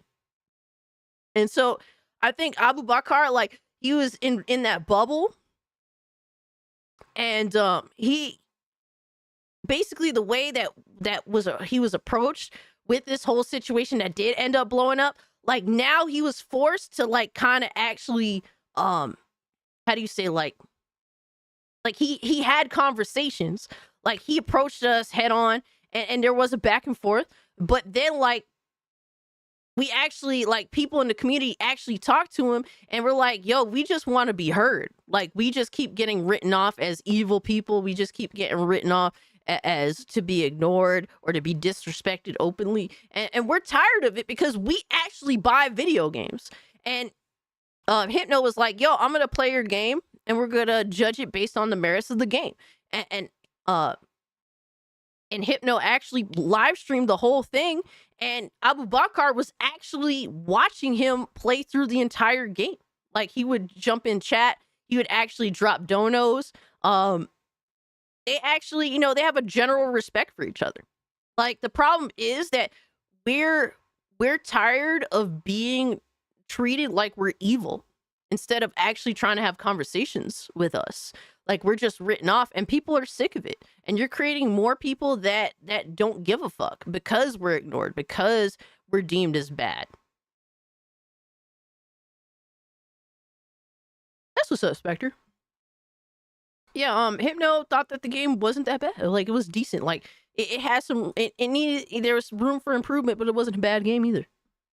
Like, we all feel as though, like, his game, Abu Bakr's game, was kind of the victim of circumstances. Like, unfortunately, he was involved with, like, his game was being oversighted to whatever extent by SBI, and there's a huge campaign to basically not touch anything that is involved with SBI. And unfortunately, his game was the victim of circumstances. It wasn't him. You know, it wasn't necessarily him. It wasn't necessarily the game. It's not really any of that. Like, I don't have any ill will towards the game. It's just that motherfuckers ain't fucking with SBI, and that's it. I just felt like they were too against him, so this makes me super happy. I'd love to talk to Abu Bakr one day. Absolutely. I mean, like, he seems like a pretty chill dude. You know? I think that he has a better understanding than ever before on seeing more sides than he had prior. And that's not necessarily, like, what happened prior wasn't necessarily his own fault. It's just that the industry fools people into thinking a certain way. But now I think he's more open-minded than ever.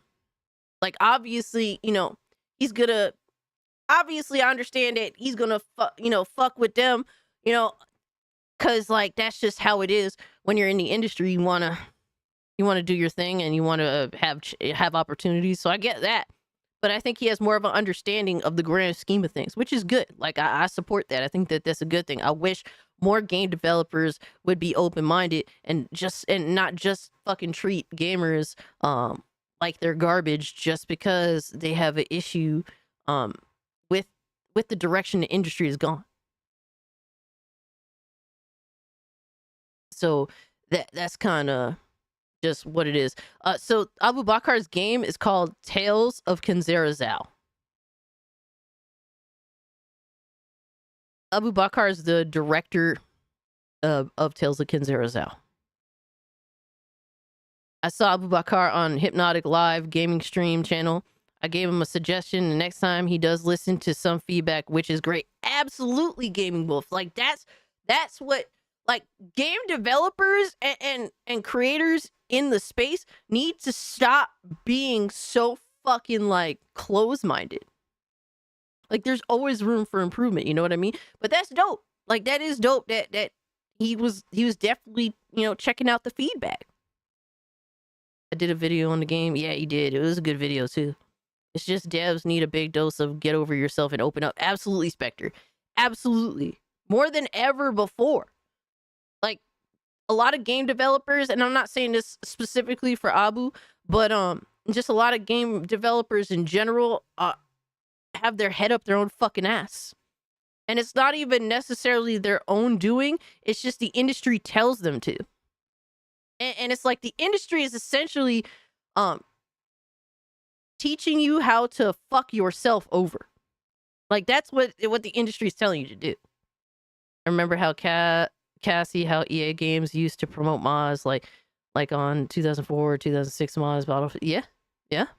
These games have received such harsh criticism and why the people behind them have as well. Abubakar Salim was somebody who was attacking content creators towards the beginning of the year, and he also had said, oh, you guys are completely wrong, our game's doing fine, our studio's doing fine, and he didn't want to have any genuine conversations with the very people he said were, you know, his opposition, right? Like, I've tried to sit down and have a conversation with him.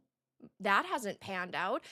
People like Hypnotic have issued like public statements on X through his live streams and said, like, I understand we've had our differences in the past, but we could have a conversation on live stream. We, of course, have Assassin's Creed Shadows, which is a massive problem because of how, you know, they represented Yasuke as a full-blown samurai when he was more of a retainer. They've hired controversial historians like Thomas Lockley who have admitted they just wanted to profit off of this game's success. Yo, there's a lot of stuff that I've heard in regards to Yasuke that are in like you would think that that's the last thing. Like there's stuff about Yasuke that would make everybody on both sides mad. Let's just put it that way. I'm not the historian. I don't know everything, but yeah, like basically if motherfuckers know the truth about Yasuke as a character, it would make everybody mad. Let's just put it that way. Like him in real life. And said, oh yeah, well, you might Thomas not like Lockley my was books, but full at of least shit. I'm making money. We have inaccurate architecture. We had the reenactment groups banners that were allegedly I'm a accidentally put into this game. historian, and according to Wikipedia, Ubisoft oh was wait. hoping nobody was going to notice, but ultimately they removed them from the game, but not the art book, which is a massive controversy. We had the Torii Gate, the one-legged Torii Gate, I should specify, with Yasuke and Noe. We've just seen so much controversy surrounding this title, and we've been asking for an Assassin's Creed set in Japan for years. We almost done this it, is man. the best they could give us. That's just unacceptable, at least in Oh, my we still gotta get opinion. to But some Dragon Age: The Fire Rock Veilguard Salt, launched baby. at the end of October, and Oh, yeah, its it's finished. all-time I just peak, finished at my least on coffee. Steam, was 89,418, which is pretty terrible for a game in an established franchise like Dragon Age. We're talking about EA, we're talking about BioWare, big names behind this project, and that's the best they could muster. Time And Magazine sure, put as time Veilguard goes as their on with game of the year. single-player Of course, why am I not player surprised? counts go down. It's now sitting at 8,750. You know, saying that the reason why Veilguard failed was because of a hate campaign. Not only is that a lie, like a blatant fucking lie, but that undermines your audience that actually, you know, was open to your product to begin with. There's a lot of people that didn't care about any of the shit that was brought to people's attention about Veilguard. But like, you're basically saying that your audience, your general audience that's open to your game but didn't buy it because the game did not impress them, you're basically trying to say that they're just dumb fuck followers. Like they don't think for themselves. You will go out of your way to do anything to undermine essentially the people that have zero interest in your game or take issue with nonsense that you do put in your game. I remember when they started selling games, and I knew that single was going to lead to us to this place we're in now. Damn, yeah. My teachers were hard on students who use Wiki as a source. Yeah, like in school, that wasn't allowed for me. Not in high school, not in college. Like, you could not use Wikipedia as a source. Like, you could look at Wikipedia sources with their pages and see what's up with that. But like Wikipedia itself as a source was like a big fucking no. But yeah, this just undermines everybody, even people that aren't part of culture war discussion. Like, you're just saying that they're all just blind followers, that they just listen to whatever your opposition, your quote unquote opposition says and listens to them. They don't think for themselves. Like, it's so disrespectful, man. But shout out to Veridark. Of course, just another garbage ass hit piece. This is why games journalism's dying. So yeah. Wikipedia's like a start to finding your research. Yeah, absolutely. Like if you want to just have some general information as a start, as a basis, and then kind of look for find other shit to look for, or just have an idea of like what to look for next sort of deal. Like, yeah, that's not a bad idea to start Wikipedia, but also go elsewhere. Is Vera even sub to you? I don't believe so. No. To be fair, I've never really gone out of my way to kind of get Vera's attention. I really don't with a lot of these bigger creators. I don't have issues with Vera, but I'm never kind of like, hey, see me, senpai. Acknowledge me, senpai. Like, I've never been like that type of person either. So that's just kind of what it is. Oh no. Are we gonna do Puerto Rock salt?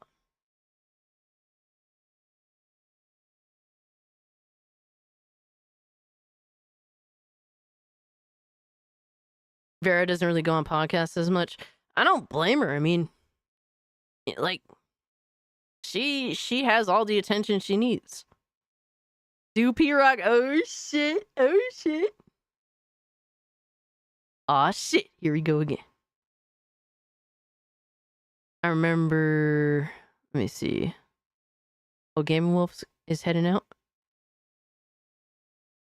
I didn't catch the night, Game Wolf. Take care of yourself, homie. Happy holidays. We got oof. You got Puerto Rock salt, baby. And I'm doing this just because he said some slick shit to me on Twitter. He was saying he went out of his way to challenge me to make a bet for $1,000. And I said, I agree, but with stipulations. And when I gave him the stipulations, he was not happy. He was not happy because he'd actually have to do something in order to possibly win $1,000. And when he said, hey, $1,000 or shut the fuck up, some people responded to that tweet. And he was like, yeah, I'm not going to have her grifting on my name. So guess what? Grift. We grifting, baby. We grifting on his name. And there's nothing he could do about it. He went light on him, Cass. I did. I thought it was fair. I thought it was being fair, but he really lashed out. I mean, I told him, hey, bro, like, you could PC game just as long as you do these same numbers on PlayStation that you did on PlayStation, which were ass, by the way, but I digress on that.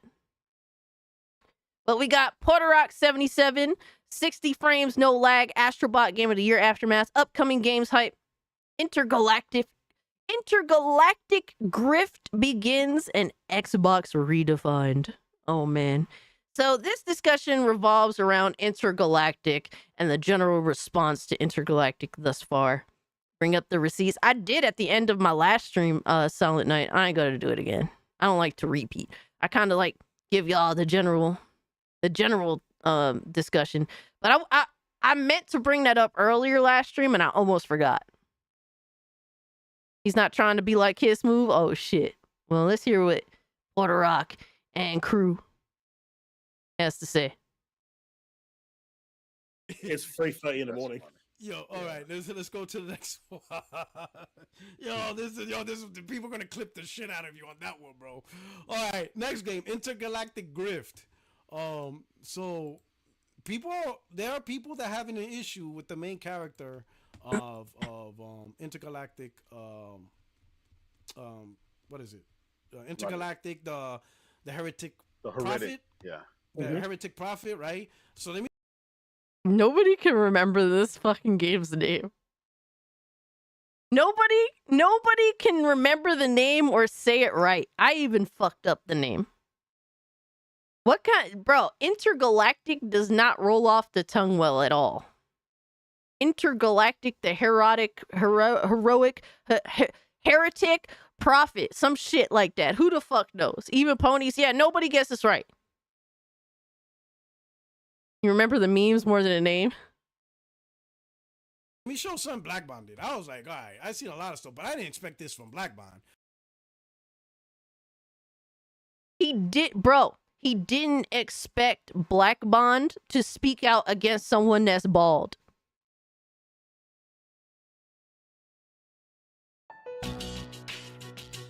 Clearly you don't know Black Bond at all. If there's a bald head, he's gonna have something to say about it.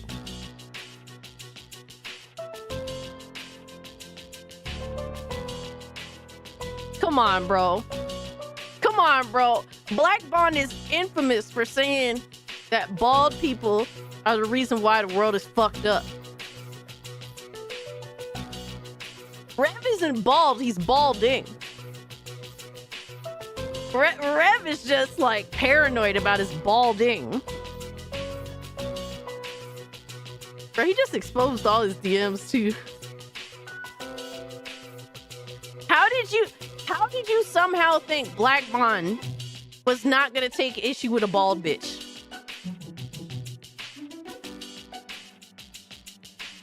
DI in space, pretty much, right? Yo, dude is a clown, a whole clown. Like Black Bond's been around. He's old school. He's one of the old school guys of content creation. DI right? in space is crazy. And Black You love Bond Persona? said, Hell yeah. You know, if you're confused why men don't prefer to play as a bald, ugly, irregular, you're purposely missing the point. You like men, or you like girls look like a man. Ain't no way you holler at the Renaissance or Mocha if you seen her in the real. Yes, both men and women like appealing designs. So I'm like, all right, That's a fact. Black Bomb was spitting though. Like, bro, motherfuckers is just trying to be honest about the situation. And people like Porter Rock and the PlayStation fanboy community, like, they just because it's Naughty Dog, they gotta fucking go out of their way to cap for it. Alex is bald. Is he? I don't know. You guys keep saying he's bald, but he keeps showing up with his toupee every fucking week. So I don't know, man. When you wear a toupee long enough, are you really bald? Homeboy fucking gorilla glued that toupee to his head. I'll say this, man. I understand people like good-looking characters. I got that, right? Okay. But at what point... And then he says, but. Oh my God, bro. Does the ridiculousness come into play when we're trying to align, just like for example, I don't care. At one point, is it so ridiculous that they make a character this fucking retarded looking? Not only is she built like Abby Zilla, but she's also now bald too. Like, at this point, you might as well just make a fucking alien, like a ugly ass alien, bro. You might as well just take meme created characters and put them in your games. Like, when people make ugly characters on purpose, just rip those and make them your main characters.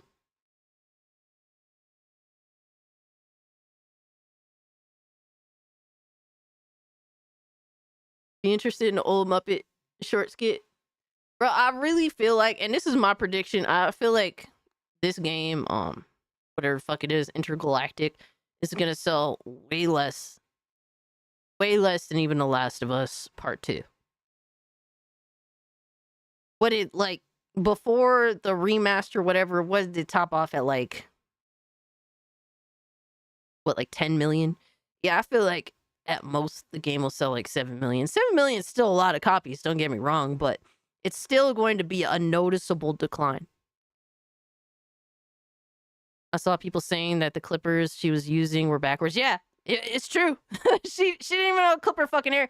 Like, it's so stupid how stupid game developers really are when you think about it. Hold on one sec. I just want to get a soda.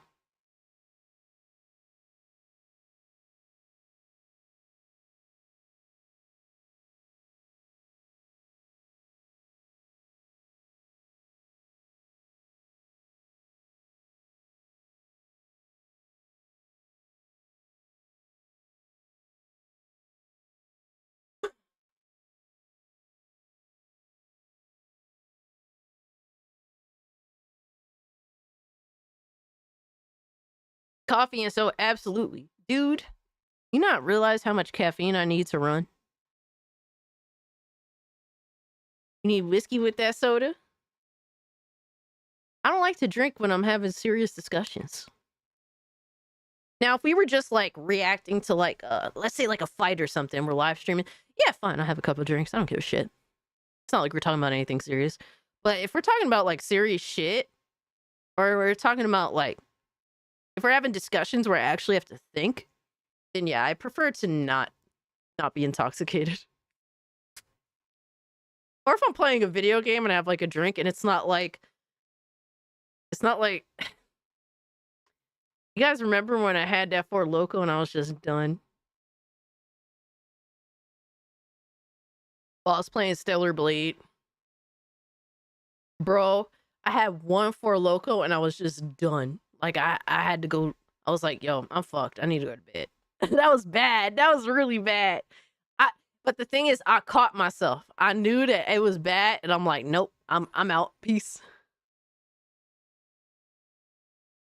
Dude, a Four Loko. I never drank a Four Loko before. Never. I drank that one and I was done.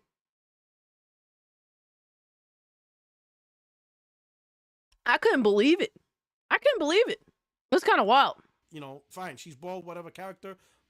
Stellar Blade, girl looks sexy. Go lay when I down. played Stellar Blade, I wasn't like zooming in on her ass and tits or whatever. I just played the game.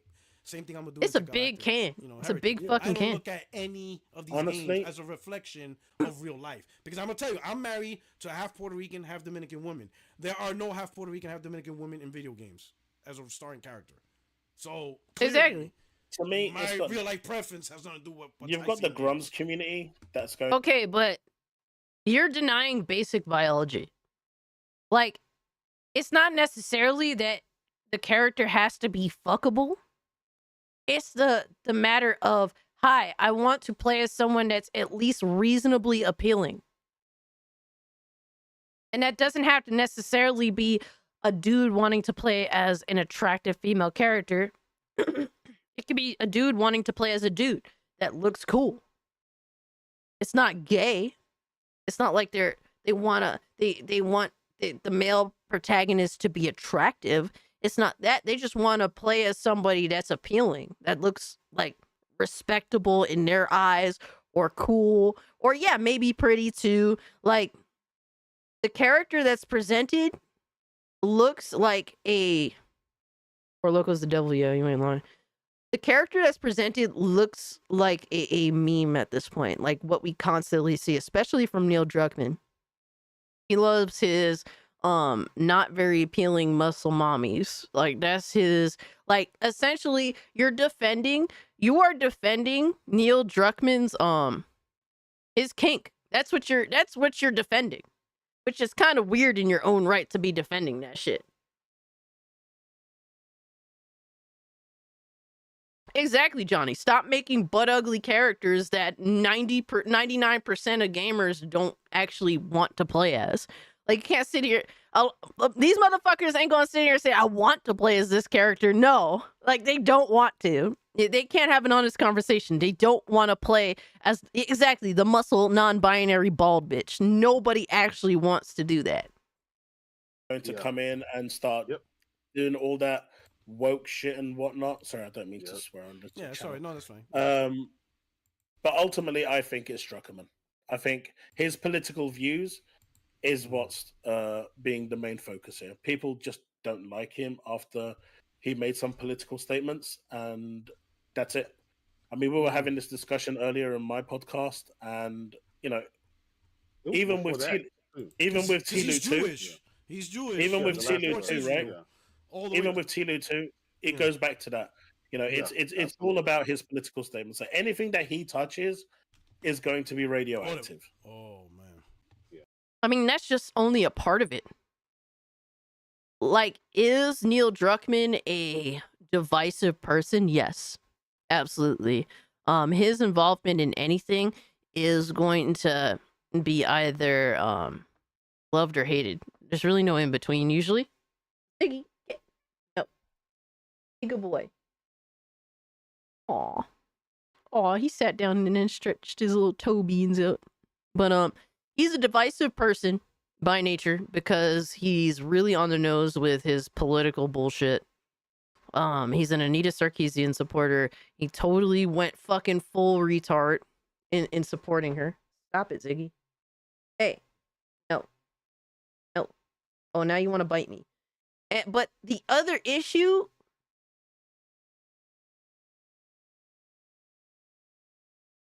Puke food? What? The problem is there's many issues. What you're seeing right now is people simply just, the mass majority of people not liking the non-binary bald bitch. Like, that's just, it is what it is. The mass majority of people don't really care to play as that character. It is not appealing. To me, in my personal opinion, me and my boy Blake, we were watching the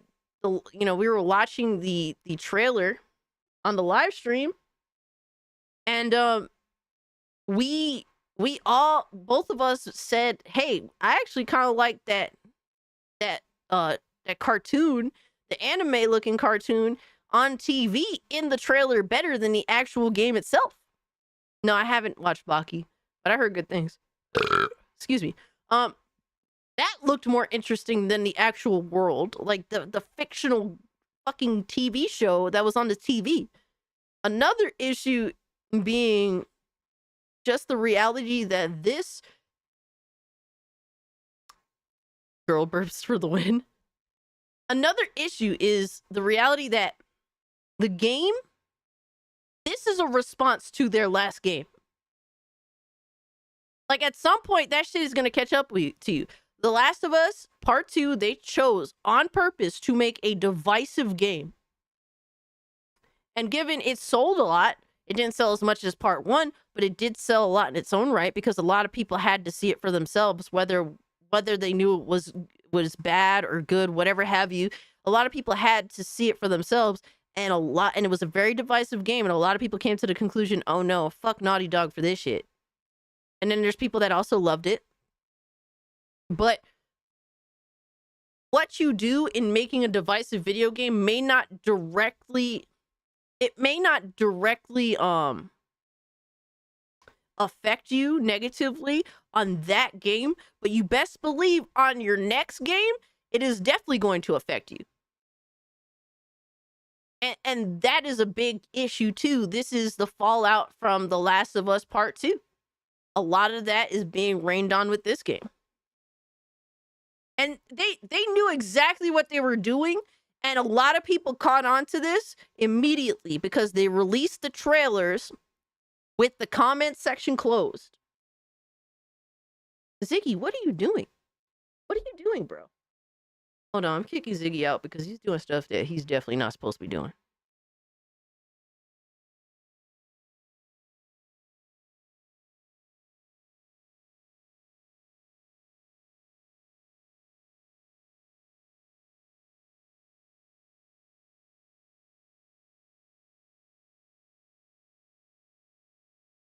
I scooted him out and he's right. He looks up at me like, really, bitch? You kicking me out of my own house? My own room? How dare you kick Ziggy out? Yeah, I kicked him out and I closed the door on his ass too. Yeah.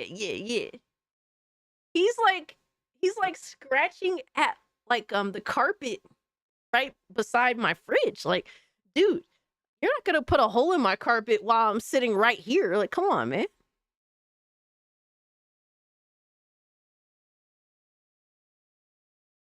I still can't believe they KO'd that Abby scene in The Last of Us Part 2, but can't make the woman attractive. Damn, they okayed that Abby scene. I got you. I thought you said KO'd. Yeah, because he finds these muscle non-binaries attractive. Like that's his go-to. That's his bag. He ain't gonna goon in my That's my opinion. shoes. Come on, it man. could be literally the best game in the world, right? I'm talking absolutely flawless and pristine, and have Wants to everything you make the want on it. carpet best fluffier? looking No, he chick, wants to put a hole whatever. in it. The fact that it's got his stamp on it will mean that it's radioactive and it is going to get hate. That's just a portion of the issue. That's my opinion. I mean, I you get don't that. You make know what? I agree. No, go ahead. Go ahead. You don't make agree. political claims out of it. You go ahead. Bruh, Ivan said Cass is low-key black. Ziggy keeps acting up. Drop him off at Little Chinatown. By the carry-out. Gonna be a whole dish, bro. How fucking dare you? How fucking dare you, bro? People only morphing into action because it has a PlayStation logo at it. Absolutely. 100% wrong. You don't. You're in a position of respect, of power. So you've got to kind of be careful of what you're saying. And he just decided that he wants to make some really political posts on Twitter, and it backfired. I mean, I'm not saying for him, what he believes in, he can believe in whatever he likes, but at the end of the day, he's representing Sony. I know, and that's going to have repercussions. And video games aren't immune to that. We've seen that in anything, in sports, in movies, music. You make the wrong political statement, they're gonna go after. I mean, this is why you just shouldn't make political 100%. statements. And I think that's why Intergalactic is getting the hate it's getting right now. Oh, It's that's because one of of the many environment, reasons, not bro. because of the character or anything else. And I mean, Bruh, come on, bro. Come on, bro. Let's not fucking pretend. Let's not pretend that motherfuckers actually want to play as this character. If motherfuckers say that, it's obvious cope. It's obvious cope, bro. Come on, bro. It's a lot of different things. There's a lot of different reasons that this is the response that this game is getting. I've actually people have been posting like how they're fixing the character, and it's looked absolutely horrible. Like when I say hire the fans, they look absolutely horrible. I don't agree with it at all. Yeah, the whatever fixes, the character I'm like, is, leave it. They use AI. Trash. I'm like, this shit looks like trash now. You It use that does, bullshit. Was the original version actually good, though? Don't sit here and act like the original version wasn't trash.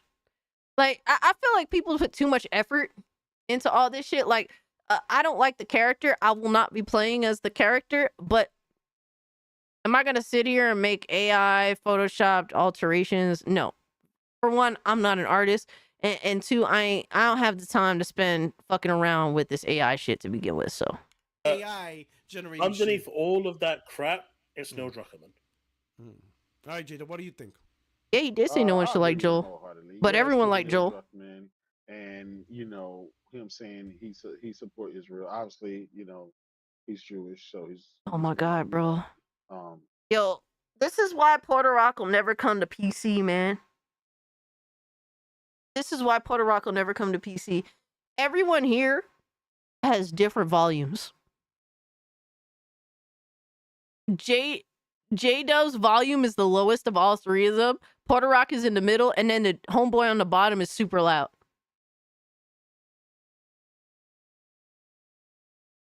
Homie want to talk about, fuck around PlayStation with putting exclusives day and date, and I'll become a PC gamer. Homie can barely conduct a podcast on PC, bro.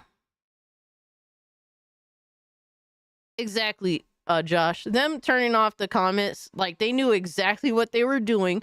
They knew exactly the reaction they were going to get, and they still chose to do this fuck shit anyway, because Naughty Dog divisiveness is now a stable element of Naughty Dog's video games.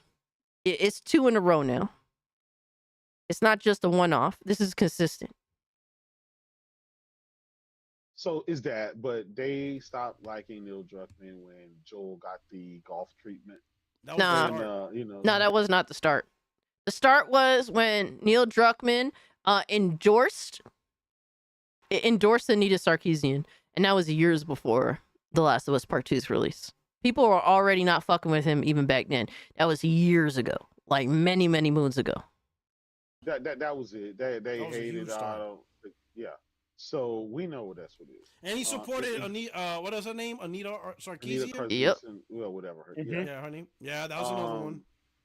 But yeah, you have that. But he's also right. It's the grift that came in, the grifters, the grums, and those Oh guys. shit, the grifters. They came into the gaming community, found a spot where they could kick up some dust and get some views and clicks and stuff, and they do that. And they get people to join them, and so now they try to rally the troops on any game that has women or any people of color or whatever, and they do what they normally do, right? And the sad part with all of that, yeah, I think. Oh man, it's the grifters. To unite and just get them the fuck out of here.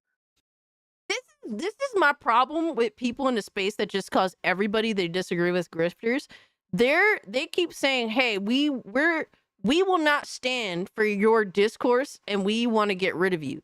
My question is, how the fuck can you do that? You can't control the conversation. You are not God. You are not the controllers of discourse. You can create your own discourse. That's the power that you do have, but there is nothing you could do to stop us from saying what the fuck we want to say. What are you going to do? What are you going to do? That's what I would like to know. The fuck you going to do?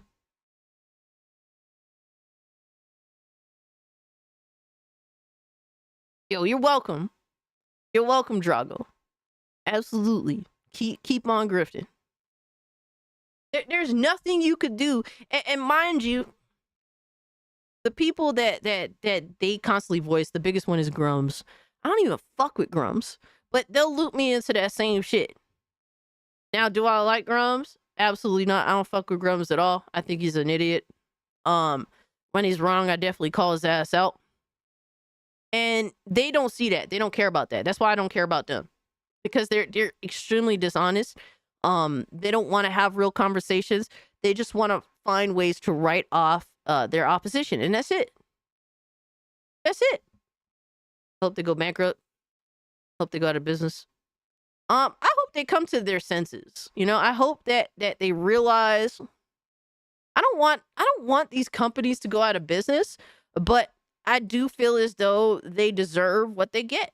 Like, you get what you give, and what they give is going to inevitably kill their brand if they keep going down this path. I hope they realize that that's where the end leads to and adjust accordingly. But it seems as though they're just doubling down on stupid.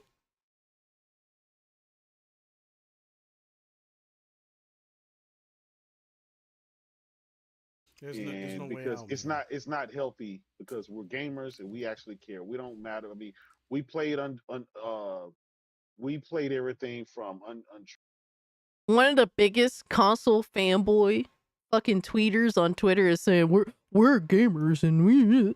Bro, you are a fanboy. What we talking about?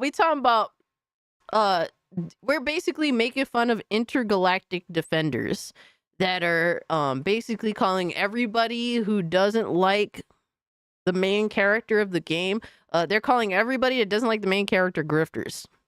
So that's the basic general discussion.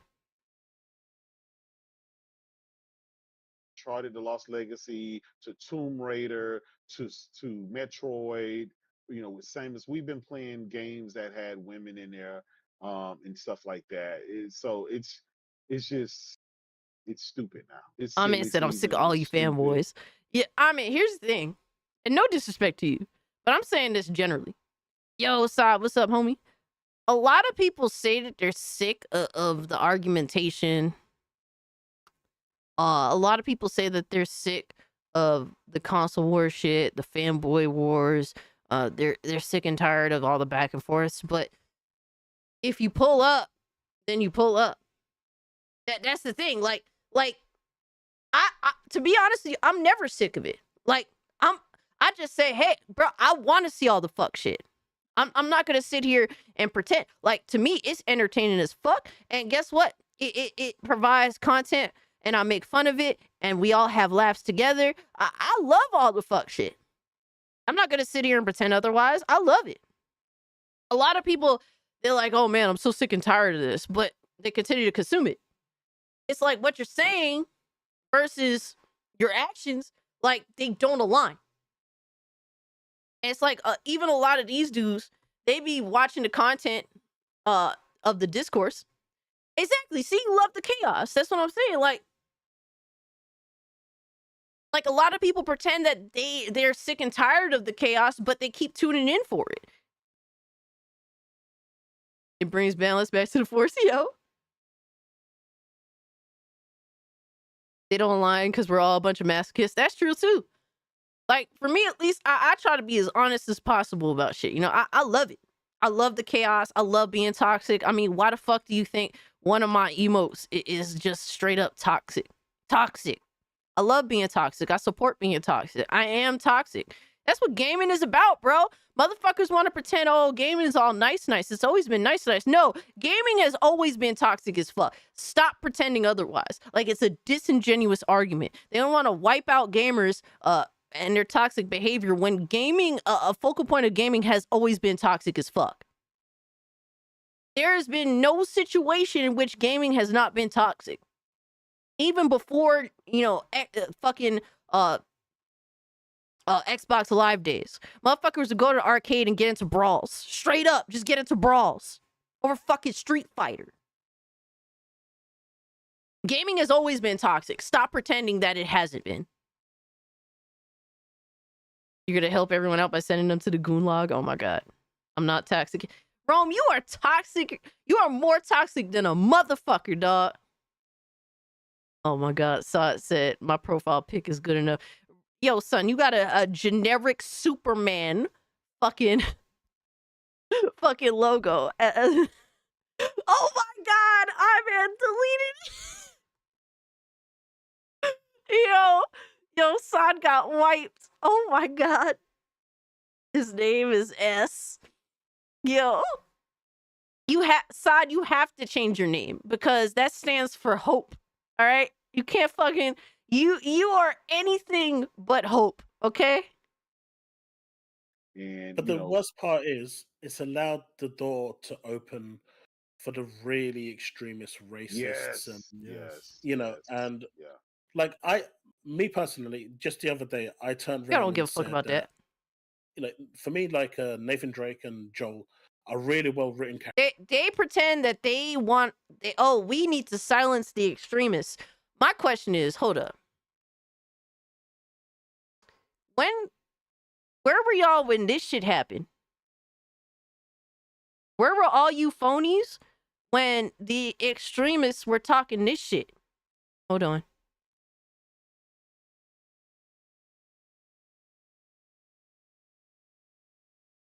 Where were all you phonies when the extremists were saying shit like this?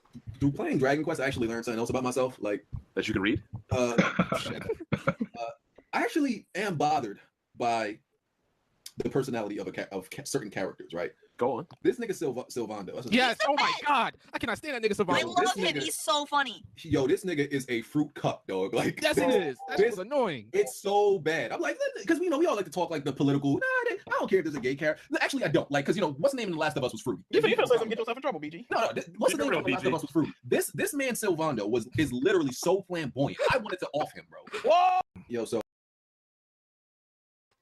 BG literally says that he essentially wanted to perma-delete a fictional character just because they were gay.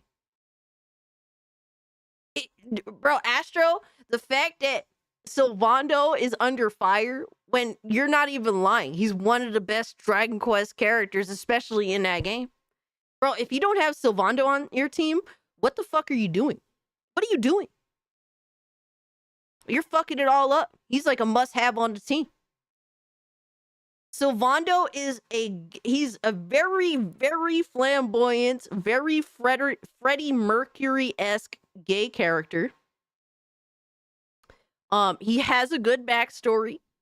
He looks prettier than most of these female characters we get nowadays, not for nothing. He's actually really helpful teammate. He will kick ass on your team.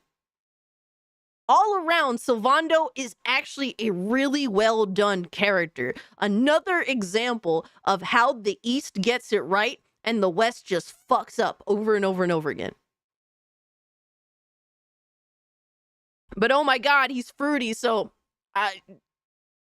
delete. We want to perma delete the character. So my question is, like, some motherfuckers that pretend to care about extremism, where the fuck were y'all when people were saying shit like that?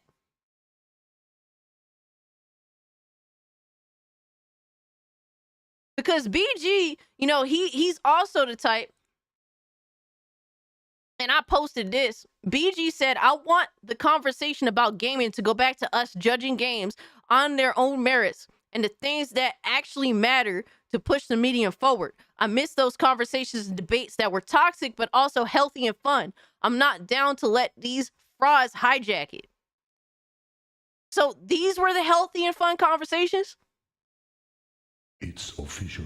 You suck. Hey, Elliot, thank you so much for the 5, brother. I appreciate it. So Vondo was meant to be that way, especially after gamers got upset with how anytime a gay man was in Square's games, they were evil all the time.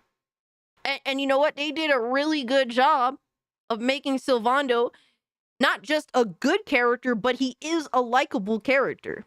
If you don't hate gay people, he is a very likable character. But hey, man. Bigotry hides, especially these days, because they want to get them sponsors and that money. Low-key deserves to be in the grifter category. Apparently so. Apparently so. It's crazy. The thing is, like, so the criticism of these games in the West, especially his Dear Naughty Dog, is now like the main conversation, because unfortunately game developers, they can't put their fucking politics the fuck away. Game developers in the West specifically choose to disrespect the fuck out of their audience, and now they have made enemies of their audience. They've created the very thing that they hate, and it's their own doing. Yo, Garrett Grant, thank you so much for the membership, bro. Thank you. But they created their own mortal enemies, which is the consumers. The consumers now act against these developers because they're sick and tired of their dumb shit. But apparently we're the problem. We're the problem because we will not just simply consume product and get ready for next product. We aren't one of those. So don't sit here and pretend that y'all actually give a fuck about eliminating toxicity. Y'all give a fuck about, you know, like, getting rid of bigoted people. Because you didn't care about that before. You're just mad that a conversation you guys have been ignoring for years. They've been ignoring the conversation for years is now the forefront of the discussion, because at some point, developers are going to have to cave to the fucking audience that exists if they want to survive. They don't want to do it. They keep fighting against it. But guess what? You're killing your own companies by doing that. It's not a small minority. It's a lot of people that are sick and tired of being fucked over left and right by you assholes. Characters. Do you agree? I agree. And I said I miss characters of those. You know, I wish we get more characters like that, because I really like the way they were written. I was called a bigot, a racist, all sorts of things, because they were white, and because But you're not I'm even Mediterranean. white. I know. Yeah. Who's he talking about? But I was dude. That thread went on the extremist racists, and you know, and like me personally, just the other day, I turned around and said that, you know, for me, like Nathan Drake and Joel are really well written characters. Do you agree? I agree. And I said I miss characters of those. You know, I wish we get more characters like that, because I really like the way they were written. I was called a bigot, a racist, all sorts of things, because they were white, and because But you're not I'm even Mediterranean. They're admitting that their side is toxic as fuck too. Because we agree with that statement. Like, I'm sure most of y'all in the chat that play these games would say the same thing about those characters. Nathan Drake's a good character. Joel is a good character. Even Neil Druckmann would disagree because he said that people weren't supposed to like Joel. So he's admitting that essentially the side that opposes us is also toxic as fuck too. Amazing. Amazing, right? So what the fuck are we talking about, bro? Like, they just want to control the narrative. They want to control the conversation. And they're mad that basically people are gravitating more and more to us because we all feel disenfranchised by the people that are making video games that either have long-standing franchises or whatever have you. Exactly, this toxic as fuck acceptance of like garbage, of political bullshit being shoveled into our video games. Like, we're sick and tired of it. I know. Yeah. But dude, that thread went on for ages. I had to mute it in the end just because I said that's crazy. I missed characters. I was called gay because I like men, apparently. And it's like the moment you say something that's now against that extremist view, it's over. They come out of the woodworks, and this is what Grums and his ilk have actually allowed into the game. What are we talking about? Because, like, Grums and his ilk would agree with his statement. Like, why are we trying to false frame an entire side and just, hey, if it's toxic, if they hate me for this statement, it's this side, it's not our side. This doesn't make any sense. This is just bullshit. This is bullshit.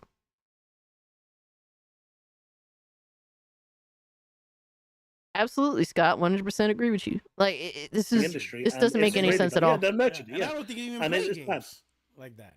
A lot of these guys. Yeah, everything is Grum's fault, apparently. And look, I'm very critical of Grums because he's a fuck up in a lot of ways. But are we just going to blame Grums for, I don't know, every single thing that happens? Like, that's crazy, dog. Everything is Grums. We've seen a lot of people in the community, they talk the most, but they hardly play games. They watch it on Twitch. They watch streamers and shit like that, right? I don't feel like Puerto Rock has the right to talk right now. Look at his PlayStation year review. Like, bro, relax. I understand you were going to school and working, but relax, dog. Like, come on. And you can tell, like, when a person don't play games, when they talk about it, then you ask them questions, they're so lost on the game. Like, what are you talking about? That like, your statements don't even make sense. And it's just like, the grift is just too good, right? I noticed the biggest engagement, are the grift. And that's why, oh my god, it's exposed again. Oh my god, it's like exposed square. That's why you're getting involved in the conversation, because you want to be involved in all of that. You want to be involved in the quote unquote grift. You're here. You're now addressing something you've been ignoring for a while because it's become the focal point of the conversation. If you got no games, you exposed, bitch.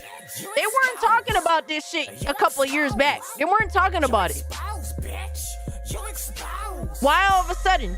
They would just ignore all the issues. That's a big reason why I decided to get into this conversation is because people like Puerto Rock wouldn't actually have these honest discussions. They would have just avoided.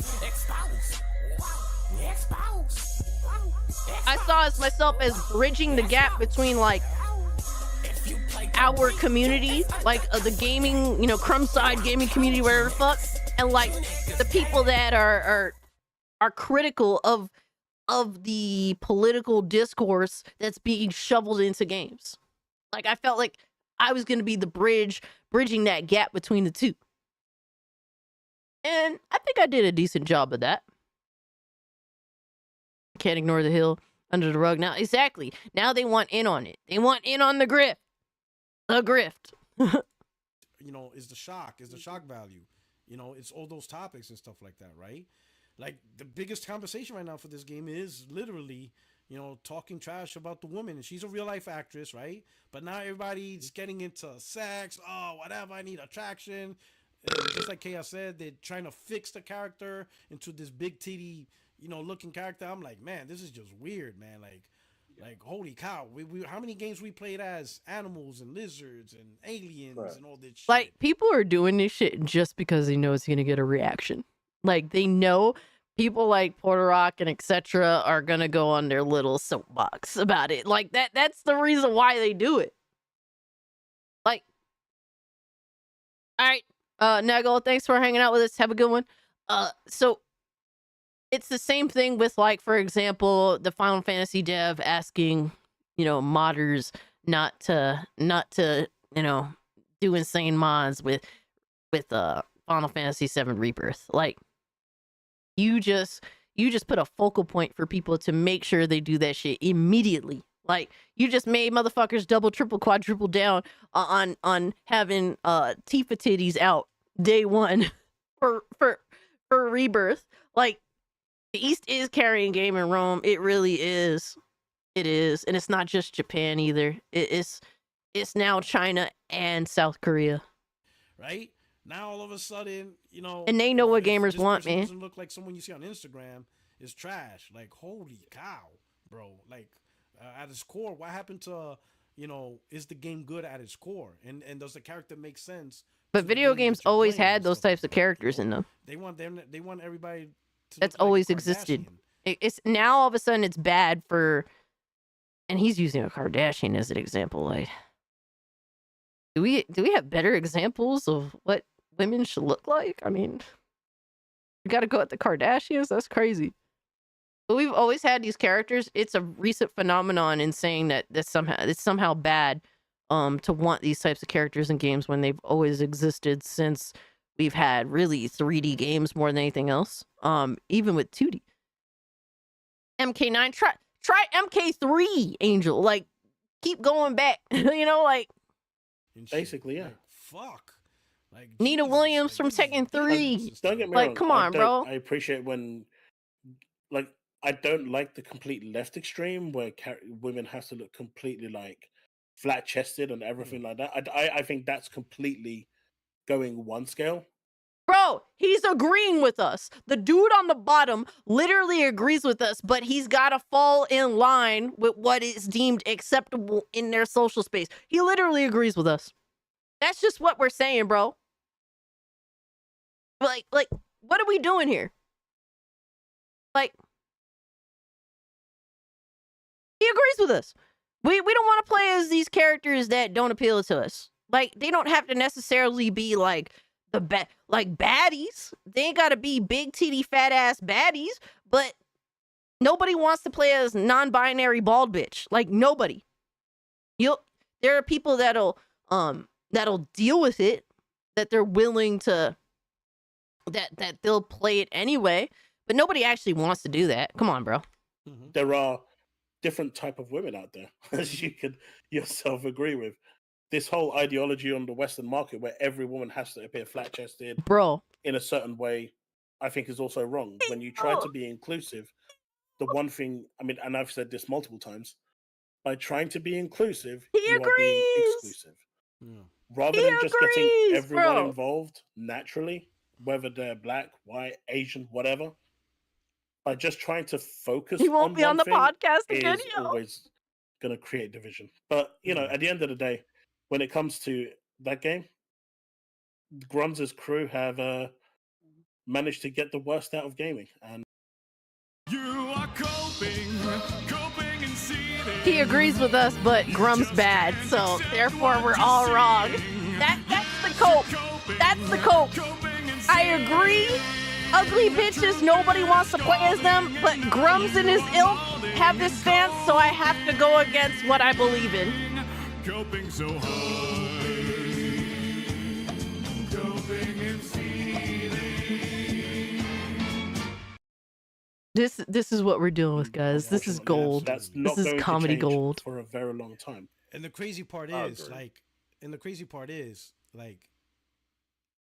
even if they tackle the topics, it's not like every game's like that. They will tackle and find it in any game, especially the biggest. Yeah. They're already gonna try to. They're already trying to make GTA 6 say they're woke. When that franchise has been they're not known trying, to be, they are. yeah, when that franchise has been known to be crazy in everything. That See, they actually don't do their research. Like, here's the problem. Oh my god, look at his face. The problem is, like, they'll hear, like, the general discussion. They'll read a title of a video, but they won't actually look at the fucking video because people are speculating issues with Rockstar as a company because they're pushing DEI mandated bullshit. They're singling out white people for special seminars to tell them that they're naturally bigoted just because they were born white. And like, a lot of this shit is weird. A lot of this shit is unheard of. A lot of this shit has been going on after their previous game. So like, people are concerned because Rockstar and GTA is known for being out of pocket no matter what. And we've seen some censorship of GTA 5 with the re-releases. Yo, Poison, what's good, my man? But we're doing good. We're just chilling. We've seen some censorship with re-releases of GTA 5, particularly being afraid to make fun of transgender people. They've backed off on that out of fear of repercussion, and that's very unheard of for Grand Theft Auto to back off now. And to sit here and say that, hey, you know, let's just pretend that some of these things that Rockstar is known for is not at all being hindered by modern day discourse and modern day ideology is ignorant. Like, you're choosing to be ignorant. You're not doing your research. Now, will GTA 6 be a terrible game? Will GTA 6 not at all have, like, you know, a lot of shit GTA is known for? I'm not saying that. I'm saying that there will definitely be some of that, but there is some cause for concern. There's some cause for concern. GTA 6 character is a trans woman. I don't believe that. I don't believe that. The reason why is because as a half Puerto Rican that has spent plenty of time with other Hispanics, I've seen a lot of women that look just like her. No, I man, do not ban him. But I don't believe that unless there is actual proof. If anything, she kind of just comes off like a not for nothing, quite an aggressive Latina. Like, this is kind of the norm shit. I'm just saying, bro. It makes fun of everybody. They take some of the biggest things of society and they exaggerate it. And they're trying to fight this fight, and they're gonna lose because you ain't beating GTA 6. I'm sorry. That game, No, they're not gonna touch GTA 6. You know what I'm saying? They're not gonna lose. That game's gonna sell millions, if not billions. GTA 6. In fact, GTA 6 will probably put a fake. Like, on anybody that's been around enough Latinas, like, yeah, that's just normal kind of shit. Like, she looks like a typical Latina. She acts like a typical Latina. Like, don't get me wrong. Like, all Latin women are not a monolith. They have their own personalities. I'm not trying to say that, but we know, if you've been around Hispanic women, you know a bitch that's kind of like her. Like, let's be real now. Character in there. I would not listen. If Grum gets too much momentum, I would guarantee in the DLC they'll put like a Grum's type character and make him look stupid, and he will know it's him. He will know, like the guy from Florida, the Joker, like the Florida guy. Yeah, and he tried to sue them. He's like, So are you validating Grumps? Like, by saying, hey, they would make a satirical version of Grums and make him look like a joke. Are you saying that Grums doesn't make himself look like a joke? Are you validating Grums? That sounds kind of wild. Huh. Interesting. That's me. You took me. Like, I guarantee Rockstar will make fun of Grums and make him look stupid, and then watch Grums try to sue him too, right? That's just how they are. But they're gonna try to look at every. I mean, there was one game they said DEI chin. I was like, yo, even Yep. the chin, they're going after chins. They're going after everything, man. Yo, Everyone's just making fun of this shit. Like nobody cares anymore.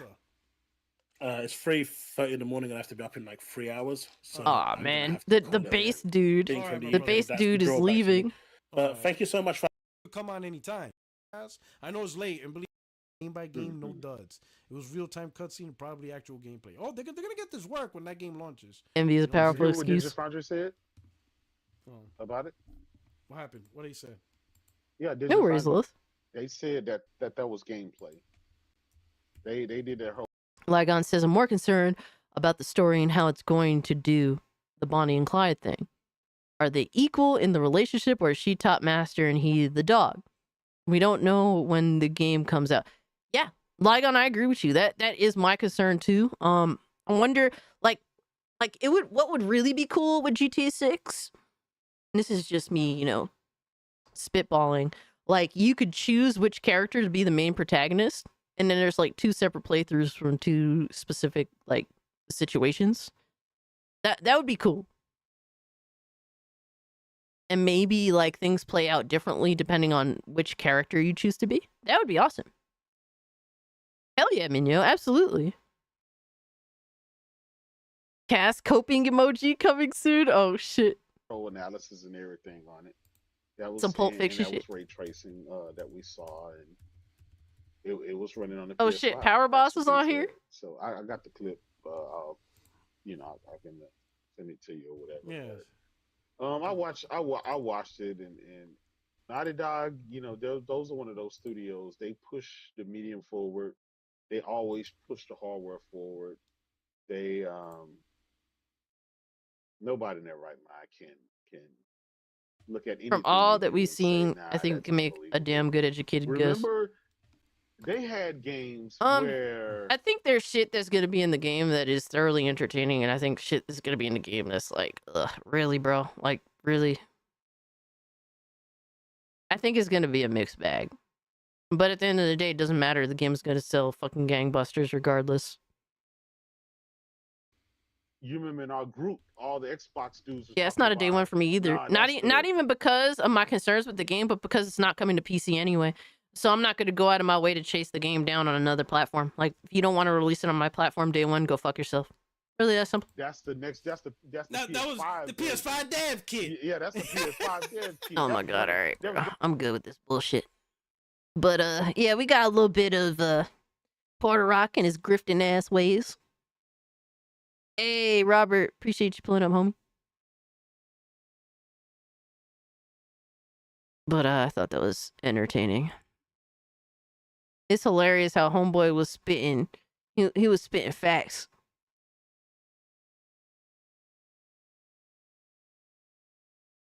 Have you heard the controversy around EaseX?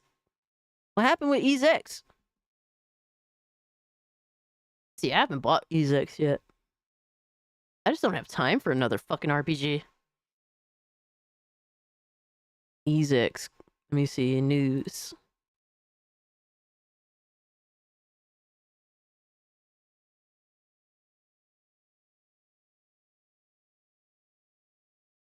Oh no! No, they pulled an Atlas? No, not bro, Falcom, why? Oh my god. Why would you do this? Bro, the game just came out in the West. Like, the game has been out in the East for like a year. That's usually what they do with Falcom, with Ease games. Oh my god. Hold the fuck up. That's crazy. Falcom pulls an Atlas, announces a significantly upgraded version of Ease X Nordics. Falcom has announced Proud Nordics, a significantly upgraded version of recently released Ease X Nordics. No prize for guessing the fan reaction. Featuring a new storyline set in a new location and numerous new elements, Proud Nordics is set to release next year in Japan. Platforms haven't been announced yet, but we assume it'll be coming to PS5. At this point, it's worth noting that Ease X launched in September 2023 in Japan and took over a year for the action RPG to reach West Shores. It was published by NIS America just a couple of months back in late October.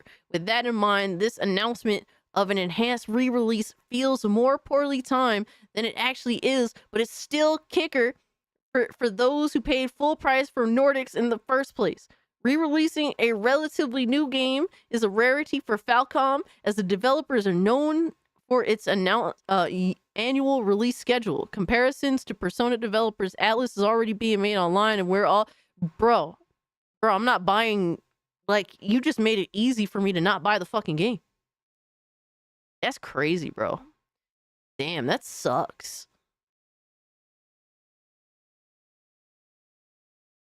No worries, Josh. I appreciate you hanging out with us nonetheless. Dude, do not buy this game. Wait for, like, the actual real fucking release. That's crazy, bro. I'm glad I didn't buy it. I would feel fucking... I'm about to buy Ease 8 on Steam. Since my friend gave me, like, some Steam points. But, yeah, that's probably what I'm gonna do. Star Fox is awesome. But,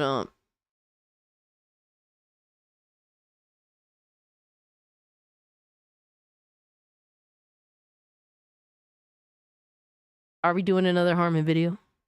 Yeah, Ease 8 I played on the Switch, and even despite the really bad performance, it's still a great experience. I love that game. Ease 8 is awesome, but everything I heard in regards to Ease 9 and Ease X, it doesn't stack up to 8, and that's why I've been kind of like hesitant. No, God, please no. Harmon or Synthetic Man? This is what you guys want. This is what you guys gave me. Synthetic Man's video is really long. I don't think we're definitely not gonna. You'll sue. Oh my god. Harmon, oh shit. Golden Apple said Harmon, oh shit. CD Projekt Red's Witcher 4 will end the company.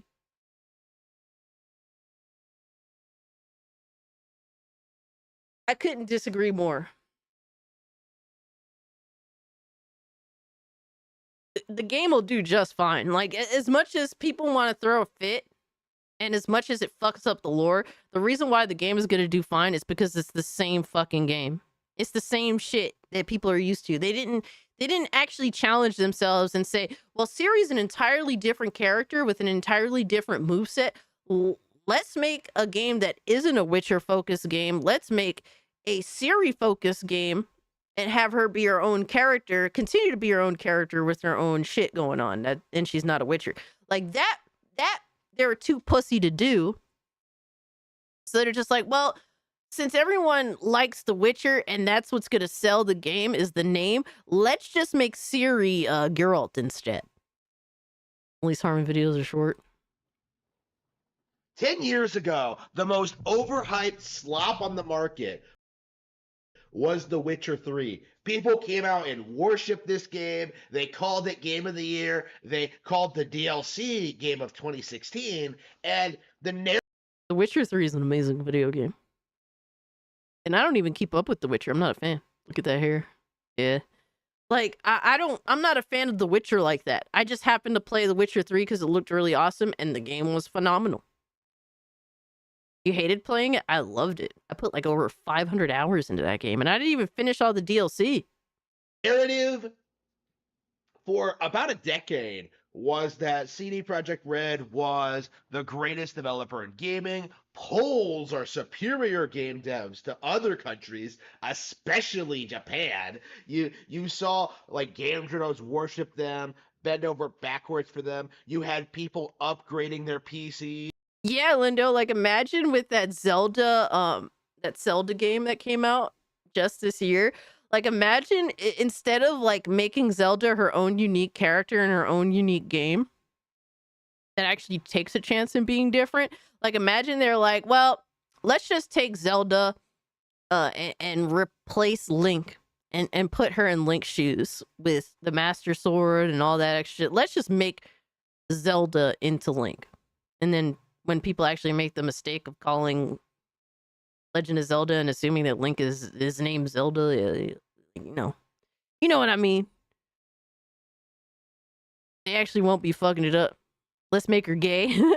Lindo says those activists would rather see Zelda become Link and not her own unique character with mechanics. That's The Witcher's issue. Exactly. It would be the first game that doesn't innovate if it's what we're expecting it to be. All three games are wildly different, and each installment showed a clear evolution from the last in their vision. Yeah, the problem is they're just afraid to defect from that Witcher title. That's their main thing. That's the main thing that they're scared of. For Cyberpunk 2077 in 2012, right?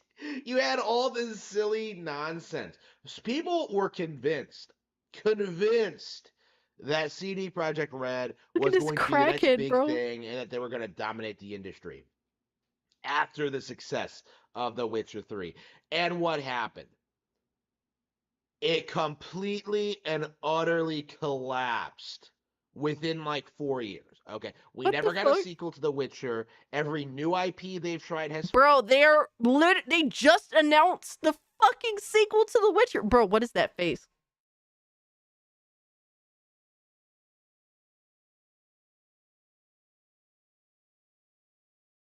Oh, that face is disgusting. It's disgusting. Ugh. Ugh. Jesus. He hit his head and gooned too hard. Oh my god. Golden apples, that fucking son. Yo. Failed. All the people they've hired have been garbage. Saying Cyberpunk failed is crazy. Right. Only the most hardcore, dedicated shills are sticking with CD Projekt Red at this point, and have been for a long time. It's honestly kind of startling just how quickly it's happened. How the Witcher brand went from like the golden goose child of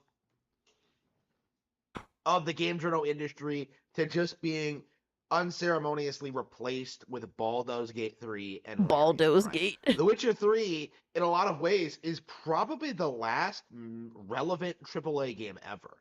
Right. What? Because it was the last release where the industry was genuinely able to gaslight people into thinking a major AAA title was superior to Nintendo ones at the same time, right? The Witcher 3 has faded into irrelevancy, while games like Xenoblade Chronicles X are more relevant than ever. And because Xenoblade Chronicles X was better to begin with, dude, make it happen. Make the DSP Harmon Smith collaboration happen. It would be amazing. It would be absolutely. Kiwang, yo, he stay bugging. He stay on this same energy all the time. Hell, I'm more concerned about if it's using about it being on Unreal Engine 5 than anything. I mean, this game isn't gonna come out till like another 10 years, give or take. Dude, at least 5 years. I feel like by the time this game comes out, they'll kind of have Unreal Engine under control. How does he find a way to talk about new shit and then talk about the same crap all at once? Casualties, he's truly a phenomenon. We're seeing more and more sequels to that. We're seeing Monolith Soft tackle more and more projects, and they're heavily involved in The Witcher's direct competition. Games like The Legend of Zelda, which, of course, The Witcher never came close to topping. And that is the important thing to note about this, is that The Witcher never even came close to surpassing Zelda or surpassing the major Nintendo IPs or, even surpassing, notable fantasy series. Because that's always been the cope for a lot of these people. It's like, well, they're based on actual books. Yeah, books people don't actually read, okay? The only people who care about the... No, Harmon. Nobody reads your fucking books. All right, there's a difference. The lack of success you've seen in your garbage-ass books, it's not across the board, brother. It's not across the board. Witcher books Can't are stop it, hardcore please. fanboys of the video games. They're not particularly special. They're not interesting. They're not engaging. They're not considered classics. They Like, are this motherfucker is going to ignore the reality that The Witcher 3 sold 50 million units as of last year. 50 million. You suck. Elliot, thanks for the 5, brother. He says The Witcher 3 has been updated for a decade and had outsold the entirety of the Xeno series, starting with Xenogears in the 90s. What the fuck is he on about? That's insane. Wild, right?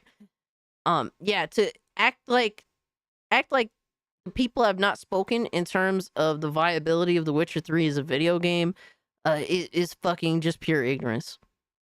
I heard that the books are good. the Halo tie-in novels of their time. Like, they are complete trash and should be considered as such. And the less said about the Witcher Netflix show, the better.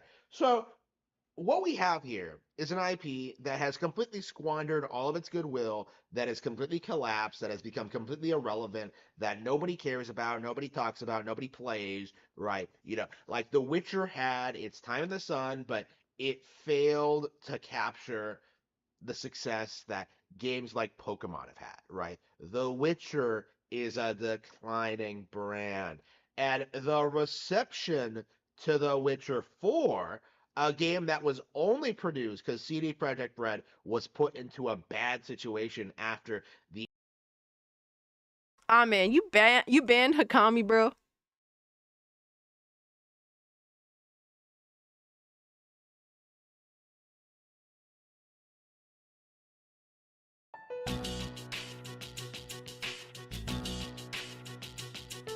Ah, man got caught.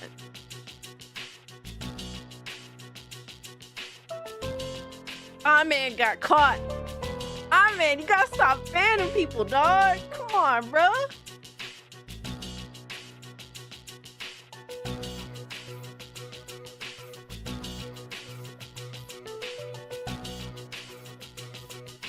Just let them rock. We don't have to agree. You would expect Witcher 4 early 2026 if they follow their old ways? Maybe, but I doubt it. I don't know.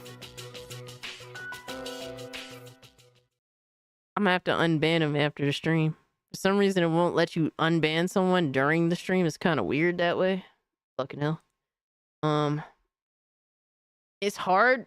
Like, honestly, I wish like people just wouldn't get banned, because unbanning them is a bitch. It's like a pain in the fucking. It's a pain in the fucking ass. It's really fucking annoying.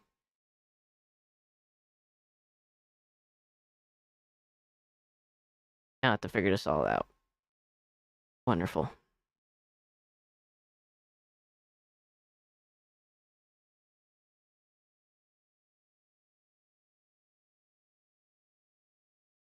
the abject failure of Cyberpunk 2077, it's safe to say that this series is not going to innovate, it's not going to grow, it's not going to evolve, and most importantly, it is going to alienate its core audience. People take one look at the one thing we know about the game. You get to play as the Witcher, Ciri, and immediately everyone's just like, oh, it's The Last of Us Part 2 again. We don't need to know anything about the game. We don't need to know anything about the plot, the setting. Like, Yo, what it does Ciri's look like a going game through, from how game. she became a Witcher. Like, we don't need to know any of that. Like, instead, Oh my god, all Rome. we have Hell to no, do dog. is just look at that trailer, see how garbage it looks, and then go back to our Nintendo Switches and play all the numerous superior RPGs on that hardware. Like, here's the thing. I like, people are definitely looking at The Witcher 4 sus because Ciri is not supposed to be a Witcher by lore realities. But like, then he's also throwing in all this other shit, like his baggage of hatred towards the franchise overall, with the reality, yeah, this game looks sus to a lot of people. Like, he's trying to conflate two altogether. I'm man in the chat acting all innocent and shit.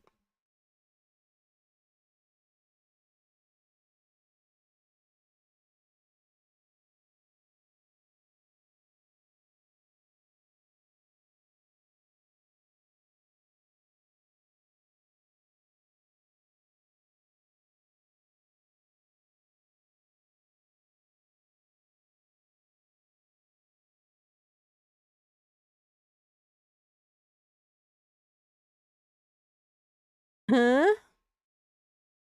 I don't know. I don't know. I don't know. I can't unban him. Like, Did you happen to ban somebody right? in the Like, who are chat they attempting earlier? to pull in? Man? Right? Geralt of Rivia established himself as a gaming icon, quote unquote, simply for not being a bald space Yeah, marine. exactly. Silent But Night. He's complaining to they're gonna conflating two replace the issues. character and replace him with the female sidekick just for political SJW brownie points, right? They're gonna try and do the same thing they did with The Last of Us Part 2 and Star Wars, where they're gonna try and shit on their established male hero to make their female lead look better, rather than like making a compelling, interesting female character who can stand on her own 2 feet. You know, like, and again, I've been saying this a lot lately when it comes to these female protagonists. Oh, you timed him out for a few minutes? All right, let me let him know. Does not have this problem. No one's going into Metroid Prime 4 complaining about Samus being a girl, right? Like, Samus didn't replace some male lead, right? You know, Zelda didn't completely reinvent her character when she became playable. You know, Princess Peach didn't just become Mario, you know, in Princess Peach Showtime. No, Nintendo actually put in a lot of time and effort to make these female leads interesting, unique, and distinct from their male ones. But with Siri and other characters like her, it's like they're all copy and pasted from Rey from Star Wars. You know, the same exact character. I mean, but he hates The Witcher 3, but The Witcher 3 didn't actually do that at all. Like, you don't even want to have an honest conversation. Ciri's character in The Witcher 3 was completely different from this new version of Ciri. Like, she definitely was drastically different from Geralt. She had her own unique powers. She wasn't on the Witcher shit. She was doing her own thing. She was an interesting character that had depth to her. Now, The Witcher 4 is seemingly changing her to suit the needs of the game developers, with going with her as a Witcher protagonist specifically.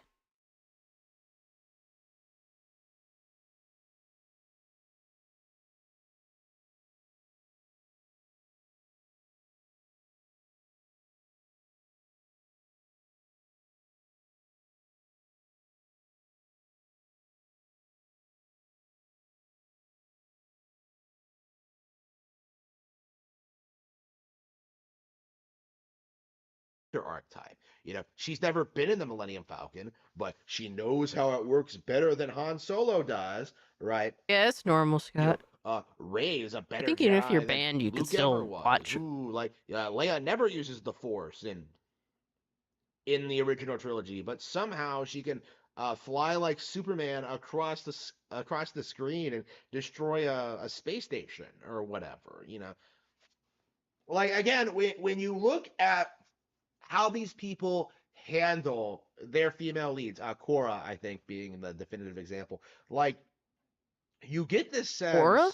where Legend of Korra? their prerogative is not to create a compelling, interesting story that people will relate to and enjoy. Like, the idea is to gaslight you into thinking that this female character is cool and hardcore and can do anything a man can do, and it just doesn't work, like, at all. Like, people see through it right away, and it's gotten to the point where it's been very tiresome, right? They've been repeating the same cliches over and over and over again, hoping that people start, like, thinking they're real. But in actuality, all that's done is just led to people realizing that there is some kind of very real agenda, right? People Oh, are no. starting to see through what these people are trying to Hey, accomplish. African And as a Jones. result Good to of see it, you, my guy. they're Hope you're rejecting doing well. it before it even comes out. You know, like, there is no enthusiasm about The Witcher 4 going into after this announcement. Here's the thing. I think that The Witcher 4 is going to have good gameplay. I think it's going to have some decent storylines for sure. But the reality is, it is going to ignore canon. It's going to ignore lore. It's going to find its way to it's going to weasel its way around lore to essentially make how do you say, to essentially try and justify Ciri becoming Witcher, even though that's not really a thing. So, that's just kind of what it is. Is Harmon a chud? Like, unironically a chud? Porter Rock and J-Dub have the potential to turn into Harmon. I want them to fight. Like, just give them, like an Ed and Eddie? Fucking Eddie and Rolf had, like, a fish fight. Just give, like, Porter Rock and Harmon each a fish and just have them slap the shit out of each other. Absolutely. Whoever gets knocked You off know, the stick like, loses. It's true that The Last of Us, that new game that not Neil Druckmann's working on, like, it's true that that's even a bigger disaster. But to me, Neil Druckmann, because of his nepotism The and because Kitty of Mad his, fight? No. Philip, are you good, bro? because of his position, because of like his influence, like Neil Druckmann is in a unique position in this sphere where he's able to go even more extreme, right? So instead of like co-opting an already existing IP, he's able to make a new IP from scratch and make it like woke from the onset, right? And what that results in is something that's even worse, right? Like, and again, like Neil Druckmann proves, I think, like why these people cannot make new IPs. Because when Neil Druckmann produces something new, what ends up happening is that nobody actually cares or watches it, right? If But it people wasn't for do what care. You can't sit here and act like their Naughty Dog's new game isn't a massive conversation going on in the space currently. That's kind of wild. Sod says I wouldn't mind them breaking lore if they needed to do it to have an interesting concept, but all they did was diminish Ciri's character for no reason. Yeah. No, I agree with that. Like The Witcher 3, like options, there are options that led you to breaking lore. But like that's because they're giving you options. Which, that is a good thing. But like the entire concept of The Witcher 4 with Ciri being the Witcher is what breaks, what breaks the lore. And not necessarily an option leads you up to a conclusion that does break lore.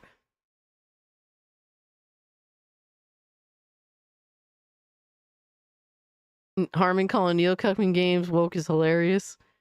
The only way I can work is if they the only way it could work is if they retcon Ciri's elder blood and has something to do with her being able to survive trials of Grass's process. Otherwise, we are cooked. Yeah. what he did with The Last They're of Us gonna Part have 2, to pull some nobody would bullshit even know somewhere. that this game even existed, right? So, with that being said, going into this this new cycle of like games we're supposed to be looking forward to, like there's just nothing, Like I've said in the past that there's nothing on the horizon that looks good or interesting or I'm looking forward to, after the disaster that was Final Fantasy 16 and Tekken 8. But like, yeah, this is next level, right? In less than a decade, The Witcher went from selling 40 million units or 50 million. whatever it did to like becoming completely irrelevant, which is completely insane if you think about it. That doesn't make any sense, bro. What the fuck? He's just ignoring the reality that The Witcher 4, for better or for worse, is a focal point of the discussion after the Game Awards. They're definitely going to use the Elder Blood as a crutch for that. It's just lazy and cheap writing. Damn, we have over 144 likes. Yo, you guys are amazing tonight. Thank you guys so much. I appreciate it. 100 years worth just chucked out the window. Like this series was such a huge thing for like casual gamers and people who are into Game of Thrones and people who don't really play video games all that much. Like this should have been a good gateway franchise to introduce people to better fantasy titles like the Super Mario Bros, like The Legend of Zelda, like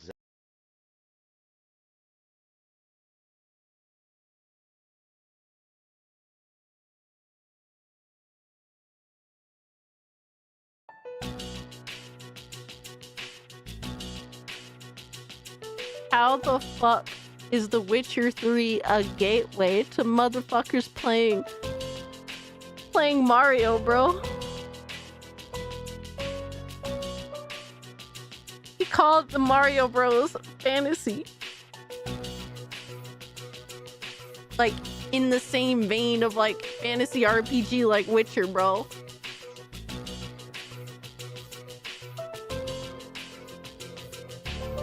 I'm pretty sure motherfuckers that get into gaming specifically to play, like, Game of Thrones-like games aren't going to play Smash Bros.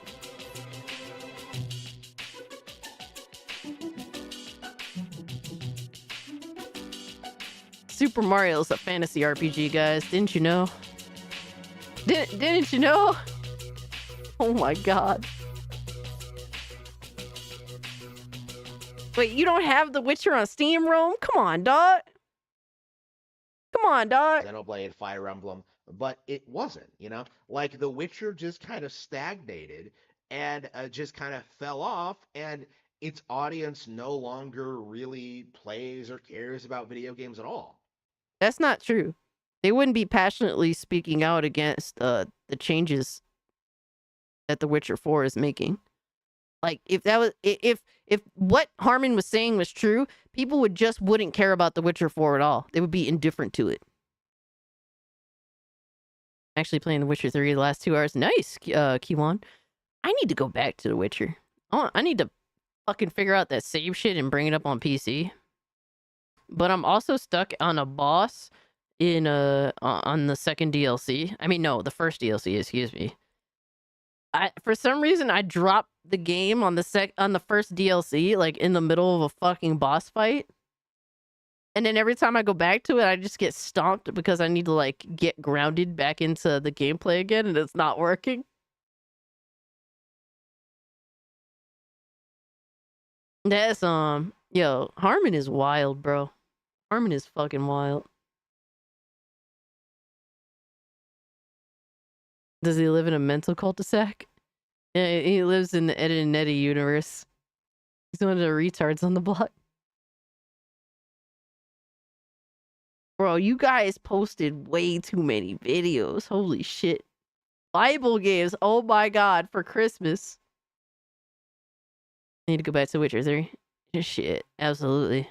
Bought plumbers, don't wear ties for $5. An awful FMB game. The 3DO now in 4K for memes. Oh my god, Black Fiddle Gamer, that's hilarious. Hold on, we got. He's playing some games, the worst he recalls. He's gonna find out which one sucked the most balls. The angry. We got Cinemassacre, the Angry Video Game Nerd. Bible Games, Angry Video Game Nerd. AVGN. Video game nerd is here. Oh, he's making a list and checking it twice. He's gonna go home and eat chicken and rice. The angry video game nerd is here. That's an OG. 17 years ago, bro. That's crazy. He knows which games to break. He just might even hate them all, 'cause he's mad for fucking sake. You better watch out, don't give these games a try. You better not play them, he's telling you why. The angry video game nerd is here. I'm here to talk about a series of games based on stories from the Bible, all with weird deformed cartridges made for Nintendo systems but without any endorsement from Nintendo. Oh man, when 360p was the standard tiers. Take this one for example, Bible Adventures. Would you want to buy this with its weird baby blue cartridge? It's made by a Christian gaming company that makes unauthorized Nintendo games. Remember when the History Channel made video games on 360? Those were not good. They were not good at all. Let's check it out. All right, 3 games in 1. You got Noah's Ark, Baby Moses, and David and Goliath. First. Wait, with Baby Moses, are we gonna try and, like, guide him down the river? Is that what we're Is that what we're gonna do? Let's do Noah's Ark. Well, there's Noah. Moves pretty fast for an old guy.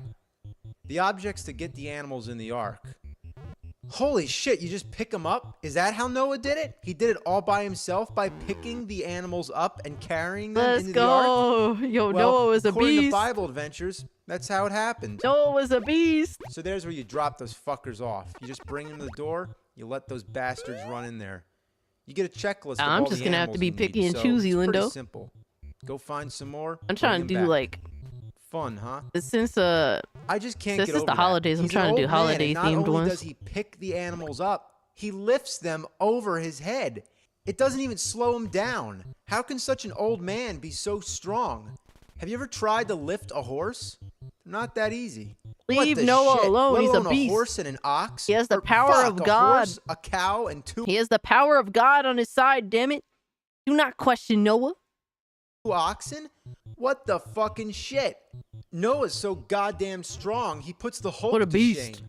And the poor Yeah. creatures, they're so scared shitless, they don't even try to get away. A&E History Channel and a couple others are all owned by one company. I believe it. I remember Deadliest Warrior on Xbox 360. Noah, right. man, nobody fucks Flygon, with him. see you later, homie. Not even Chuck Norris. The only animals that have the balls to fight back are the pigs. Yo, the pigs gonna fight Stop back? Oh, it. shit. Damn pig. I'm only trying to take you Yeah, in he the was ark. putting in those gym hours. There's gonna be a All flood. right, What, do you Poison, wanna thanks so much for die? hanging out with us, bro. Have a good one. All right, that's it. You're going to get it. So what do? You grab that, whatever it is, and you knock that motherfucker out. Take that, bitch. Yo. Now I got you. They be Going in the wildin'. ark, you fucknut. I hate those pigs, but I also hate the oxen. You drop them every time you jump, so you got to keep picking them back up again. Oh, no. The monkeys are also pretty damn annoying. Sometimes Oh, you they'll got to chase climb them and all shit. around.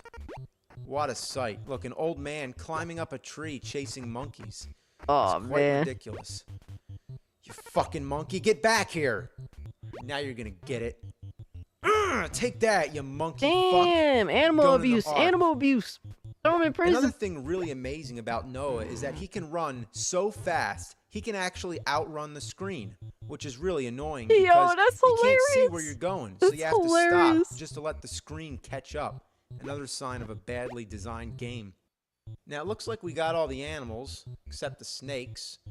Now, that's got to be tricky, right? Oh, no, not the Grabbing snakes. them's out of the question. So let's pick up that thing and try to knock them They out. bite your ass? Well, I can knock them out, but if I don't Oh, catch shit. them, they're gone. This music I can't sucks. catch them either. Shit. How do you get those damn snakes? Well, guess what? I'm trying to get the wrong snakes. But how can you blame me? They're the first snakes you see in the game. Well, check this out. I go in this cave, and this is real frustrating because to climb the walls, Oh you my have to God, jump fuck this. and hit the A. Next. First C when you're walking around. Go take a wild guess. Climb through the cave until you find the real ones. Damn. Fuck this game. Yo. Now you thought that was bad? A game where you collect a bunch of objects to bring back to the middle of the board? How could it get any worse? Uh-oh.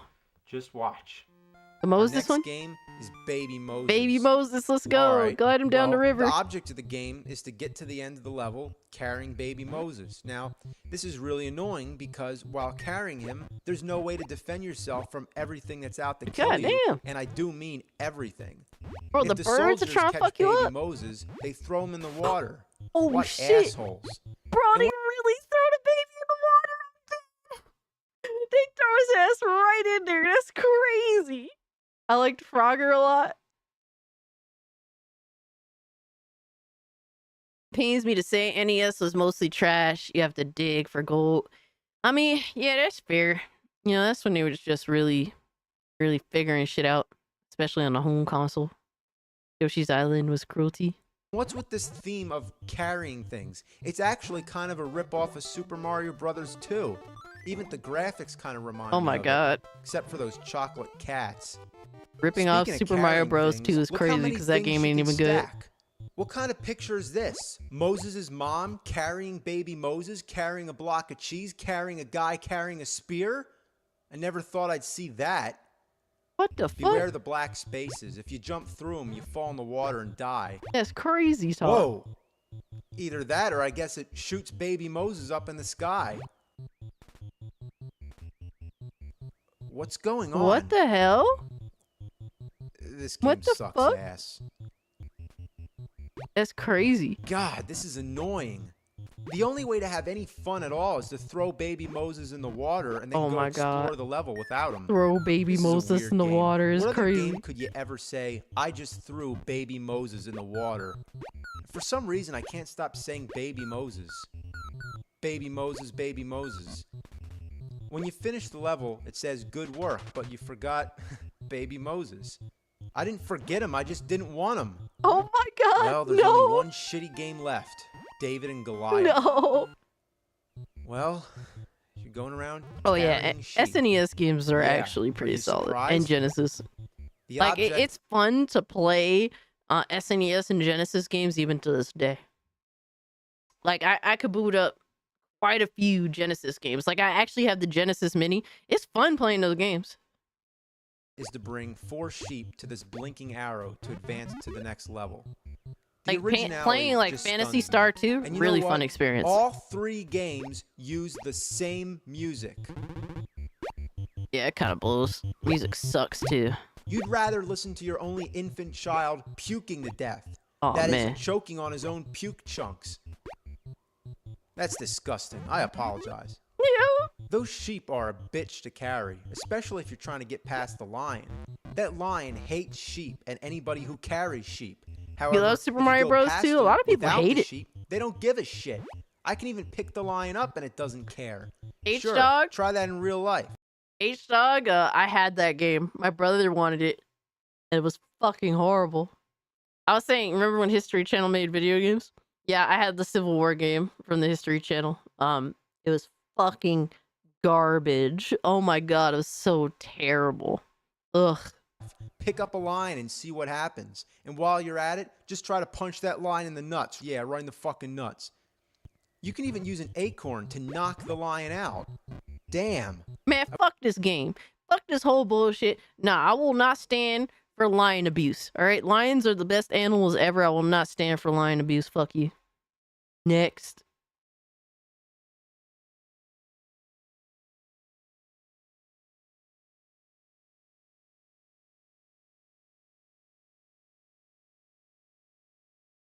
The Foundation field agents All right, we got from Dr. Bob, SCP-784, Christmas cheer. are overwhelmed. They're forced to the ground, beaten and subdued, then dragged into the darkness, screaming. Yes, Super Their Mario weapons and was training fire. mean nothing. And the strangest part of all, the people doing this to them are grinning Texans wearing cheesy Christmas sweaters. The prisoner feels the light bleeding between the curtains, stirring him from a restless sleep. Going to bed and retaining any hope that he'd get a reprieve from the days ahead had long since become impossible. He used to dream of places he'd go, things he'd do with his life, instead of repeating the exact same cycle, day in and day out. Forcing himself up and out of bed, he tries to remind himself that it's just another day, one more day in purgatory. Oh no. He doesn't not ever see it purgatory. stopping, and doesn't bother imagining being free. It's about living through each day as it comes, one at a time, with one constant goal: survival. Survive. He looks towards the foot of his bed and sees the uniform, the overalls he has to don every day. Oh They'd once been no. a novelty, but Oh now no. they are his camouflage, his way of keeping under the radar so he can make it through just one more day like any other. Just pretend to be The Santa. street gleams with the eye-searing, garish colors coming through the curtains all night long. The bright, oversaturated twinkling is made all the worse against the clear white backdrop of artificial snow that coats the streets and sidewalks, crunching underfoot, as well as being sprayed all over every house as far as the eye can see. It directly juxtaposes the sweltering Texas heat. Seeing the ground strewn with fake snow and the buildings draped in lights doesn't mix with the unbearable heat the prisoner feels inside the fur of his uniform and the sweat from the false beard that covers half his face. The sound of people approaching almost causes his heart Man, fake beards must suck. Shit, beards must suck. Fuck all that. This shit on your face all the time must really suck balls. to burst from his chest, Live in beating a Texas? mile a minute. He can't let them see him like this, he tells himself, and Oh takes no, a deep Alchemy. breath. How dare you? Sticking out the padding bad strapped over person. his stomach, he lowers the tone of his natural voice, a trick that has become second nature to him, Ho, ho, out ho. of necessity rather than dedicated practice. And then he begins to sing. Every word to It's the Most Wonderful Time of the Year by Andy Williams It's the is even more most familiar than his own wonderful time name, forever of etched the onto the surface year. of his brain so that he can recall them with perfect accuracy should the moment require. He's learned them all. Every lyric of every song. Brenda Lee, Wizard, Dean Martin, Slade, Hey, even that let's one go. by Mariah Carey that now sounds like fingernails dragged down a chalkboard every time he recites it. Yo, Memori- that's hilarious. Yo, he's singing Mariah Carey. Those are all the most like generic Christmas songs. Not letting it grow sucks. Skin is rough and sandpaper. Yo. Dude, those are the most generic fucking Christmas songs, bro. I get bored listening to those generic ones, man.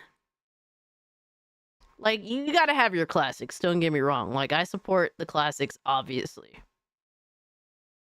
But if I'm just gonna listen to the most generic fucking Christmas songs all the time, the ones that you always hear on the radio every single time, fuck all that.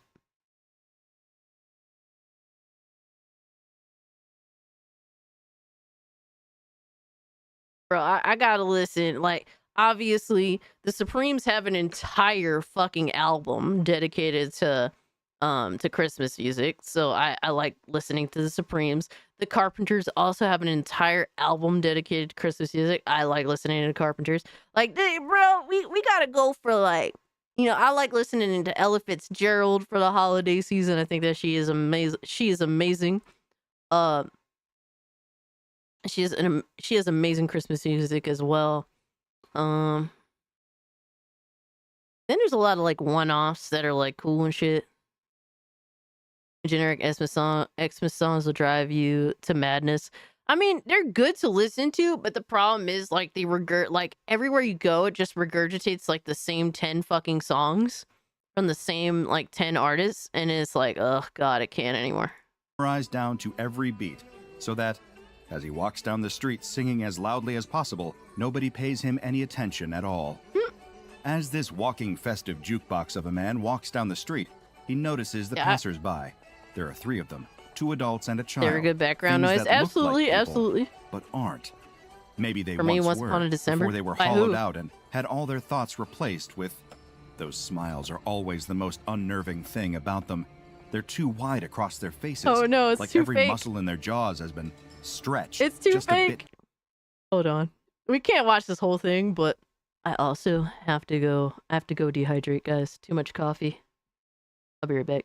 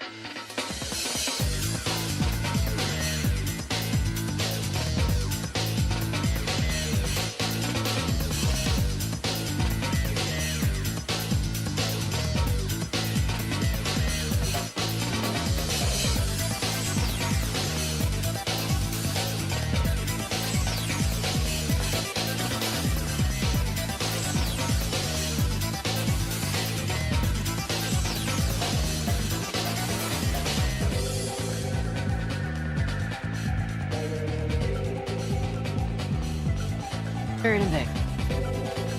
It's it.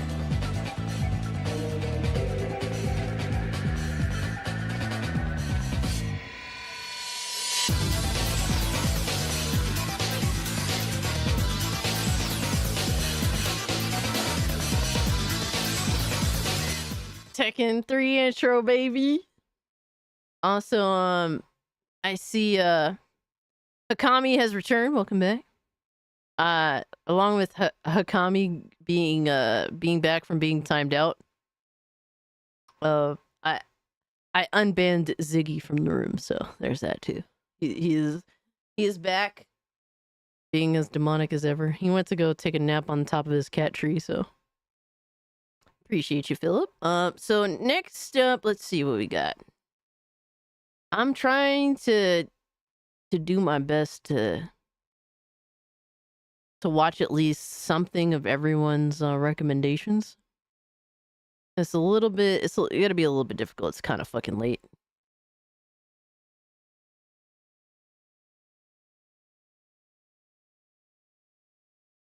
This aged great. Let's see. This is a movie about a woman who isn't that into Christmas. All right, so this aged great. The YouTube channel One Magic Christmas teaser. This aged great. So an angel comes to Earth and murders her family. God damn. What the fuck? Maybe this guy's just like the dirty What the Harry hell? of angels. That's crazy. He's like Harry Dean Stanton is like an old guy who looks kind of like a hobo. That's Harry Dean Stanton. Yeah, and he lives in a tree and he plays the harmonica. He's an angel. He's a Christmas angel. The girl goes outside to the mailbox and she's gonna mail. What fucking kind of angel is that? That's not an angel. That's a demon. The fuck? Her letter to Santa, and Gideon for the whole movie is just hanging around outside their house. He's either in the tree or he's just like staring at the house. Okay. So she comes out to mail the letter. The magic of Christmas shoots the letter back out of the mailbox. Okay. Shoots it back, and then he holds it and he says, "You need to get your mom to mail the letter for you." And she's like, "Why?" And he's like, "Well, that'll get her into the Christmas spirit." And then Gideon appears in the little girl's room. He's like, "Did your mom, mail the letter?" And she's like, "Not yet, Gideon." And he Got an kind of Xmas has one? a moment where he's like, "Okay, look, An I angel like of you. death? Shit's gonna That's get fair. crazy. Yeah. Buckle up, bitch." Watch the Yuleman. And then this guy goes into SCP-1. the bank, and Okay. he's gonna rob the bank. And then, then the dad goes like, "Why are you doing this, man? It's Christmas." He's like, "Fuck you, Christmas," and he shoots him. God damn. This guy plows into the cop car. Bro, this is a crazy ass Christmas movie. What the fuck are we doing? This isn't a magic Christmas. Bro, I thought Black Christmas was dark as fuck. But Black Christmas is a legitimate horror film. This shit is like, hey, Black Christmas, hold my beer. The fuck? He starts skidding or whatever. He flips around, goes off the bridge with the kids. We see the kids are in the car.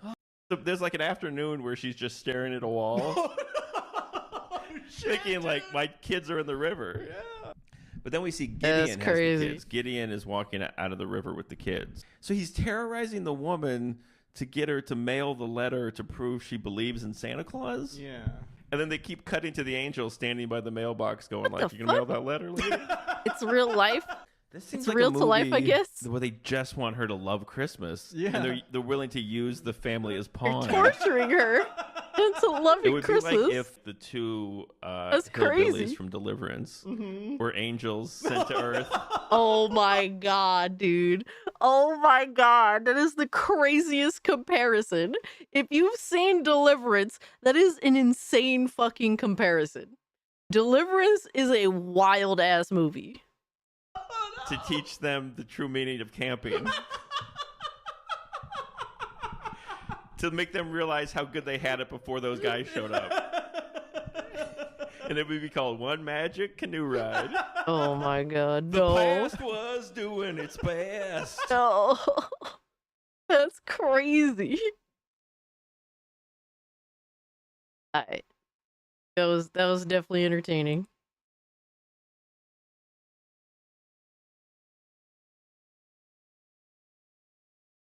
This movie is an allegory to Mariah Carey's Xmas song. Oh my god. I feel like people wouldn't hate that song so much if they just didn't overplay it to hell. Because, I mean, I don't think it's a terrible song. Like, I think it can be good. But, like, every year you're gonna hear it at least 50 billion fucking times. And it's like, I mean, it's not bad, but it's not Judy Garland. You know what I mean? It's not, you know, it's not like that level. Come on, man. It's really not that level. And that's the problem with Mariah Carey's song.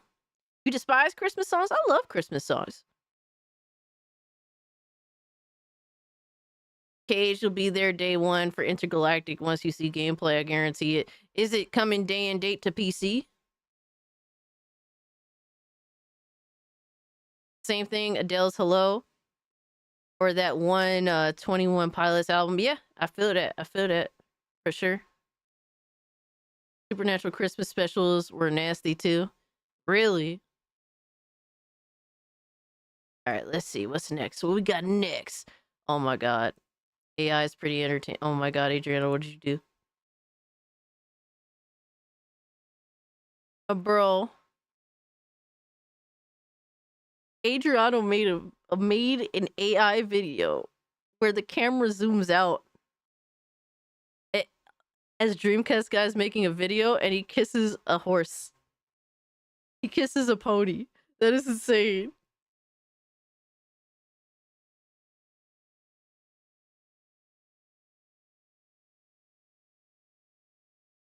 I have a bias. I'm a Grinch when it comes to Christmas. Yeah. I mean, I don't know, I try to be in, I try to keep the spirit. I can't necessarily say I'm in the spirit. You know what I mean? All right, so which one is the Christmas one?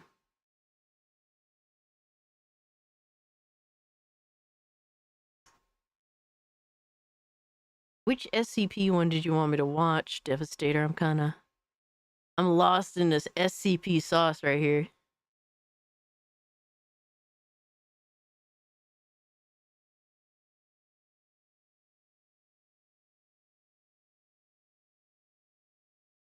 Lost Soul Aside is finally coming out, but requires a PSN account on PC. Yeah, that's disgusting. That is so stupid. It's not even a fucking first-party game. Have Christmas and Denzel Washington recommends, all very short. Alright. Oh, we'll check this out real quick. Let's see. Instagram. Oh, these are always funny. Yule Man. To everyone who attended the office holiday party. We'd like to apologize to Santa for any accidents that happened. Hey, be sure to send that dry cleaning bill to Frank. I know he's sprinkled. I'd like to address that we found some videos and photos of the after party on social media. Oh, no, no. Let's take a look. What? Yo. Oh no, no, no, no, no, no, no, no, no, no, no, no, no, no, the music. Oh my god. Yo, the copyright is crazy.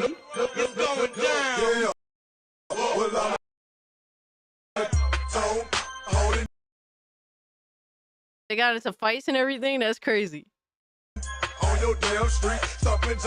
Oh my god. Ziggy at that party? Oh my god, the thoughts. The dog is hilarious.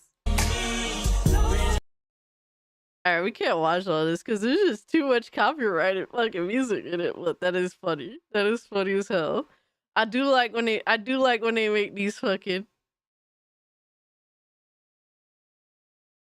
So Elliot, the issue with copyrighted material is that most of it you're fine in terms of like if you don't care about being monetized, but then there's some copyrighted material that's blocked in certain countries.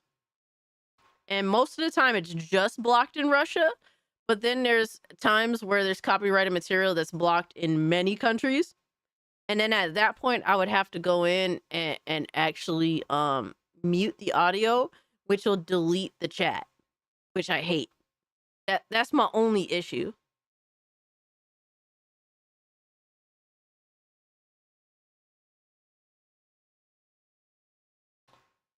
I mean, they can take your whole stream down, but the chances of that happening is so unlikely. Yeah, it is really weird. Yeah, most of the time, so every week my stream gets like copyrighted for the most part. It's rare when it doesn't.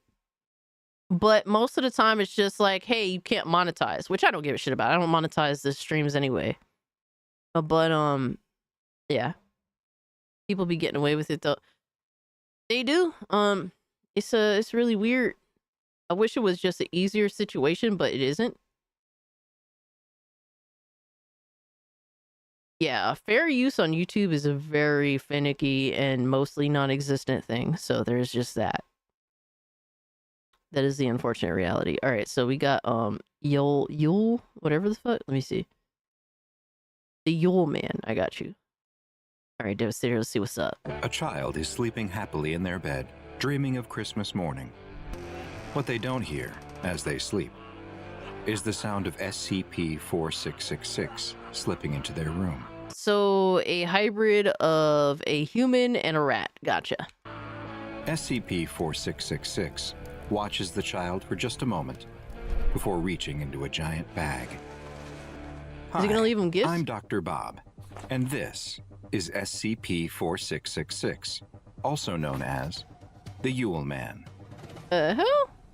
SCP-4666 Ugly motherfucker. is thought to be a single This is humanoid some nightmare entity, fuel? but Damn. one that has been alive for an incredibly long time. Those who have come into contact with SCP-4666 and lived to tell the tale describe him as being very tall, between 2 and 2.3 meters. He also appears to be very old and very thin. He always appears without clothing, even when the weather is below freezing and would be much too cold for any normal human to survive.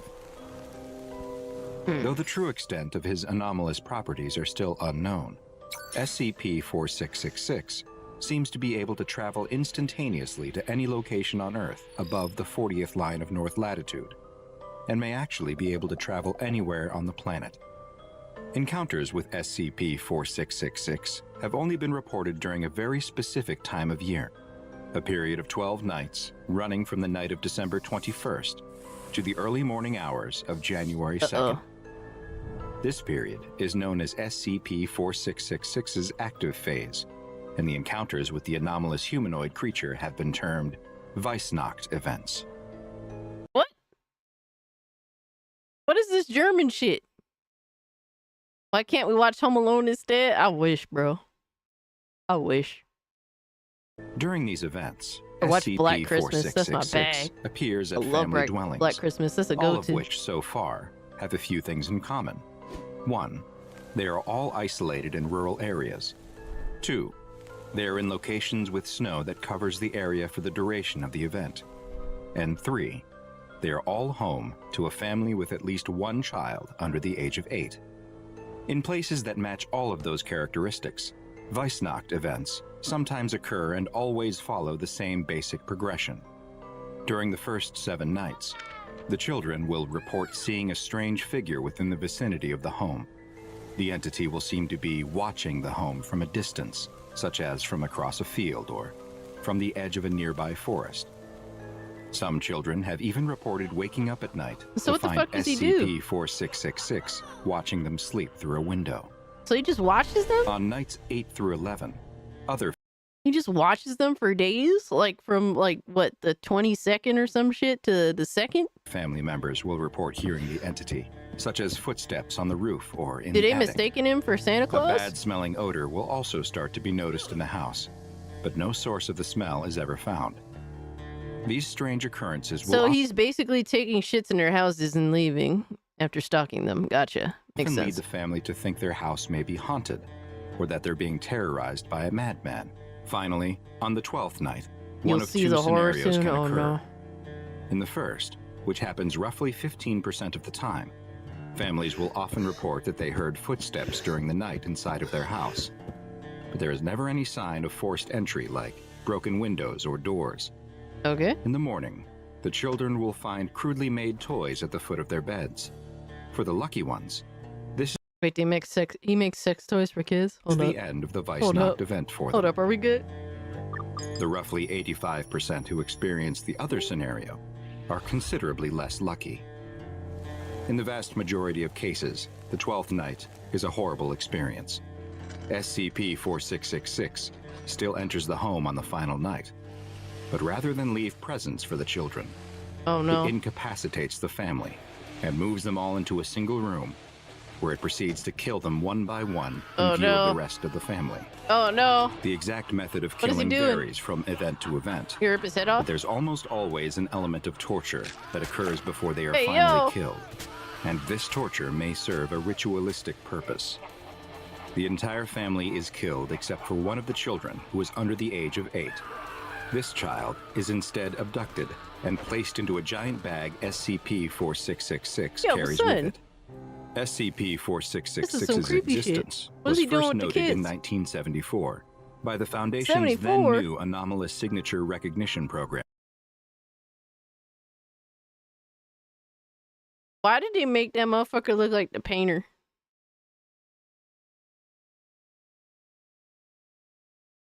Why they make that motherfucker look like the painter?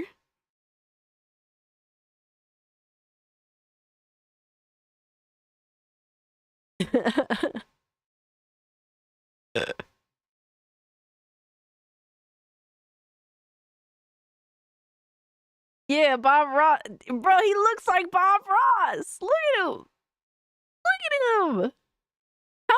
How I am very good. They made this motherfucker look like Bob Ross. Anomalous signature recognition program, which alerted the Foundation to several suspiciously similar home invasions and murders Bob that Ross occurred was a throughout the painter, a famous painter. He used to have his own show. When I was a kid, I saw a lot of reruns of his show where he'd just paint a portrait, pretty much every show. And a lot of people would like his show because it was like peaceful. Oh, so you watched it, got you. Gonna make some happy little trees. Oh man, some happy little trees. Northern Hemisphere on the night of January 1st.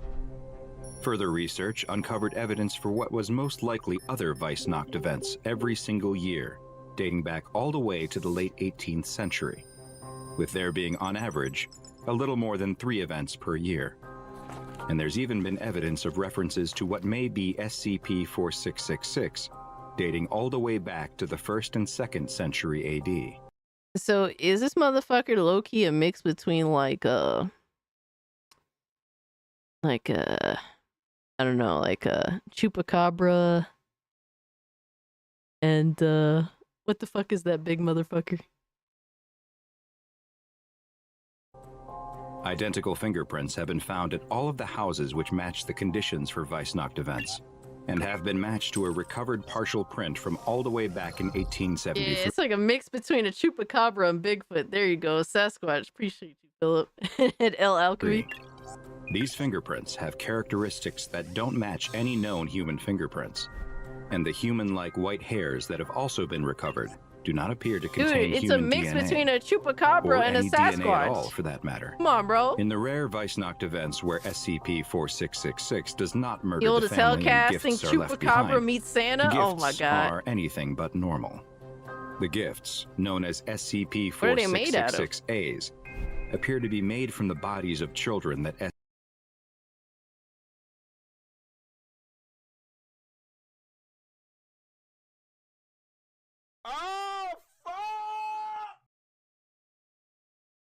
SCP-4666 abducted from other homes.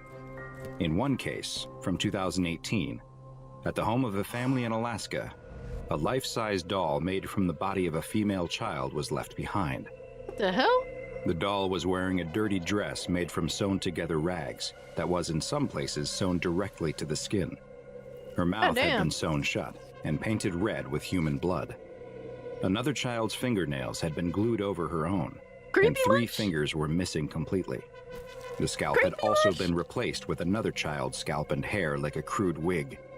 Worst of all, both eyes had been removed and replaced with 2 stones which were painted to look like eyes. But most frightening of all was that the child who had been turned into a doll Is still was alive? somehow still alive. It's still, bro. Authorities took the girl to a hospital Ow! where she was able to give a brief interview. How? She explained that the man who abducted her had killed her parents before putting her into a giant bag where there were other children too. That's crazy, bro. SCP-4666 took the children somewhere deep below the earth in a cave system full of ice and bones. You're nasty. There, they You're were forced to nasty. make crude toys until they couldn't go on any longer, at which point they became toys. The girl, now known to be Ekaterina Morozova, had been What the hell abducted kind of 2 name years is that? That's crazy. You glad it isn't anything comparable to Akira? previously in a known Weissnacht event. She survived for only 18 hours after being discovered. An autopsy revealed many terrible Russian. injuries, I believe and it. the cause of death was found to be from severe, sustained malnourishment. SCP-4666 has been classified as Keter and is currently not contained. The Foundation monitors web traffic and law enforcement channels for any evidence of SCP-4666 activity, and especially any potential Weissnacht events, such as cases of stalking reported during the 12-night active phase, or other strange phenomena at houses with young children. Should a Weissnacht event be suspected to be in progress, the nearest containment task force is dispatched to attempt to contain SCP-4666 using the standard PDP-8 humanoid first contact protocols. So far, no such containment attempt has been successful. Now go and watch another entry from the files of Dr. Bob, and be sure to subscribe as That's we delve wild. further and further. What the fuck even? Yeah, super sus. The hell? Nightmare Fuel, you ain't lying. Lord have mercy. Yeah, I think we're gonna need that Bible that was just gifted on Steam. Have you seen the new Superman trailer? Yeah, Lee, we saw it. Well, I saw it. I mean, it doesn't look terrible, but it looks like there's just too much, you know? And plus, I'm not crazy about the new Superman. I think he looks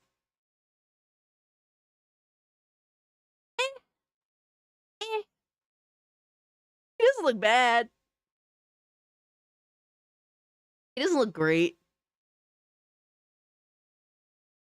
These stories is different. They be on some other shit, clearly. Think he's adorable? Yeah, I feel like, honestly speaking, I just don't feel like my personal take on it matters because I feel so indifferent to pretty much everything, like most things that happen to be superhero at this point. Like, I just don't care. And so, like, do I think it looks terrible? No. Do I think it looks good? No. I don't care. I don't give a fuck.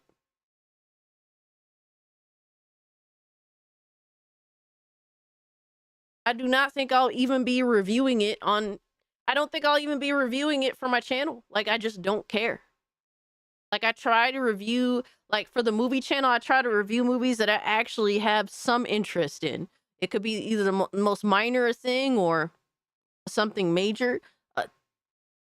This movie, I just have zero fucking interest in. Unless something pops up that there's like an angle about it that's particularly interesting, I just don't see myself even fucking around. New Superman is the opposite of what people were complaining about with recent Marvel. The superheroes went from looking clearly roided to looking like he's seen a dumbbell twice in his life. Yo, for real though. Yeah, obviously he looks like a huge downgrade from Henry Cavill in terms of like how he prepared for the role. All right, let's see what else we got. I don't think, bro, guys, you definitely wildin'. Especially you, Devastator, with this SCP shit. I could tell this is your bag. All right. Man posted some more stuff. I definitely got. Let me see. Let me see.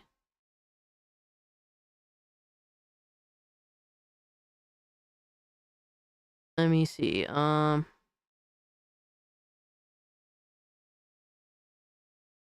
right. Got it. Are you serious? Are you?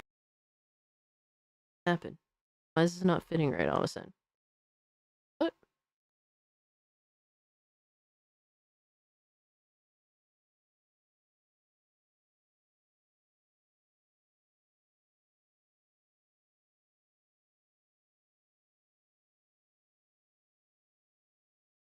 All of a sudden, shit not fitting right.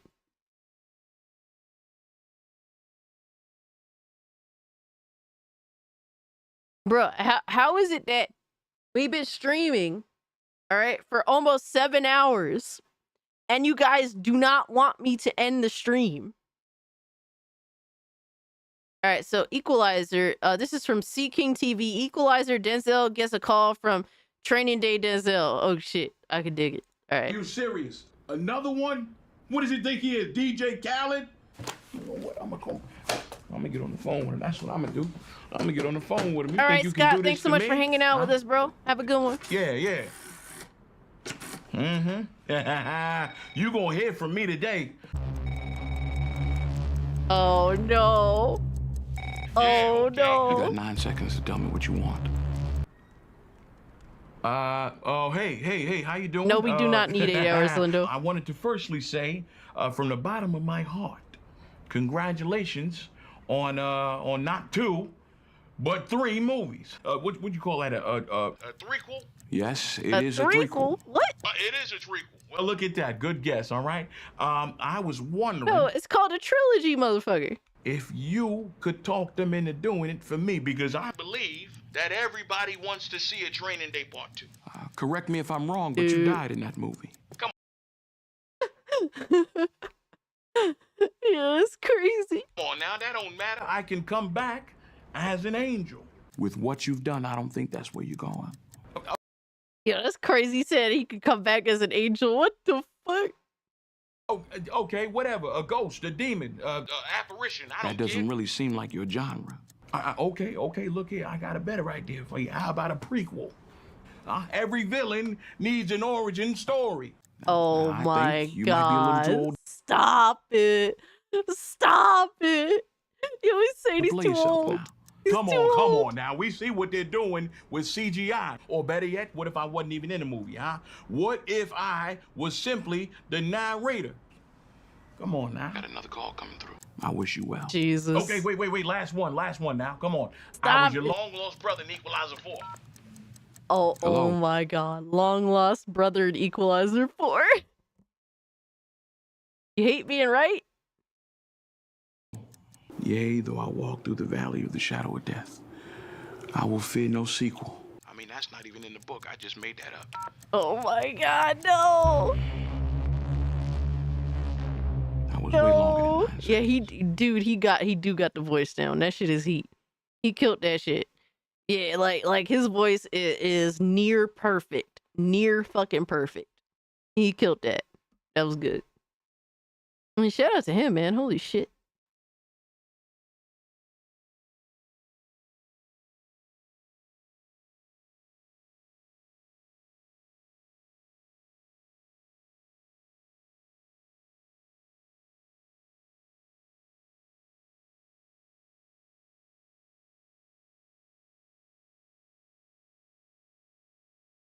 I have a Christmas party, man. What we doing? Niggas talking about Christmas. Who bringing the desserts? I can't even hold in my excitement. I love Christmas parties.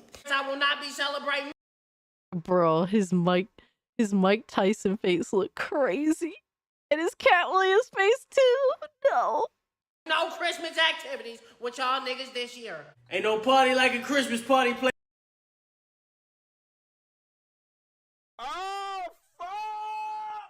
Your IQ is declining. Hey no. boy, this ain't that kind of party, man.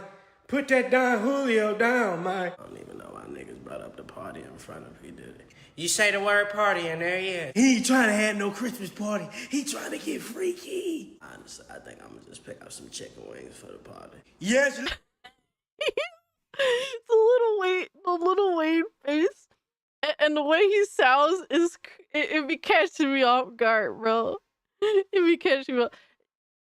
Philip, this is not my fault. This is all you guys' fault, man. You could police the Discord. You could bully people into not covering it, into not posting this shit, but you guys don't. Yeah, Black Metal Gamer, I feel the same way. More cape slop. I'm over it. I just want real film to come back and for, experimentation, do something new, man. This is why the 70s are my favorite when it comes to film specifically, because they was doing all sorts of crazy ass shit. They were breaking all the rules of the past. They were trying new shit, man. Lord, make sure you get lemon peppers. Some peak content. You finna piss me off in a minute, ma. I'm sorry, I think I spilled some hot chocolate. Hot chocolate. Yo, the way he said it's just crazy. You niggas. That's all right, Mike. Go grab you a towel, Mike. Hey, that's $25,000 alpaca. You don't wipe that, you block that shit. I think I'm gonna celebrate the holiday by myself this year. Can't you always got something smart to say, Mike? You tell me one time you ever seen a white man come in your house and bring you gifts, Terrence. Bruh, he made Cat Williams sound like Michael Jackson.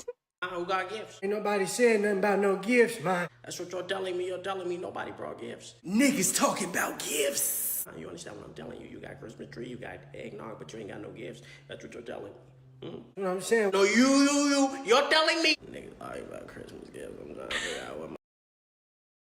This little Wayne be killing me, bro. Y'all gonna do this shit to me?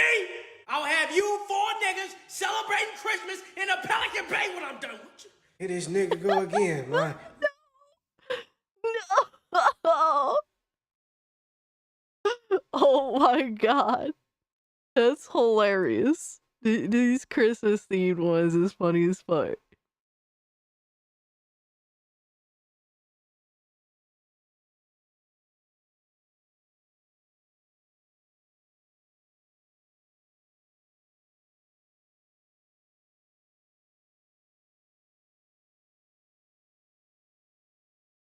Y'all are too much, man. Y'all are too much. Bro, I think I'm done for the night. I think I'm toasted. I'm toasted. Hold on. There's one interesting video here. Let me see this real quick. Are retro video Oh, this is kind of long though. But my interest has been piqued though. So I got from RGT85. Are retro games really better than modern games? Are retro video games truly better than modern video games? This is a debate that wages war online on places like Twitter and various forms of social media, and it's a very nuanced topic. And if you know anything about me, you would know I loved nuanced topics, especially topics that I can see both sides of the coin on. There are people that love the retro games, there are people that love the modern games. Now, as far as I'm concerned, I consider myself to be a bit of a modern vintage gamer, if you will. I've been playing video games for 35 plus years. That's probably longer than some of you people watching this video have been alive on Earth. Yo, that's crazy. I enjoy the modern Old games. I motherfucker. enjoy the vintage and retro games. But unlike the Man Modern Vintage Gamers YouTube channel, I actually have hair. Sorry, pal. But I find this topic to be very interesting. Damn, he ripping on motherfuckers. You see PS1, PS2 era is better than now.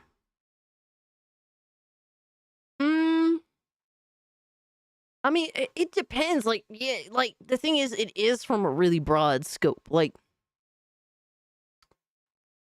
if you're talking about graphics and mechanics, like, yeah, obviously games are better now. Like, that's fair to say. But like, in terms of making shit that gamers want and listening to the audience and innovation, back then is definitely better.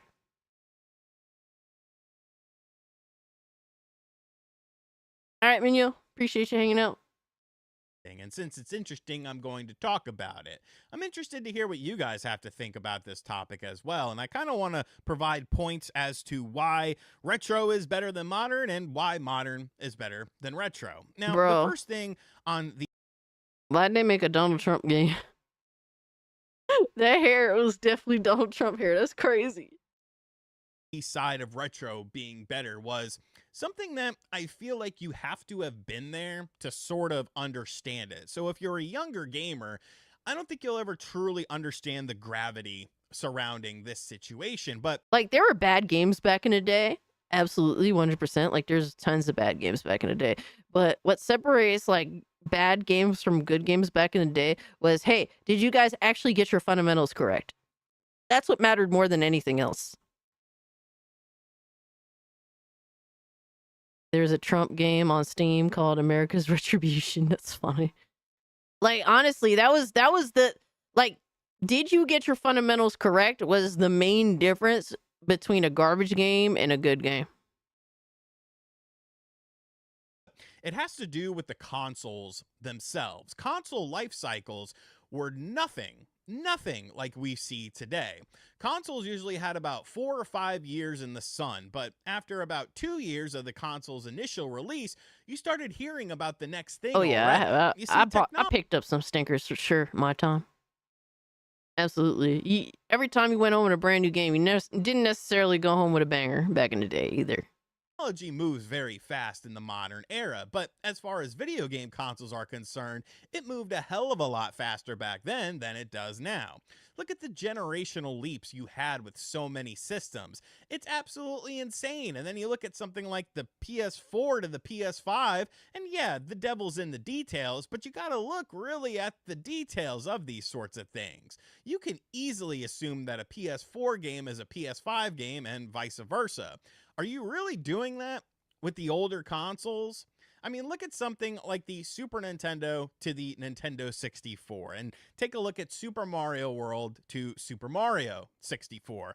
Now, Super Mario World was obviously a game for the Super Nintendo that could not be Super on Mario the World's NES so because of the fucking good. graphics, because of the sound, because of the size of the game. Dude, that would still be. I know for a fact it's still a very fucking playable game in modern day.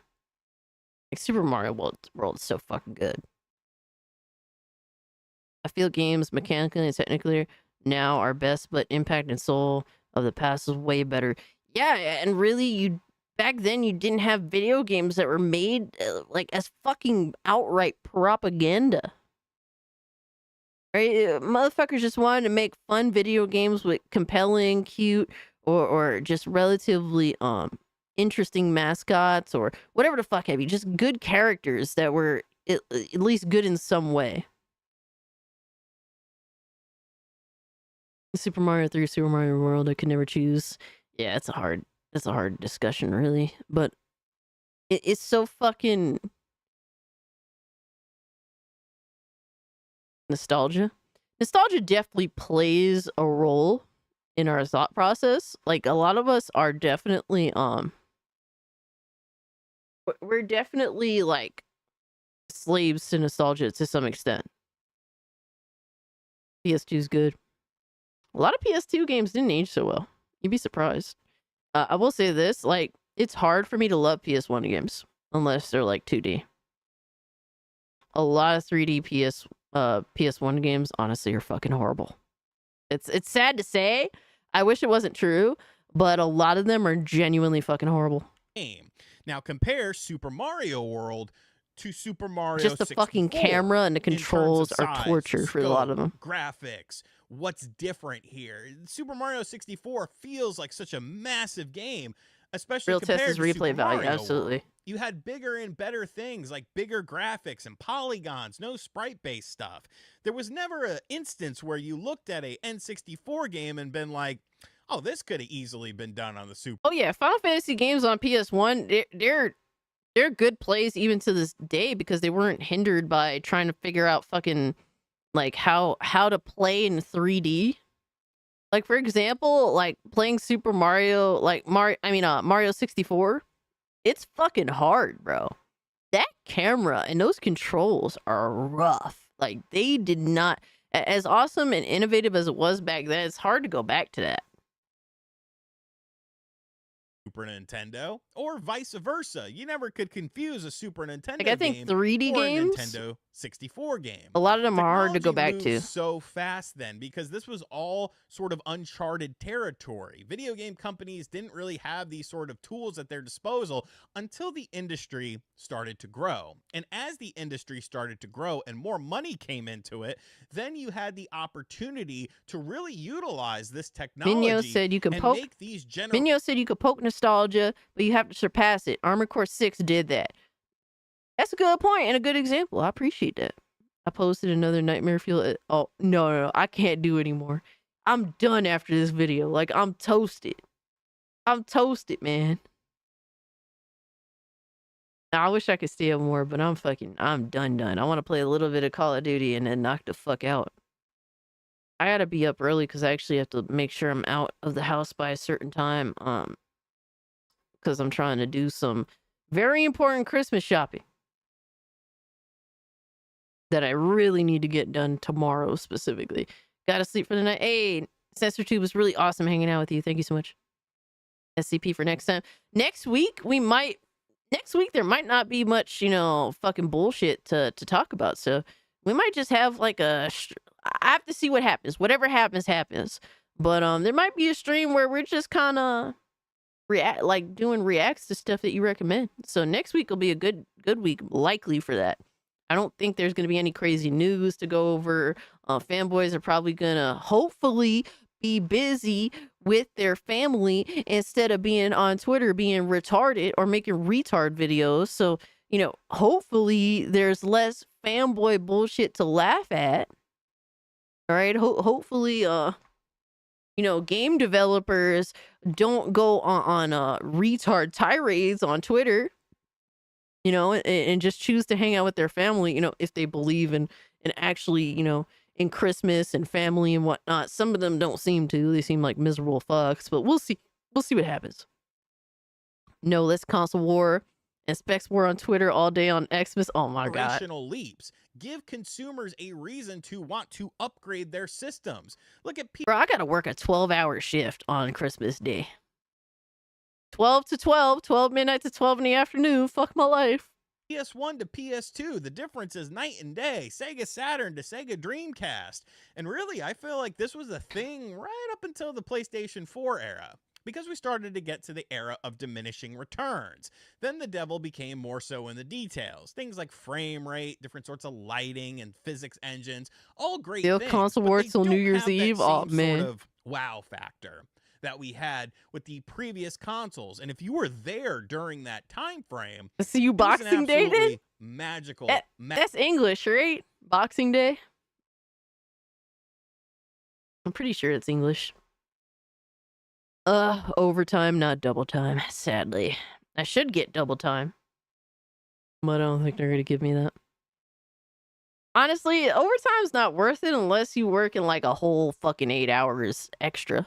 Magical experience. Oh, it's not really worth it. Think of how much video games grew from 1990 to 1999. Damn, it's absolutely Pico check. Insane. And think about how Pico video Trek games have grown. got it made in the the past shade. 10 years in comparison. Shout out to you, bro.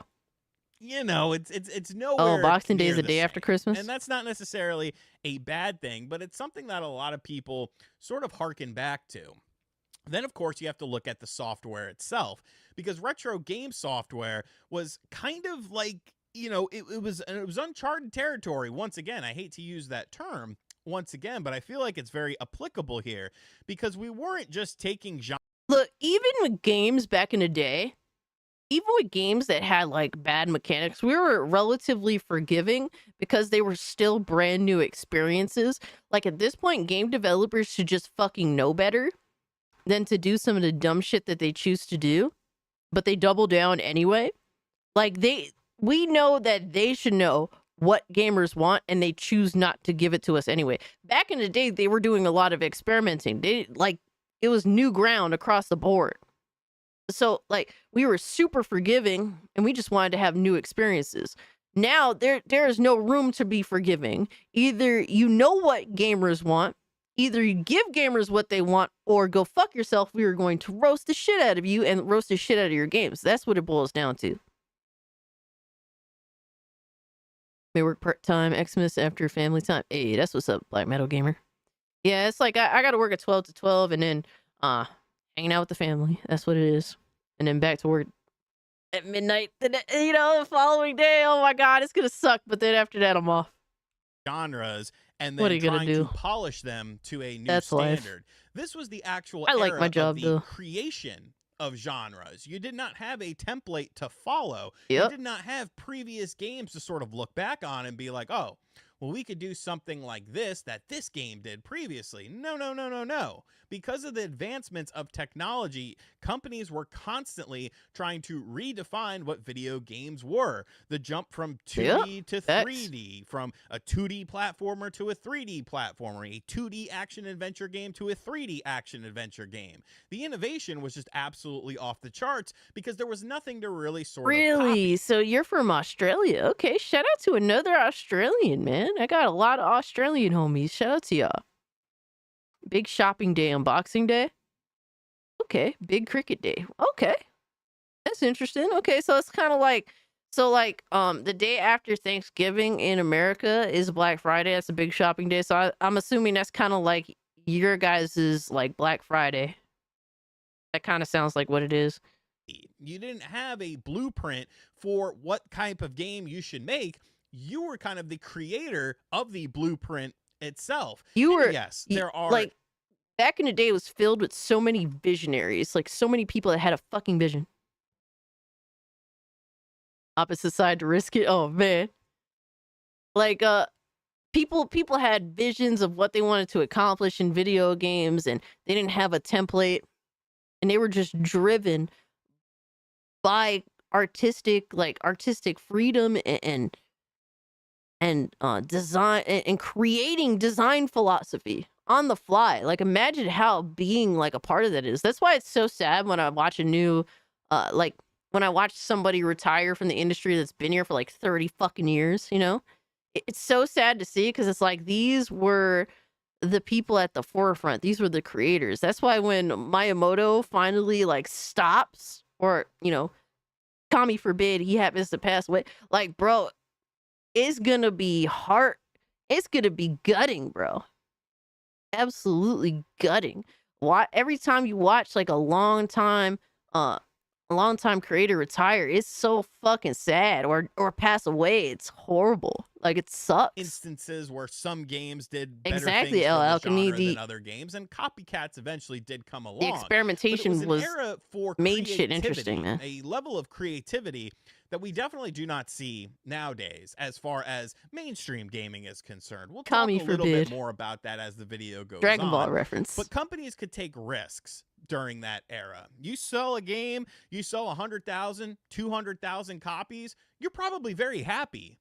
You didn't have to make bukus of money in order for a game to be successful, because the development costs of these games was definitely Come on, man, a you don't know lot Kami? lower. And because of that, you had more risk taking, you had more creativity, you had more outside of the box thinking. And sometimes, in a lot of instances, these games ended up being very successful. Yo, Think how John many Bon Zombie, sequels you what's up, saw for homie? games on various platforms. Sometimes you'd see 2, 3, maybe even 4 different sequels all on one platform. If the game was successful enough and people showed an interest of it, and of course you could do more with that game as far as expanding upon it, companies were really willing to do things like that.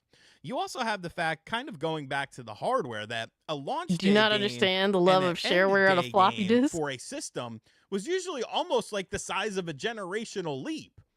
Like, as far as details were concerned, good morning, as far as John what Bond. sort of, you know, what sort of horsepower you could get out of Pretty the good hardware video. that you had, it was crazy. Look at a game like Tekken 1 to Tekken 3.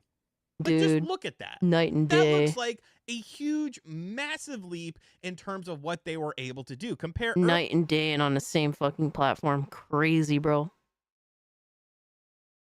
They knew the value of merchandising. Exactly. That's facts.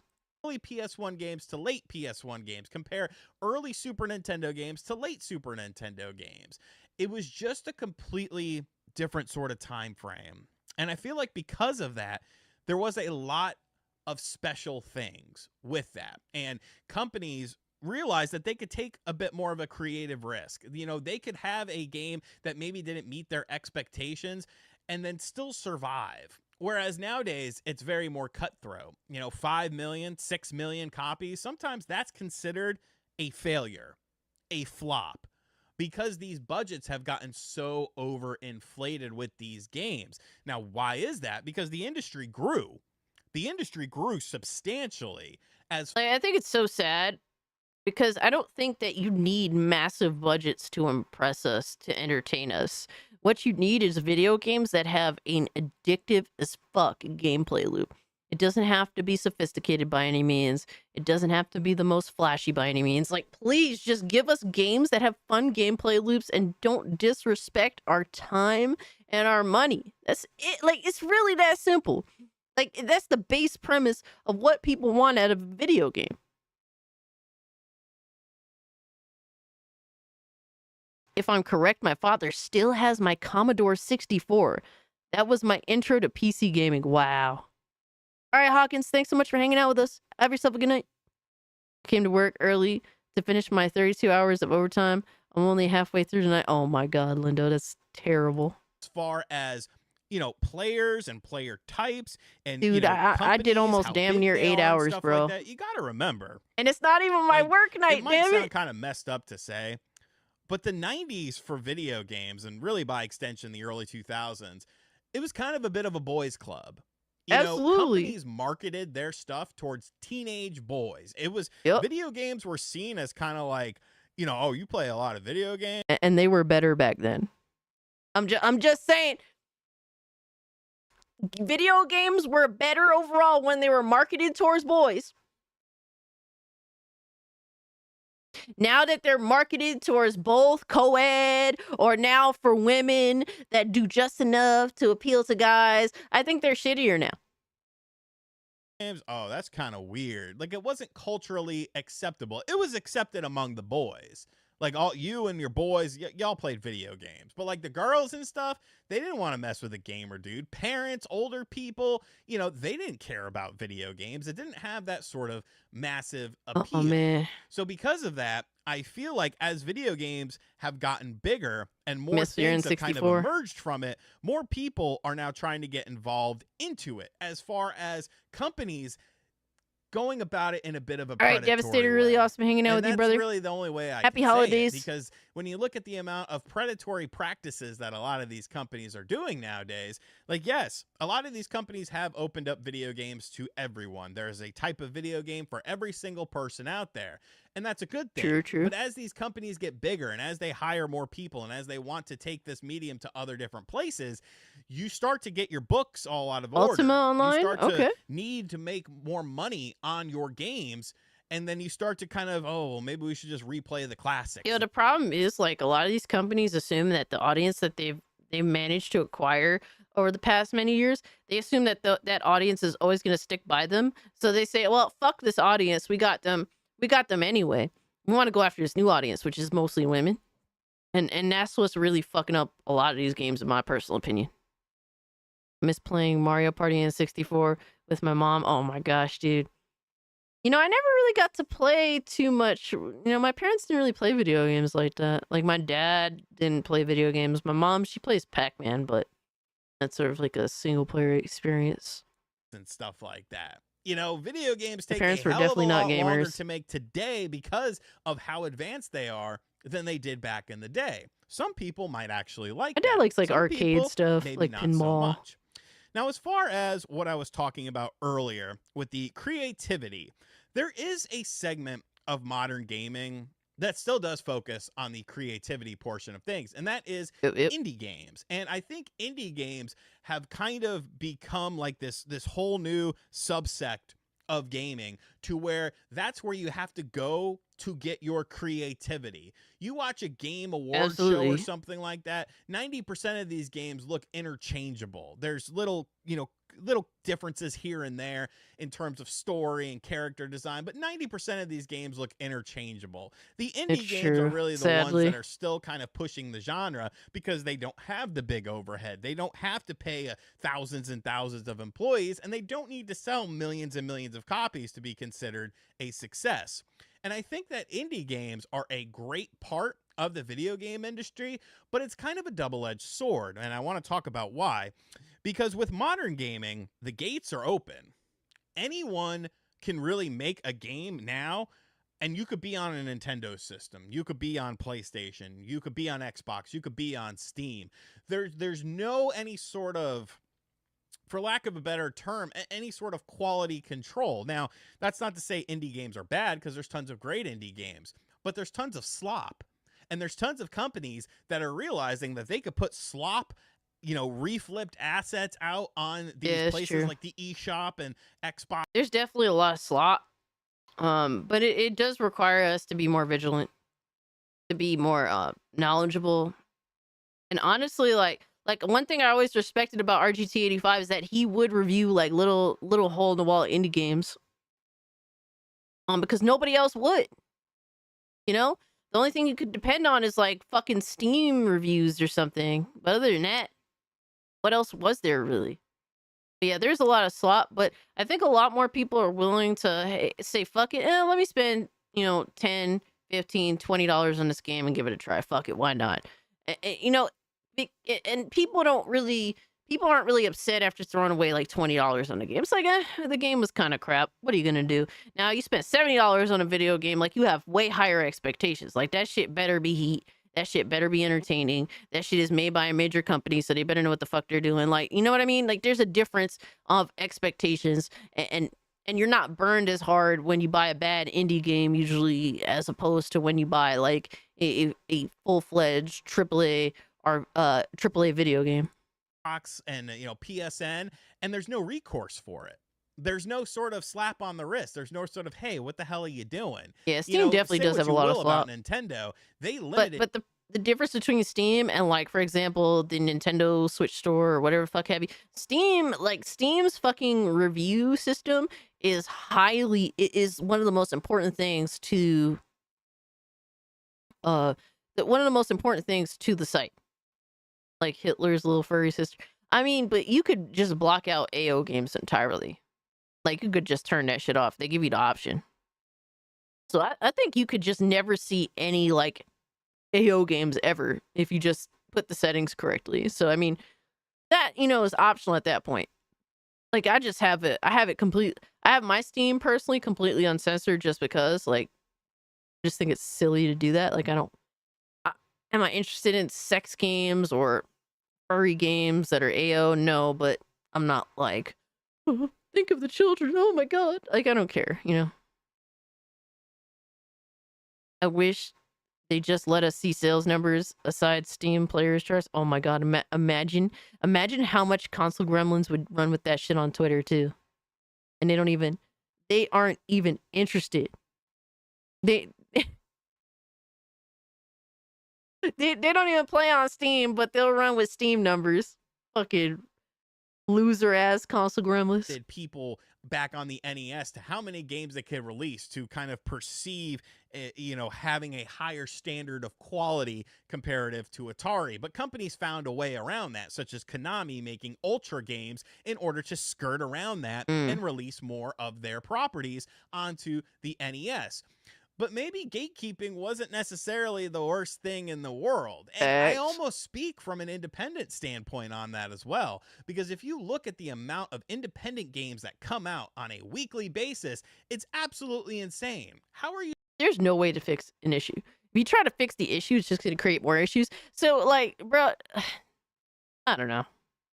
Just drop more games and just people in the community have to be connected with pointing out good games and shining some light on the good shit and, throwing away what is garbage. How are you supposed to gain any sort of traction? How are you supposed to find a market when the market is so oversaturated and so flooded with so many releases? Now, yes, it is a consumer's market at the end of the day, but if the consumer doesn't even know you exist, like, what do you do?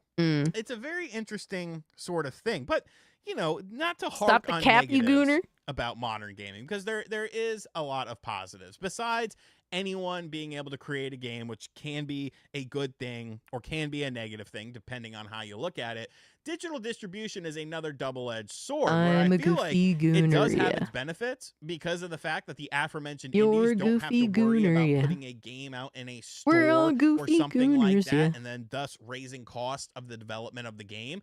And you get instant access to games. You can get a game whenever it pops up into your head. I don't want to go to the store. I don't have a store near me. Oh, I can just download this game right here and, play it on my system. It's a good thing, but once again, we get into the predatory side of things. You try to get a grifter to showcase your game. Yeah, because at least if they endorse it, they'll run out of their way to buy it and get more people to buy it, right? Things where companies are clearly taking advantage of this. There's no reason for a modern game You would create to release grifter bait, as is a what you're digital saying, and a Lindo? physical version, and the digital version is the same price as the physical version. There is no physical counterparts for the digital version of the game. You don't have to make a case. And I do cover not art boot up and have any a physical furry media, such gooner as a games. disc Just or a because they're cartridge gifts, inside it of doesn't mean that I feel use like a or lot of play them. people just have gotten kind of jaded with a lot of modern gaming, because as any sort of industry grows, as anything grows in general, the bigger it gets, the more people that don't really have the hobby or whatever the situation is. I think the industry is jaded. It's not like they're making anything that seems particularly like fucking, besides some outliers. What are they making that's like, oh my god, this is revolutionary? This is like, clearly this developer is super fucking driven in the AAA space. Like, how often does that come along? Like, you could tell that there's a lot of game developers that are just out here. They just want to work their hours and just fucking keep it pushing. Like, they don't give a fuck. They're not driven by anything except their next paycheck. Has like the best interests in minds. They view it from a more business perspective. They want to take advantage of that. And that's why you see things like DLC and microtransactions and all of those sorts of things. So I feel like a lot of people have soured on modern games. You're not really seeing any innovation. You're seeing previous games, previous ideas that we've already seen before just get, done for a modern audience, as far as not that sort of modern audience, but like, a new era of a gamer, as in someone who maybe isn't familiar with the older stuff. Now, there are benefits to modern gaming. The graphics look great. The controls are better. You play a 3D platformer now from the modern era versus a 3D platformer from the N64 era, you're probably getting a better controlled experience. You can now control the camera, and there's definitely benefits to both sides of things, but I don't know. It's an interesting topic, and I just wanted to kind of provide some points on both sides of the fence, because like I said, there is no right or wrong answer to this. It's a very nuanced topic, and I feel like if you're not kind of older, you might not get it. You might not understand it. But if I don't know, bro, there's a lot of young people that are willing to give shit a fucking try. Like, shout out to my boy, Zombie Killer. Bro, this motherfucker playing games older than him. I mean, it's not super common, but there's a lot of there's a lot of youngins willing to try some old shit, some old head shit. They're willing to look over some of the the details that are lacking in terms of mechanics or in terms of whatever have you. I mean, shit, I was playing Phantasy Star 2 on what you call it, on the Genesis. And bro, when did that game come out? I don't know if I was even born.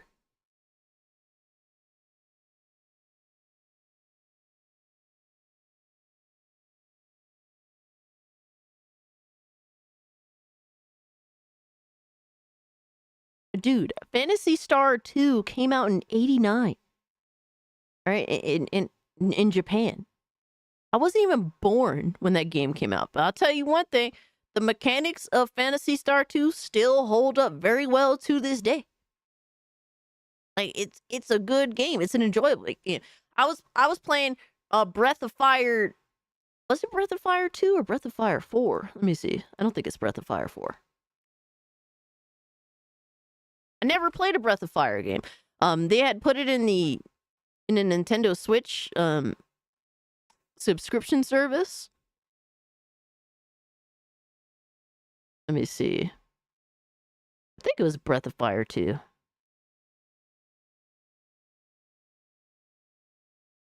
Yeah, it was Breath of Fire 2, not 4. And I never played it before, and I was like, oh, let me run it. I'm like, oh shit. Feels like old school Dragon Quest. Fucking fire. Like literal fire. Like, I thought it was heat. Like, cause the games, even despite being old as fuck, still played really well for their, like, by their genre standards. There should be a global mandate that forces everybody to play Street Fighter 2 at least once.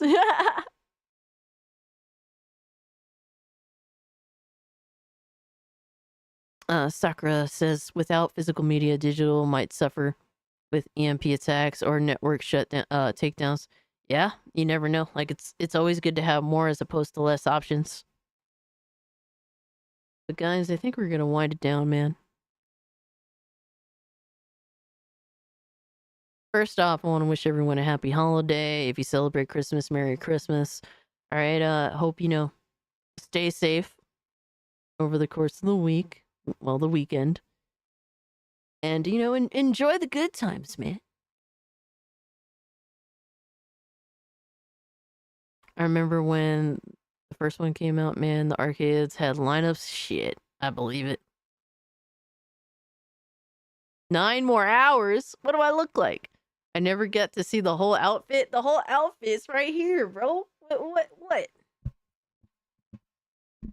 more?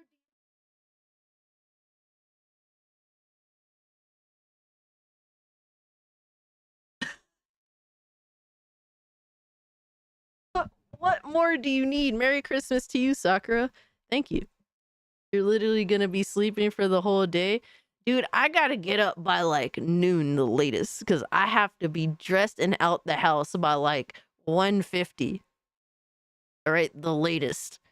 AL Alchemy, thank you so much. Next up, guys, thank you all so much for the super chats, for the gifted memberships. For those who has gotten gifted memberships from individuals in the chat or from me, please join the Discord. It's an awesome place. We're building an awesome community that I am proud of. Genuinely, I'm proud of. It's a dope ass community. I keep getting to talk to more and more people all the time, and just hanging out with y'all and bringing more people together. And love to see it. No ass flap on it. Absolutely not. Absolutely not. So if you happen to be a channel member, go to my my YouTube page and then go to memberships and then click on the Discord link and hit accept the terms of the Discord and you'll be added. Someone said we need a new emote. Bro, we need to get our channel memberships up so I can add more emotes. Okay, that's something we need to do. We are really, bro, I have to get on my Reforged gaming shit because at least he gets shit done. Bro, we are our channel memberships have gone down. And that's why I can't add new emotes. I have to actually get rid of some old emotes. And it's hard to get rid of shit. Member grifting? Absolutely. Member grifting. But I have so many emotes that I need to add to the channel. But that ain't happening anytime soon. No time soon. But nonetheless, bro, I'm not here to be like, I'm not here to tell y'all anything. I'm appreciative of everything you guys do. Thank you guys so much for the super chats and the memberships, for hanging out with me for too fucking long. Okay. You guys are amazing and I really appreciate y'all. If you can, hit the like button. If you're new, subscribe to the channel. We just got tonight during the stream. I got over 5,700 subs now. So that's awesome. We are so close to 6K, which is crazy. I never thought I'd get this far. So thank you guys so much. Next week, like I said, who knows what's going to happen. We might not have any crazy like fanboy shit to react to. Who knows, But I will be streaming next Thursday. Either way, it's the day after Christmas. If you want to keep up with everything I got going on, follow me on Twitter. Follow my Twitter. That's the best way to figure out what's going on with me. And here is my Twitter right now. Here's my Twitter. Thanks, Lindo. I appreciate that. And my old Twitter got yeeted, so you gotta follow my new one if you haven't already. Thank you, John Bond. I appreciate that. Much love, Philip, Elliot. Honestly, if membership gifting was as cheap as the regular memberships, I'd gift a little more. No, I understand that. It's something that YouTube automatically does for some reason. But I understand that, Elliot. It's completely fine. I just appreciate you being here. And if you can't, if you can't gift, that's fine. Like, just being here helps me out so much. It helps the channel. Have a good night to you, you as well, Philip. El Alchemy, thank you. Lindo, thank you. Man, appreciate you. Shout out to the mods, even though I was giving Man a little shit. I appreciate you nonetheless, homie. Don Gizzle, thank you so much. Rome, appreciate you always being here. You're literally gonna be sleeping for the whole day. Oh my god. Sakura's really good hanging out with you. You're here for a long time, Sakura. You are a beast. Thank you. Everyone that was here, Sod, appreciate you pulling up and hanging out with us. Ishi for being a pain in the ass. Pico Trek, thank you so much for hanging out. Golden Apples, thank you guys also so much for the games. Not Lobo, who decided to give some super fuckery like furry milfs and furry aim trainer. Fuck you. But for everyone else that gifted nice, awesome, not crazy priced gifts. Okay, I don't need, please don't gift me insane shit. Little modest but fun video games is definitely cool. I thank you guys so much for all that. Hakami, thanks so much for hanging out. Sorry about the little timeout. You got a little timeout in the corner. You're gonna have to deal with the L. It happens. But have a good night, guys. Take care of yourselves.